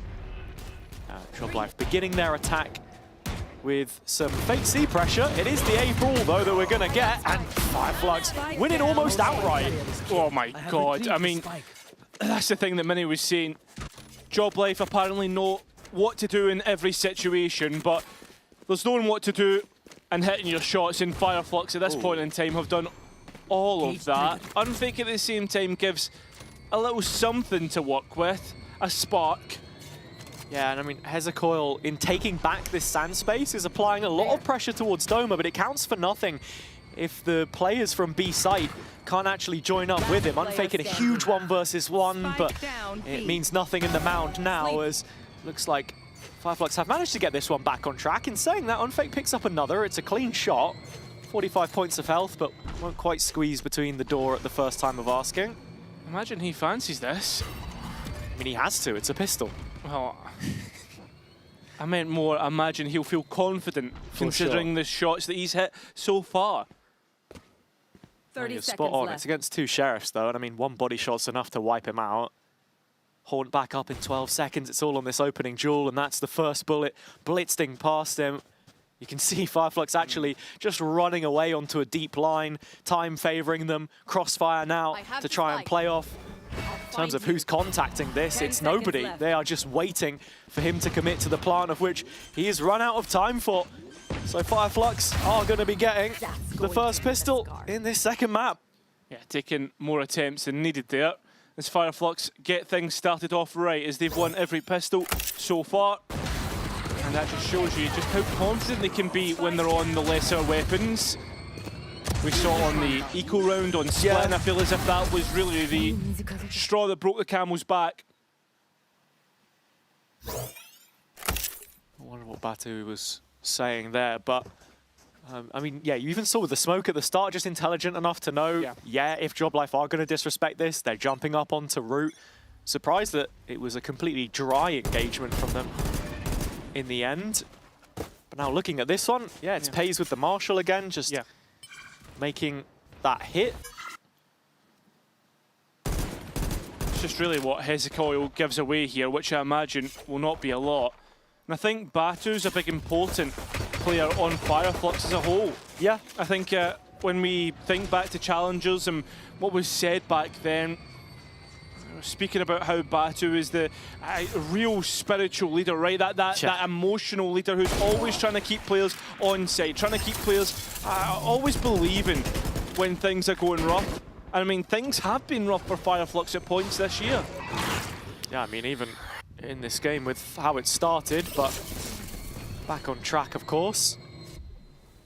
Hezekiah has been bought a little bit more time. He was doing a double shift, but now it's Reezy all by himself playing from Bend. Revealed, lit up. Plenty of JobLife players scaling onto his position, but has survived long enough for support to arrive. Spike yet to go in. There's damage on Hezekiah here. Pays still has the Marshall, of course. In fact, there are a couple of targets now in striking distance of this one, but it's not going to land a single shot. Denied the opportunity as Fireflux double up. Yeah, very well played. And Fireflux not expecting to lose anything there with how confident they were playing off of each other. Just a good sight hold.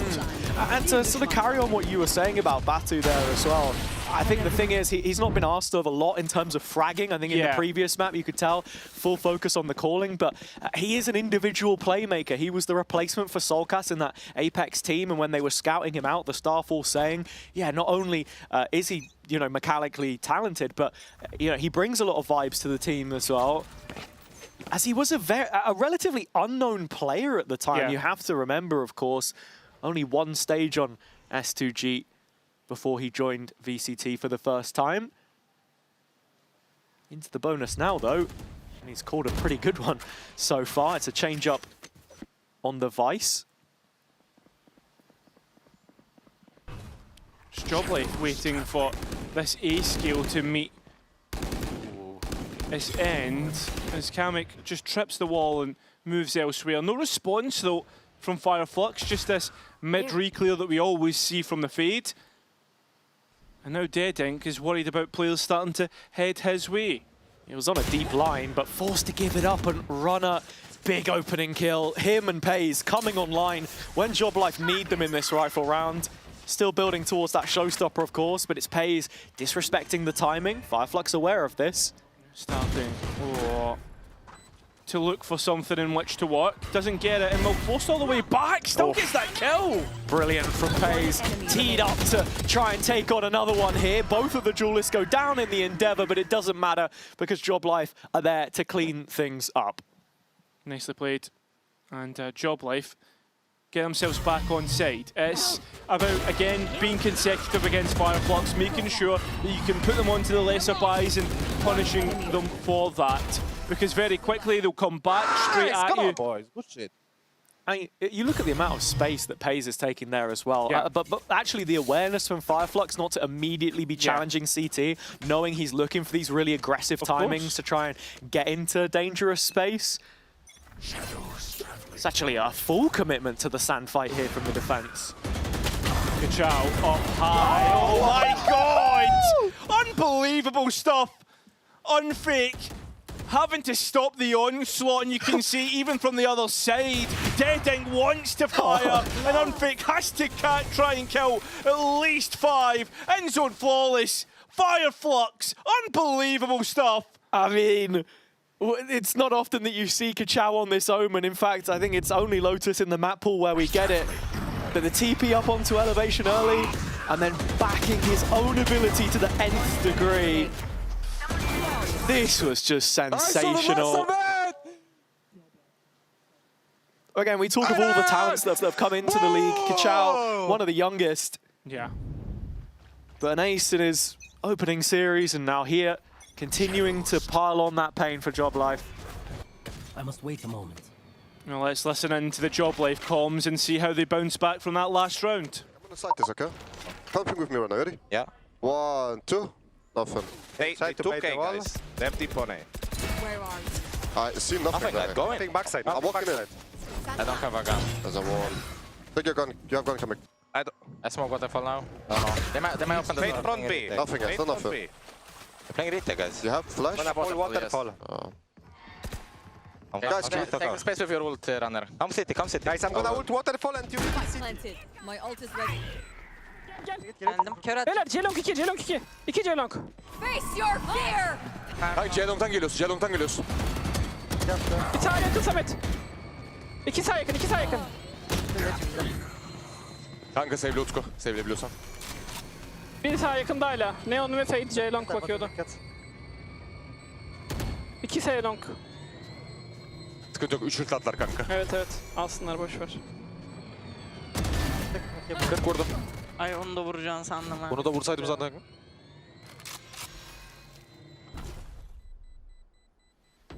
And with the spike about to go, Job Life are back within 1. A good bounce back and still keeping themselves within this game. Yeah, absolutely. I mean, I think their attack is something that we consistently brought up throughout the play-ins run. Yeah. You know, it's been a mixed bag, honestly. Yes, agreed. Statistically, at points, not looking great, but in terms of the eye test, I've been impressed with some of the rounds they've been able to call. From a macro perspective, definitely holds up to the tier 1 level. Agreed. With Unfake, but yeah, this one a little bit more direct again, and that gets the result. Interesting for me, listening into the comms on the Fireflux side, actually, is how in control of everything Batu is, really. Yeah. And actually how calm it is compared to some of the other Turkish teams. I mean, I think Foot's the calmest, to be honest. Still though, Fireflux continuing to move with the push and pull. As you can see, the Batu has moved all the way deep in towards Mound.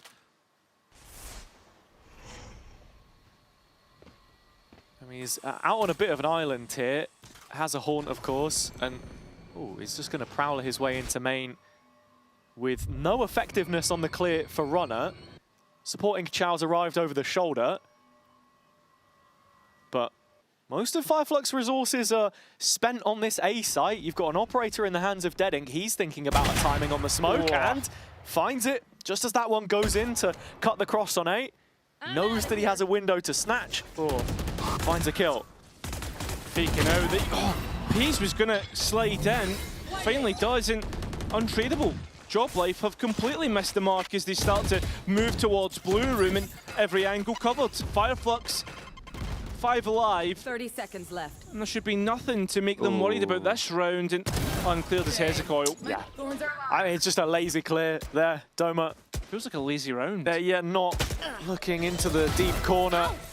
Runner will eventually clear him out, and, you know, has been one of the saving graces for his team so far. Without the help of Unfake in this situation, though, as it's a 2 versus 4, and Fireflux are already here for the retake. Yeah, but he could hold the cross from Hobbit door if he gets into position on time, and it looks like it. Runner in the meantime, looking at the upper elevation. Sound cue given away in tree, though, and that actually might give an opportunity for Reezy to make his way back through. Unfake does get 1. He's still got 3 more targets to find. Synchronous double swing, maybe supposed to come through. They've messed it up. And so Reezy, the last player in front, Unfake digging in his pockets for the haunt. And down to 3 HP, it has to be clean. Reezy the one on the right end of this one, though. And bringing that lead back up to 2 rounds for Fireflux, but much closer than it should have. Yeah, entirely much closer than it should have, and you can see there's laughs on Reyes' face. I don't understand. Job Life start this round so poorly, knowing that operator's in play. Sure, they don't know where it is, but a smoke towards stairs, at least it helps you trigger that wall without any sort of danger, and then that slide in from Pace. I mean, honestly, it pains me to highlight it, but Job Life have struggled to deal with proficient op players. Yes. Of which Dead Ink usually is. It has been a compilation of lowlights for him so far on that one, but a player that we do want to talk about in a more positive sense is going to be Reezy. When you look at his career history, back now in Berlin after a 2-year absence in Challengers, and you can just sort of see how he's evolved as a player in that time. Yeah, that 2023 Ascension run is not second in Ascension, it's second in Ascension play-ins, just to note. But yeah, I mean, that EMEA Stage 2 as well on BBL, I mean, everybody was kind of saying Dark Horse material back then, if you remember correctly. Yeah. They were getting some results, you were like, no, there's absolutely no way you pulled this off. I mean, that's the thing, Turkish BBL, back as they were, the narrative always around them more, I guess, not really Dark Horse, but like they were going to take a map off you here and there. They're a team that could definitely upset. Didn't win many consecutive games at all, though, in groups, and never really put them in a position to challenge for playoffs, not until last year, but different team entirely, of course. And yeah, Reezy's been through the ringer, and looking at him now, such an integral part of this Fireflux team. They're in the lead, and coming out the other side of the timeout, Job Life looking for a B-pop. Looking to be quick about it. Hezekiah not cleared. Oh my god. Runner. Unbelievable stuff from Runner. I thought we were going to see Hezekiah with another highlight clip.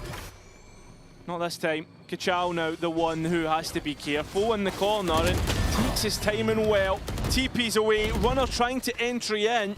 And can't quite find the Omen. Dome on the other side has found the fade of Batu. So there's still issues here. Dead Ink's operator on site, and this information allows for a quick B rotate. You're a Runner, bit of a joker in this round, now set up face down. Dead Ink just has no idea, and Runner doesn't even pull the trigger. In fact, he's got a wide window to play into, as it looks as if the plant's coming in on A, but Fireflux are quick to this. Oh, Doma though takes out Kachal, so it's up to the operator of Dead Ink. And the money, at the same time, isn't actually that great for Fireflux. It's awful. So, a must-win round, or Job Life have a swing in their direction. One that is so unwelcomed on the defensive side. Dead Ink, though, does at least damage one, get rid of one, into a 1 versus 2. I think at this point with the time, he's going to have to throw it in the white towel. It will be Job Life back in. He had an idea about where Doma was playing from there, but unfortunately, having to expose himself in the process to a sightline which Kamek was watching over didn't really feel feasible for him. And so Job Life bring it back within 1 on their attack side. Couple respectable rounds. I think the big thing for me there on that C push at least is, again, just something the desk was talking about, the discipline for Pays, or more specifically, knowing when he can take these fights, because it does still feel at points like he's diving in head first and there's no real policy for him to get traded. You see Runner satcheling in a little after, and maybe it's too much scrutiny on my part, but do want to see them continue to show up in that regard. Well, it's the last time that we saw Job Life find himself into an advantage. It went awry. Batu now playing with his classic here, and I mean, he's been identified. Does manage to get out though. He's done incredibly well to live that. And some precious utility burnt into. I mean, Fireflux have ults here. They have ways to make this scary. Yeah, and they have Peace. Only going to count for anything, though, if they can get into that position. And it looks like Job Life not going to have any problems finding the A site control. Absolutely not. If you can get Runner deep towards main, this should be slam dunk. Planted. Again, though, even there, Pays completely by himself on that first engagement. Yeah, he's just so confident. He is, right? So self-assured. But the problem is that's going to be an issue that keeps cropping up if you're against Fireflux. I think has received the invitation with this operator to see if he can find anything, but I mean, as the round drags on, it looks less and less possible for Fireflux. Yeah. I mean, it gets worse and worse. Actually dropped the op over to Reezy to get out of dodge, so he will be chased down here. He's the one to do it. And unfortunately, a casualty in the meantime. Overall, Job Life will make things an even game with 4 rounds left to play. And we've been here before. Reezy still trying to keep on towards this operator and denied at last light. So a big punishment, a big bygone, and it will be just rifles remaining for Fireflux. And look, if there was any team of the Challengers rosters to turn this around, it would be Job Life. Feels like they've been running the gauntlet for years at this point, finally rewarded with a Tier 1 debut. And with the most experience out of, any of the teams that have come up, one of the eldest rosters globally in comparison to Fireflux, who are on the opposite end of the spectrum. Some of these players, only in their first few stages, really, of professional play. Plenty of ults behind them now, though, in the gun round. As you can see, Job Life very intent on making this C site happen early. But with that wall triggered, Bringen rotates across. Job Life, take a moment. There's Doma, they sort of left behind in spawn as well. On the Cypher, got to be thinking about the fact that there are so many ults for Fireflux here. You don't want to send it straight into the blender, especially if there's a Steel Guard and a Showstopper, a Nightfall. So many tools which can palm you away. Well, Fireflux trying to mid-round as well, clearing that A lobby space. This Nightfall was a big investment, and then looking to pull some bodies across towards this A side as the utility's used. You've got an Omen ultimate in there as well, but the execute comes through, and Reezy holds on to C site. Spike down on the ground, and Hezekiah there to support. It has been completely missed by Job Life. A disaster. Ultimate's committed. And it's went an absolute tragedy. Yeah, I mean, it is in the end there. I think Job Life, thinking they were diligent enough to bait out some of that early utility, the wall on Simo specifically, but still with a snake bite in the hands of Reezy, timing perfect, Thorns open up. None of that really dealt with. You look at the nade from Runner, it was more towards Bend rather than trying to deal with that. And the Nightfall from the Shadows not selling anything. I genuinely thought they were playing for the combo there. Audio was cut on one of those players, so nothing working. And I mean, big pieces used by Job Life to no avail. So they go for a straight hit as a response, and Deadink's even got a kill through his nade, his rifle. It doesn't matter. Yeah, A defended, no problem. Yeah, Job Life though still try at the whetstone, still trying to sharpen this attack. Deadink though already out, and it's 5 alive for the defense. Unfake pulls the pin. Well, sorry, Runner does on the nade. Still has it here though. Showstoppers. No way! Deadink goes off with a boom instead. All 5 for him, and Fireflux continue to hammer home that advantage. Unbelievable. Job Life may be falling to another Turkish opponent. 0 in 10. Just unbelievable individuals. So nice. I mean, talk about firepower. Job Life are being outclassed right now. And while the scoreline may only reflect the difference of a couple of rounds, this defender's side has set them already on a very strong trajectory. Job Life's eco started off with A pressure through Pays, and it has brought a huge rotation. Yeah, Reezy once again the one to defend and gets away with one before Pays is here. Kachao not going to get taken off guard, not when he's a Neon main. So B-side conceded, but not an advantage. Oh, coming back through, 3 hit by the Nightfall in blue room. Yeah, but they're trying to fight back out of it. Fight towards the A site, thinking it's a lone fade, but there's no bodies in place. And Kachao takes off Doma, and then goes Kamek. Oh, it's just individuals, a highlight reel for Fireflux at this moment in time as they take an advantage and march towards the playoffs one step closer. I mean, if it carries on like this, it feels almost inevitable. Just a 3-round lead for now. But even when it feels like they should have been caught off guard, Reezy catches Runner Showstopper on the way through. Kachao can count on the same there. And I don't know if Doma was without audio still connected to the Terror Trail of the Nightfall there, but a very questionable kill. in Plat.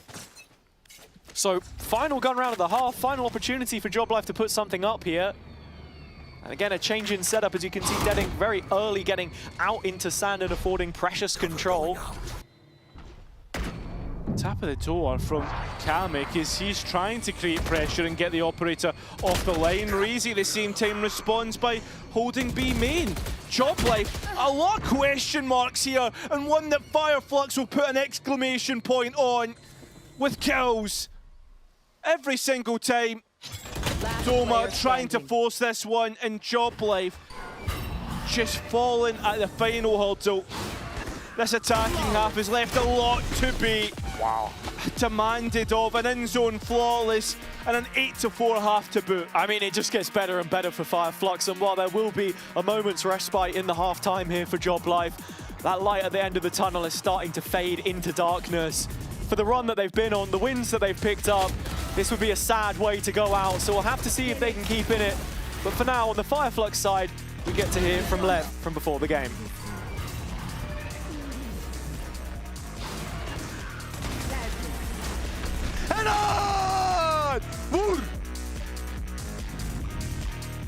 Thank you so much for joining me, Lev. Now, if I'm not mistaken, you were assistant coach before coming into this event and have recently been promoted to that head coach position. So how has that transition been? Our head coach was Mavera. He's the assistant coach of Gentlemen's right now. But he had the feeling of going to a bigger team. So he made me ready 6 months prior to the transfer for being a head coach. So I was already being ready for this position. I love to hear that. And has it been fun jumping into the head coach role? It's a new experience. Stressful? But it's a bit more stressful than being assistant coach, and but it's always fun. Yeah, I love to hear that as well. And I wanted to ask you a bit about your players, because obviously it's not often that we get to speak to many of them. So tell me something that you love about each of them and that they're bringing to the team. Each of them are really young and they have boiling bloods. So they're always eager to learn and to play the game. And that's what I love about them. I love that as well. And what did you learn from that last series to be able to win this one today? We still have some mistakes that we need to fix. We had a great evening last night. We talked about it. I hope we fix them, and we will come on top today. Is there any mistakes that you can share with us that you had noticed? Being too quick with some retakes and that kind of stuff, but we fixed them. We know we need to be calm before doing anything, talk about it, and then start the retakes. Listen, it's been great speaking to you. Best of luck today. Thank you. A massive bounce back from last night's result that we saw. Sorry, the other night's result from Fireflux has. I mean, overall, they have looked indomitable. They have shown exactly what we expect of them since they started that run all the way back in Challengers EMEA 2. Yeah, not far away from playoffs now, and of course, Barcelona beyond it. Tickets available through the QR code on the screen. And just to echo your thoughts there, Kyra, I think it's just the fashion in which some of these rounds have played out. Yeah. Individuals coming alive, heroics that we've spoken of as Hezekiah already just so self-assured, walks out with a bit of swagger, and 2 shots from the Sheriff is all he needs. A 5 versus 3 with the A control lost. Unfake scrambling to try and do anything here. Plant going in on beat for Fireflux. I mean, Hezekiah still wanting to brawl. It's the other 2 from Job Life trying to approach through to off. I mean, precious utility being spent here as well by Unfake, just trying to get something back against the grain, but it's not happening. Doma in a 1v5, a kill deep, but that's all for now. Under the microscope, and as the smoke begins to fade, the numbers group up behind it. A synchronized swing is all it needs, and Hezekiah completes his quad kill. Fireflux with another pistol, of which they've won every single one so far in this series. Yeah, every single one, 4 out of 4. And I mean, some have come close, sure, but on the other side, Fireflux have just shown exactly what they're capable of. Guys, I'm here! And I mean, he absolutely is here. To talk about this run a little bit more as well from the Job Life side of things, I think Fireflux is probably the first informed team we've actually seen them match up against, in my eyes at least, right? You think of the Eternal Fire result, they lost. That team already eliminated, but hasn't been the best of stages for them so far. up against pistols here. Job Life offering some resistance on sand. Yeah. Toma with 3 in the end. It's good damage. Yeah, good damage, but it's still not what we expect of Job Life. They've won rounds from this position before. And yeah, to finish up what I was saying, even Fnatic in the previous game, of course, Pacific before that. These aren't names that have had the greatest of times. Everyone's in planes for a reason, of course, but something you were talking about actually is the momentum that these teams on an upward swing have, and Fireflux, with how they've placed, definitely one of those. Yeah, I feel as if there is a lot of conversations come out of this play-in stage, but the one thing that I would say is that Challengers teams with a bit of momentum are just as good as your tier 1, and Kachao shows that. Looking for the next one. Unbelievable! Oh my god, Kachao! Lightning quick! And Fireflux are ready for playoffs. They've shown it time and time again. Into post. And 11 basically on the cards. It feels like Job Life are already dead, and we're reading out the eulogy.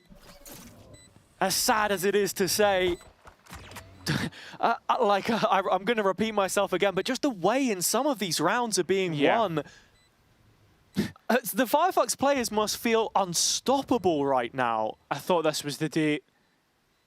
10 games, and the 11th I thought, well, surely, right, it goes Job Life's way. What a way.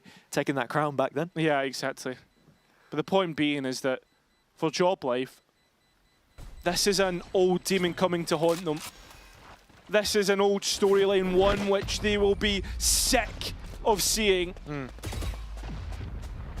again, while half of those results are bound to the organization only, Unfake has played the other half. In fact, by the end of this game, he'll have played more than he will have witnessed from the other end. This is ridiculous from Kachao. And again, just exploiting a little bit of a disconnect between Job Life, not all on the same page in this brawl.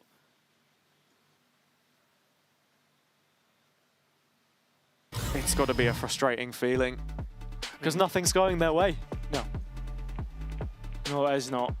A 7-round gap, and Job Life using their last timeout of this one. Yeah, so complete control for Fireflux from this position onwards.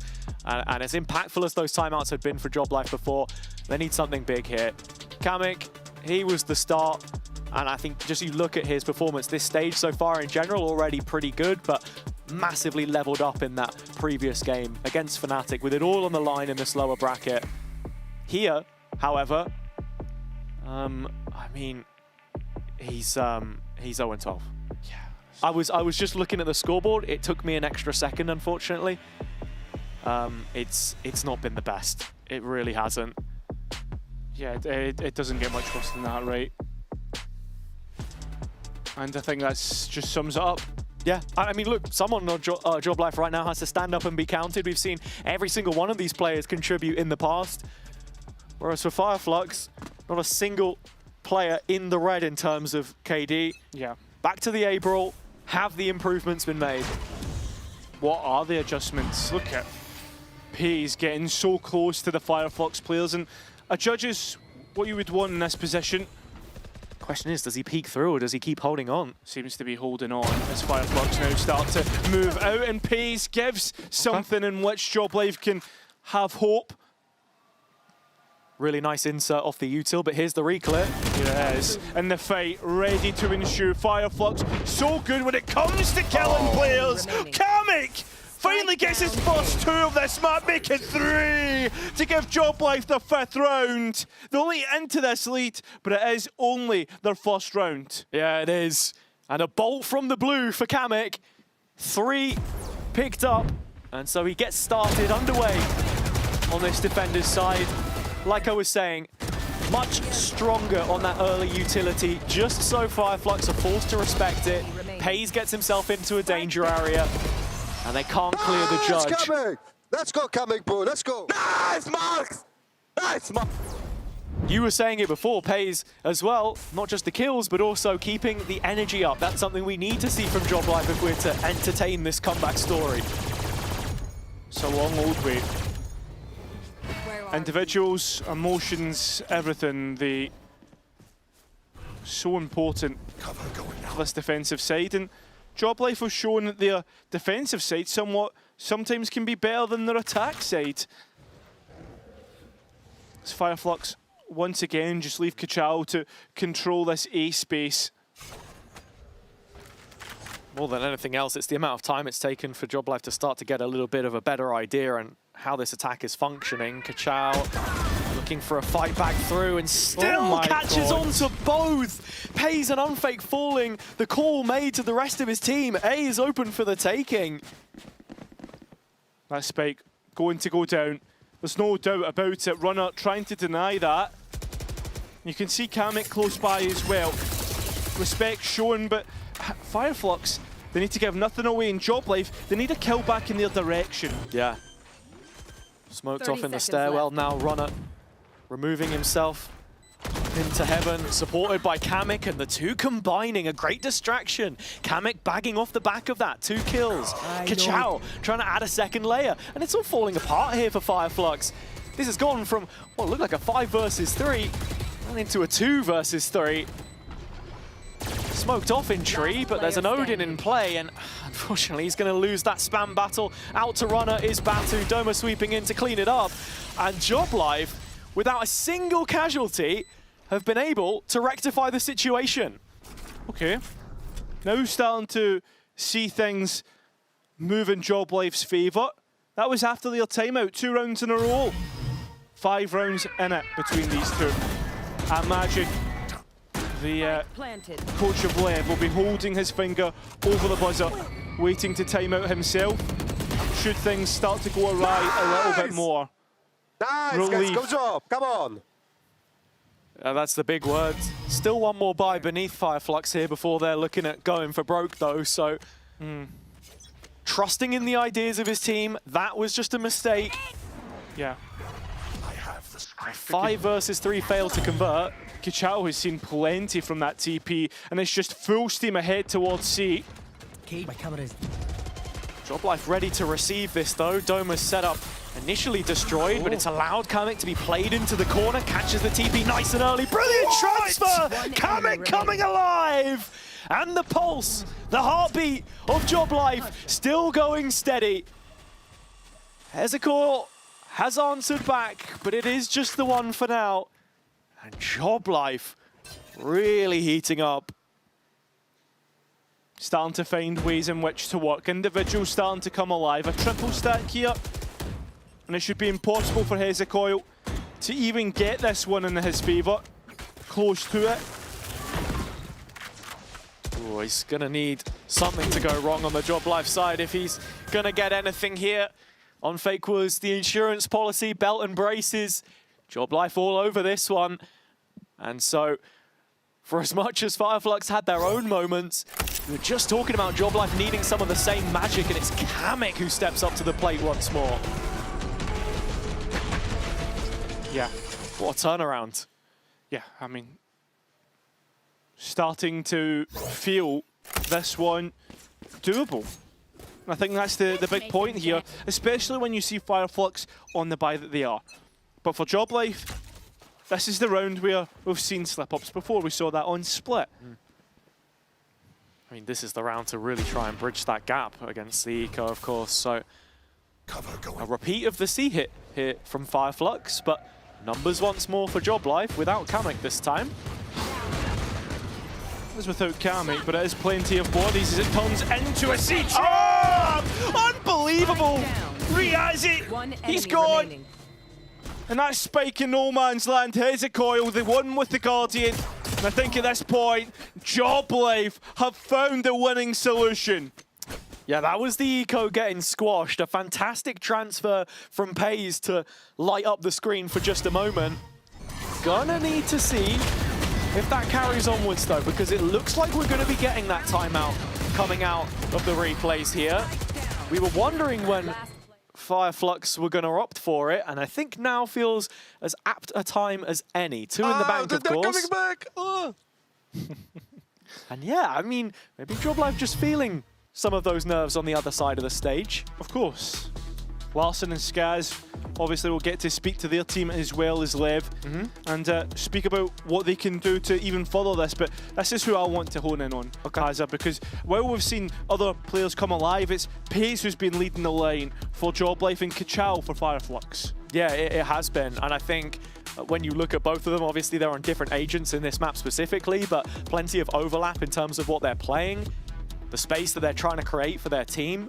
Yeah, I think on Job Life that the big conversation for me so far has been Pace and just picking and choosing his engagements, calling for that extra layer of support. So capable of going solo at times, but there have definitely been points where he's been caught. Yeah, I mean, double what Kachao had on entries there. This year, Kachao had 13% and Pace had 26, but it was the KD where Kachao trumped Pace. It's an interesting one, right? Because with both of these double duelists, Dead Ink is really the harder entry, I would probably say. On the Fireflux side, you see that from the Waylay that he played in the previous map. But now, looking to the future, 20 rounds in, final playoff spot on the line with the dreams of Barcelona before both of these teams.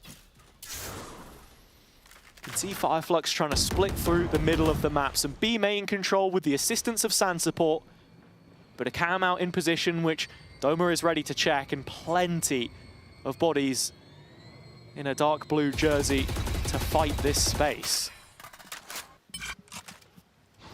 Shots would have been heard, and there was a player now known about in B main. Thoughts about the re-clear from Job Life, and is Pace the one dancing with the angle? Yeah, it's just how passive Kamek is on C right now, which could be the potential issue, but crunch through the door. And Pace activating the ultimate, trying to make it work, and I mean, still not getting anything really. Kachao now the one under pressure, peeks out and gets the trade. Yeah, great trade. And Pace showing a little bit more reserved play there, but Kamek certainly isn't. He's out on an island and down. Yeah, I mean, Job Life play this angle so many times. It was Doma before, it's Kamek this time, and both players will fall. A Viper's Pit from Reezy. This should be impossible to come back into. Here's Runner's ult. Yeah, doesn't find anything. And that's the disaster. That was the saving grace. The ace up the sleeve, and that spike goes down on fake, steps forwards, tries to make the round work in his favour. It doesn't happen. It's Runner now. A 1 versus 3. Trying to deny map point, series point. Trying to stop anybody encroaching on Job Life's momentum. Well, does decently in the first point, but spike now out of Fireflux's hands, and Runner maybe not the best map, but a chance to clutch up here. Reezy now seen, and the other player from main. He now knows in which way he has to work, but it will not happen. The Cinderella run could be coming to an end as the clock strikes 12 and the carriage turns back into a pumpkin. Job Life could be well out of play-ins. Yeah, it feels like with the shoe on the other foot, Fireflux are the ones going to the ball. 1 round away from playoffs. 4 chances to do it. The timeout has its impact. Doma, bye-bye, Doma. Bye-bye. It's going to be so tilting. But here we go. A change up in the setup. Job Life with bodies on A this time. Doma has moved his utility. Oh, and Pace caught in the seas. Dead Ink by, and Pace still able to get a kill. Job Life still in this one. Kachao, does he realise? He does! And gets his opposite number, his opposite agent. And Runner just misses his opportunity to cut off the rotates. Yeah, looking at the utility coming back in. Almost a full belt for Unfake. Runner as well, Nightfall up. And Job Life's retakes have been good. But this is an opponent, a Fireflux in form, which they've struggled to quell so far. That fire is quickly spreading, and you can see players moved up to CT now. Batu, C-Mound. Oh, he's under pressure, under a lot of it. I mean, a Nightfall to just get him right now. But this Orb doing so much work from Reezy. Does able to get one, can't get a second. So Fireflux in the perfect spot. Time running out. Yeah, and this is the biggest problem. Job Life might be crashing out here as Fireflux do everything that they need to. Trades even, but Hezekiah once again keeping things in Fireflux's favour. From unsigned to playoffs, Fireflux Fireflux have not missed a beat! The only Challengers team to ever win a stage without an organization beneath them are now standing over their opponents as Joblife are engulfed once again. 3 wins as Reborn, a 4th now in the head-to-head to send them home. And it's just that continued affair which Unfake has struggled with. Another Turkish team taking him down, and a deserved spot for them in the top 8. Yeah, it's been an unbelievable run from Joblife. It's been an unbelievable run from Challengers, but one of these teams had to drop out. We were denied 4 Challengers teams by the way that the bracket went, and it's been so good. I mean, just look at the respect being shown there as well in the background. Fireflux giving Joblife their plaudits, a round of applause as they take about 1 game away from making it to the arena, the main stage with the crowd, of course, but unfortunately for those passionate French fans, the opportunity denied this time around. The better team won today. Unfortunate to see Joblife drop off in performance that much when it mattered. Yeah. But on the other side, Fireflux turning things up a notch. A 2-0, a clean sweep, and plenty of confidence coming into the playoff stage. A new name, a new organization, a new team, rookies that we've never seen before, but ones that we'll be excited to see for next year, excited to see in playoffs, and excited to see what they can give us against some of our more informed teams that we have in VCT. I mean, this series, it always felt in Fireflux's favor, and I mean, sure we had individual moments, but what a series to watch. I mean, look, from the word go, there were heroics, there was drama, plenty of it, but it's Fireflux to take it home for now. And to the post plant we go with Batu and Rizi. Batu and Rizi for joining us. Congratulations on making it to playoffs as well. I want to get your initial feelings though, especially for you, Batu. That must feel bittersweet from your time on Apex in comparison to now. I mean, I'm happy. I'm so happy. You know, like, if you look last year, I mean, it wasn't good that much. I mean, not that much. It was so bad. And now we start from beginning and we are here. And I'm so happy. I'm so happy that I make EMEA playoffs from tier 2. Yeah, for sure. And for you, Rizi, you obviously spent some time on BBL. So how is it to finally make it a playoffs here in VCT? Yeah, when I was playing in BBL, we barely missed the playoffs, like 2 times, I guess. Yeah. I'm happy with my team. We managed to secure a playoff spot. We are happy. You obviously won today. It was a bit scrappy, but a 2-0. Did you expect it to be a 2-0 today? Me?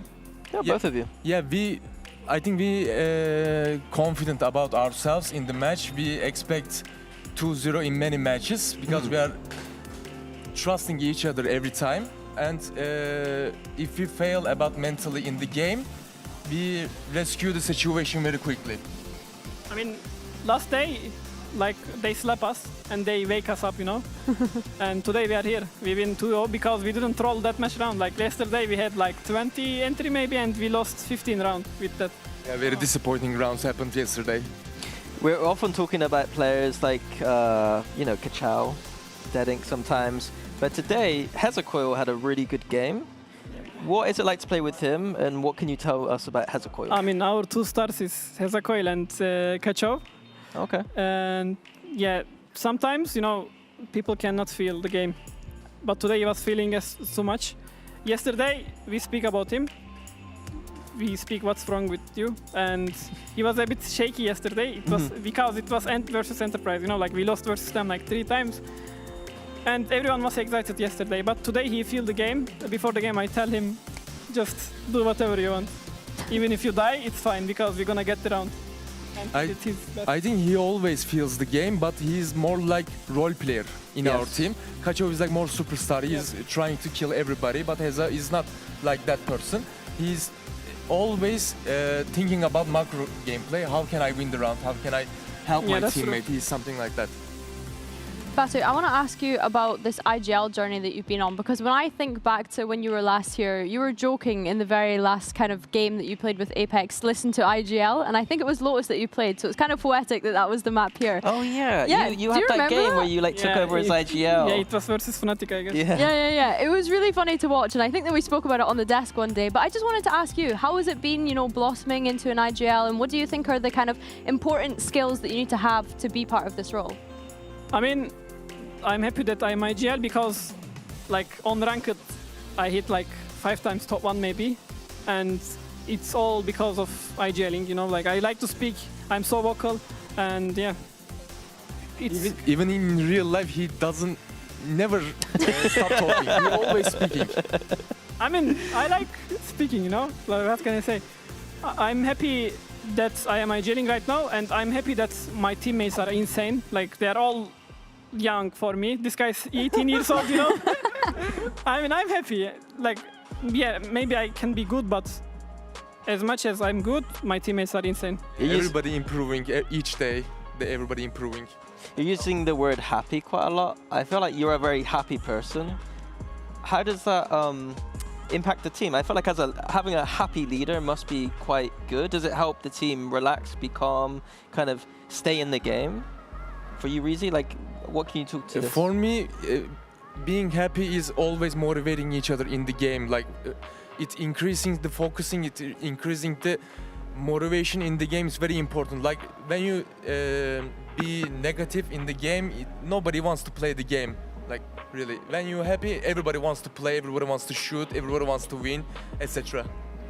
Speaking about this series specifically, though, JobLife picked Lotus, and if I'm not mistaken, you guys smashed them on Lotus in Challengers Stage 3 in the lower final. Were you surprised at them picking the Lotus?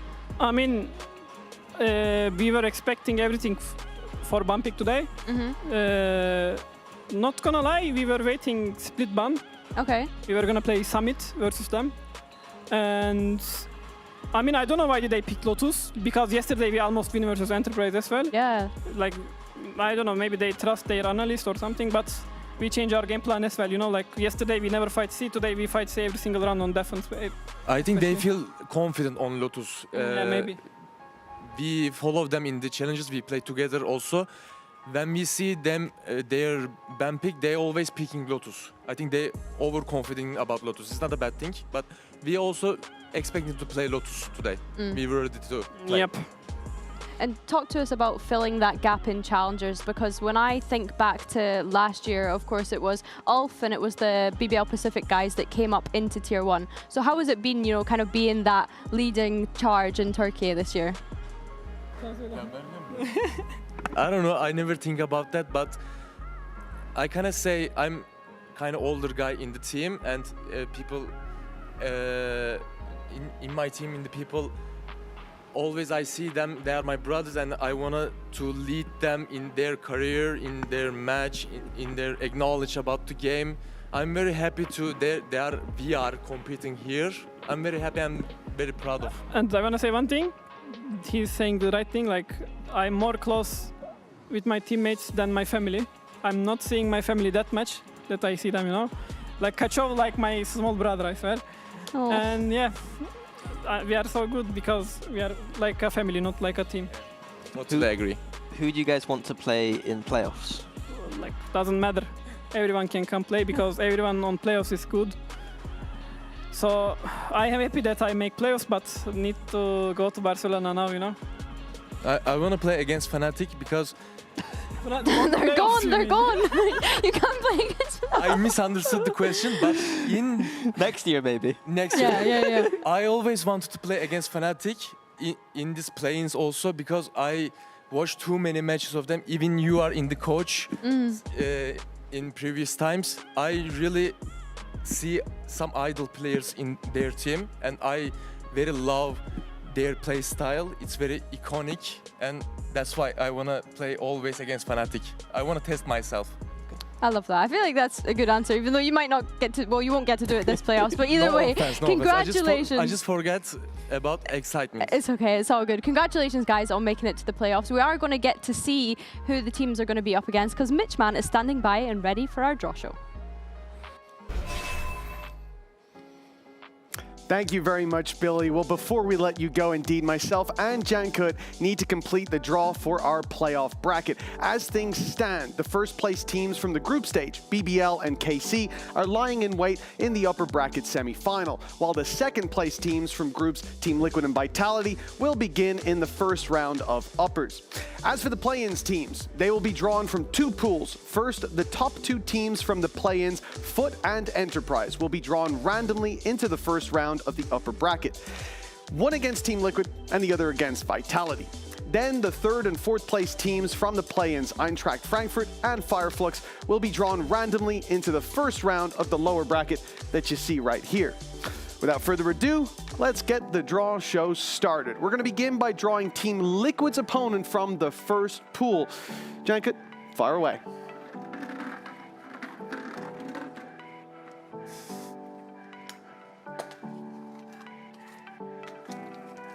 All right, Team Foot have been drawn to face off against Team Liquid. Now, that should mean that Enterprise are the team that are facing Vitality. Let's confirm that. And there you go, you can see it plain and simple. So, that's that part sorted. Now let's place the teams from the second pool into the lower bracket. The first team we draw will slot into match 5, and the second into match 6. Our first team to place in will be SGE, or Eintracht Frankfurt. They will be seeded into match 5, which of course, the team that just played Fireflux will then take match 6. And we'll confirm that now. Perfect. SGE will face the loser of Team Liquid Foot, and Vitality or Enterprise will drop into match 6. And with that, the bracket is set. Remember to keep an eye on socials for the official match schedule, and we'll see you next week on the main stage. But before we go, let's take a look at the best of today's action in the Razor End of Day highlights.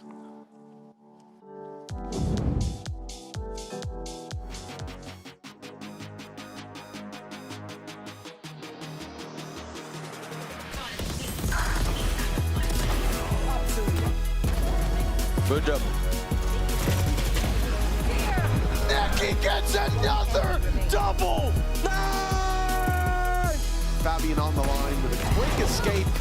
Boost those stats a little bit. Okay, he gets a bit lucky with that one. Busy trying to be cheeky. Nice, Fabian, good job! Nice run, bro! Look back!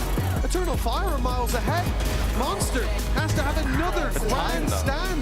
Musashi falls, and it is all in the hands of Monster. A Red Bull clutch. You are terrible! You are terrible! You are terrible! Stepping up to the plate, and he's found himself a third. Yeah! Look at the run through. Jamalino's just gone. They have no idea. He's in the fast lane, quite literally. One enemy remaining.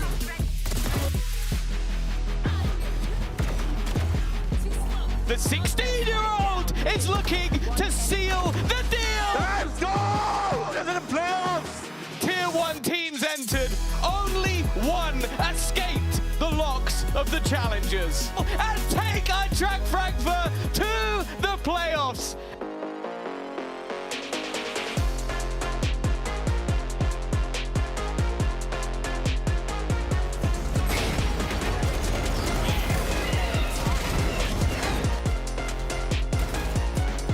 He's getting away with all of it, scot-free, and finding nearly 4 for his efforts as well. We're down to the knives. That puts them in a position, an advantage. Kamek finally sees 4 targets, and guess what? Time working against him, and he needs the last, but Hezekiah plays keep away.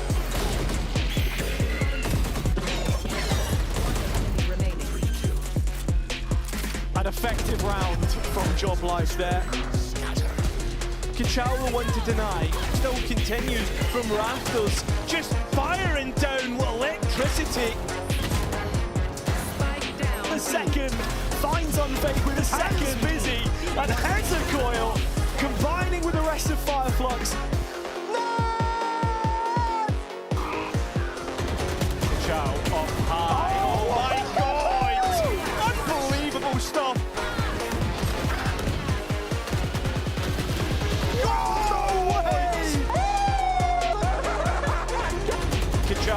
Shows that, looking for the next one. Unbelievable!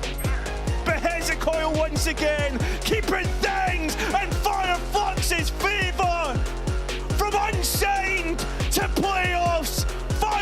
have not missed a beat!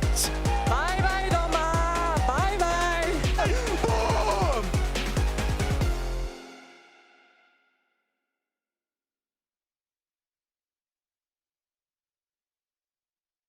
Hey! Hey, Tom. Alberto was looking for you, by the way. Really? Yeah, you better get that Okay, quick. I'll go check.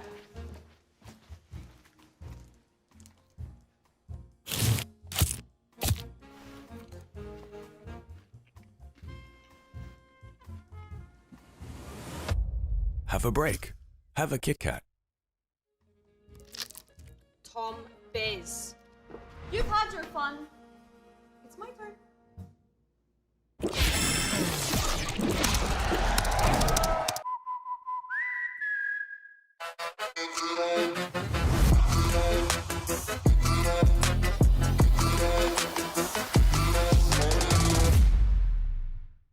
Want to find your fastest server every time? Express like a pro and optimize your connection in one tap. Express and game without ISP throttling. Express and shield yourself from DDoS attacks. Express and choose the VPN trusted by gamers everywhere. Express VPN. Experience gaming the Express way. Fast, stable, competitive. Outplay the world. It's time to Express. Unlock free cosmetics, including Lightning Kicks Buddy and more. Scan to subscribe. And the winners. 4 years of history. VCT EMEA Team Liquid. That trophy has never been done before. No team has ever lifted our trophy outside of Berlin. But that's about to change. VCT EMEA goes on its first ever roadshow. And it's coming to Barcelona. Our biggest crowd, our biggest stage, and a trophy lift under Spanish skies. We will be there. Will you?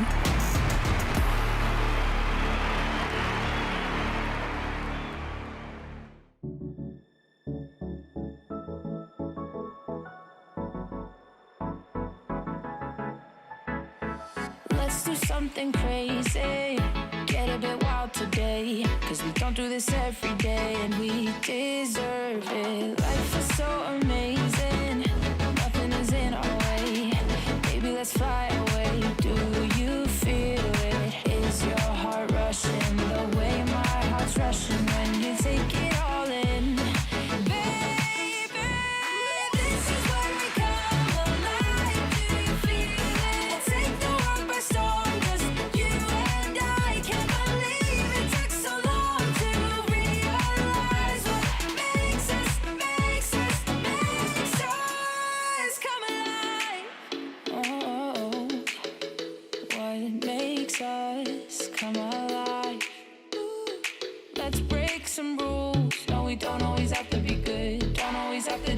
We should, we'll feed the fire. Let's see it through and let go of what's holding us back. Just light it up and we'll burn through the past and take it higher. Is your heart rushing the way my heart's rushing when you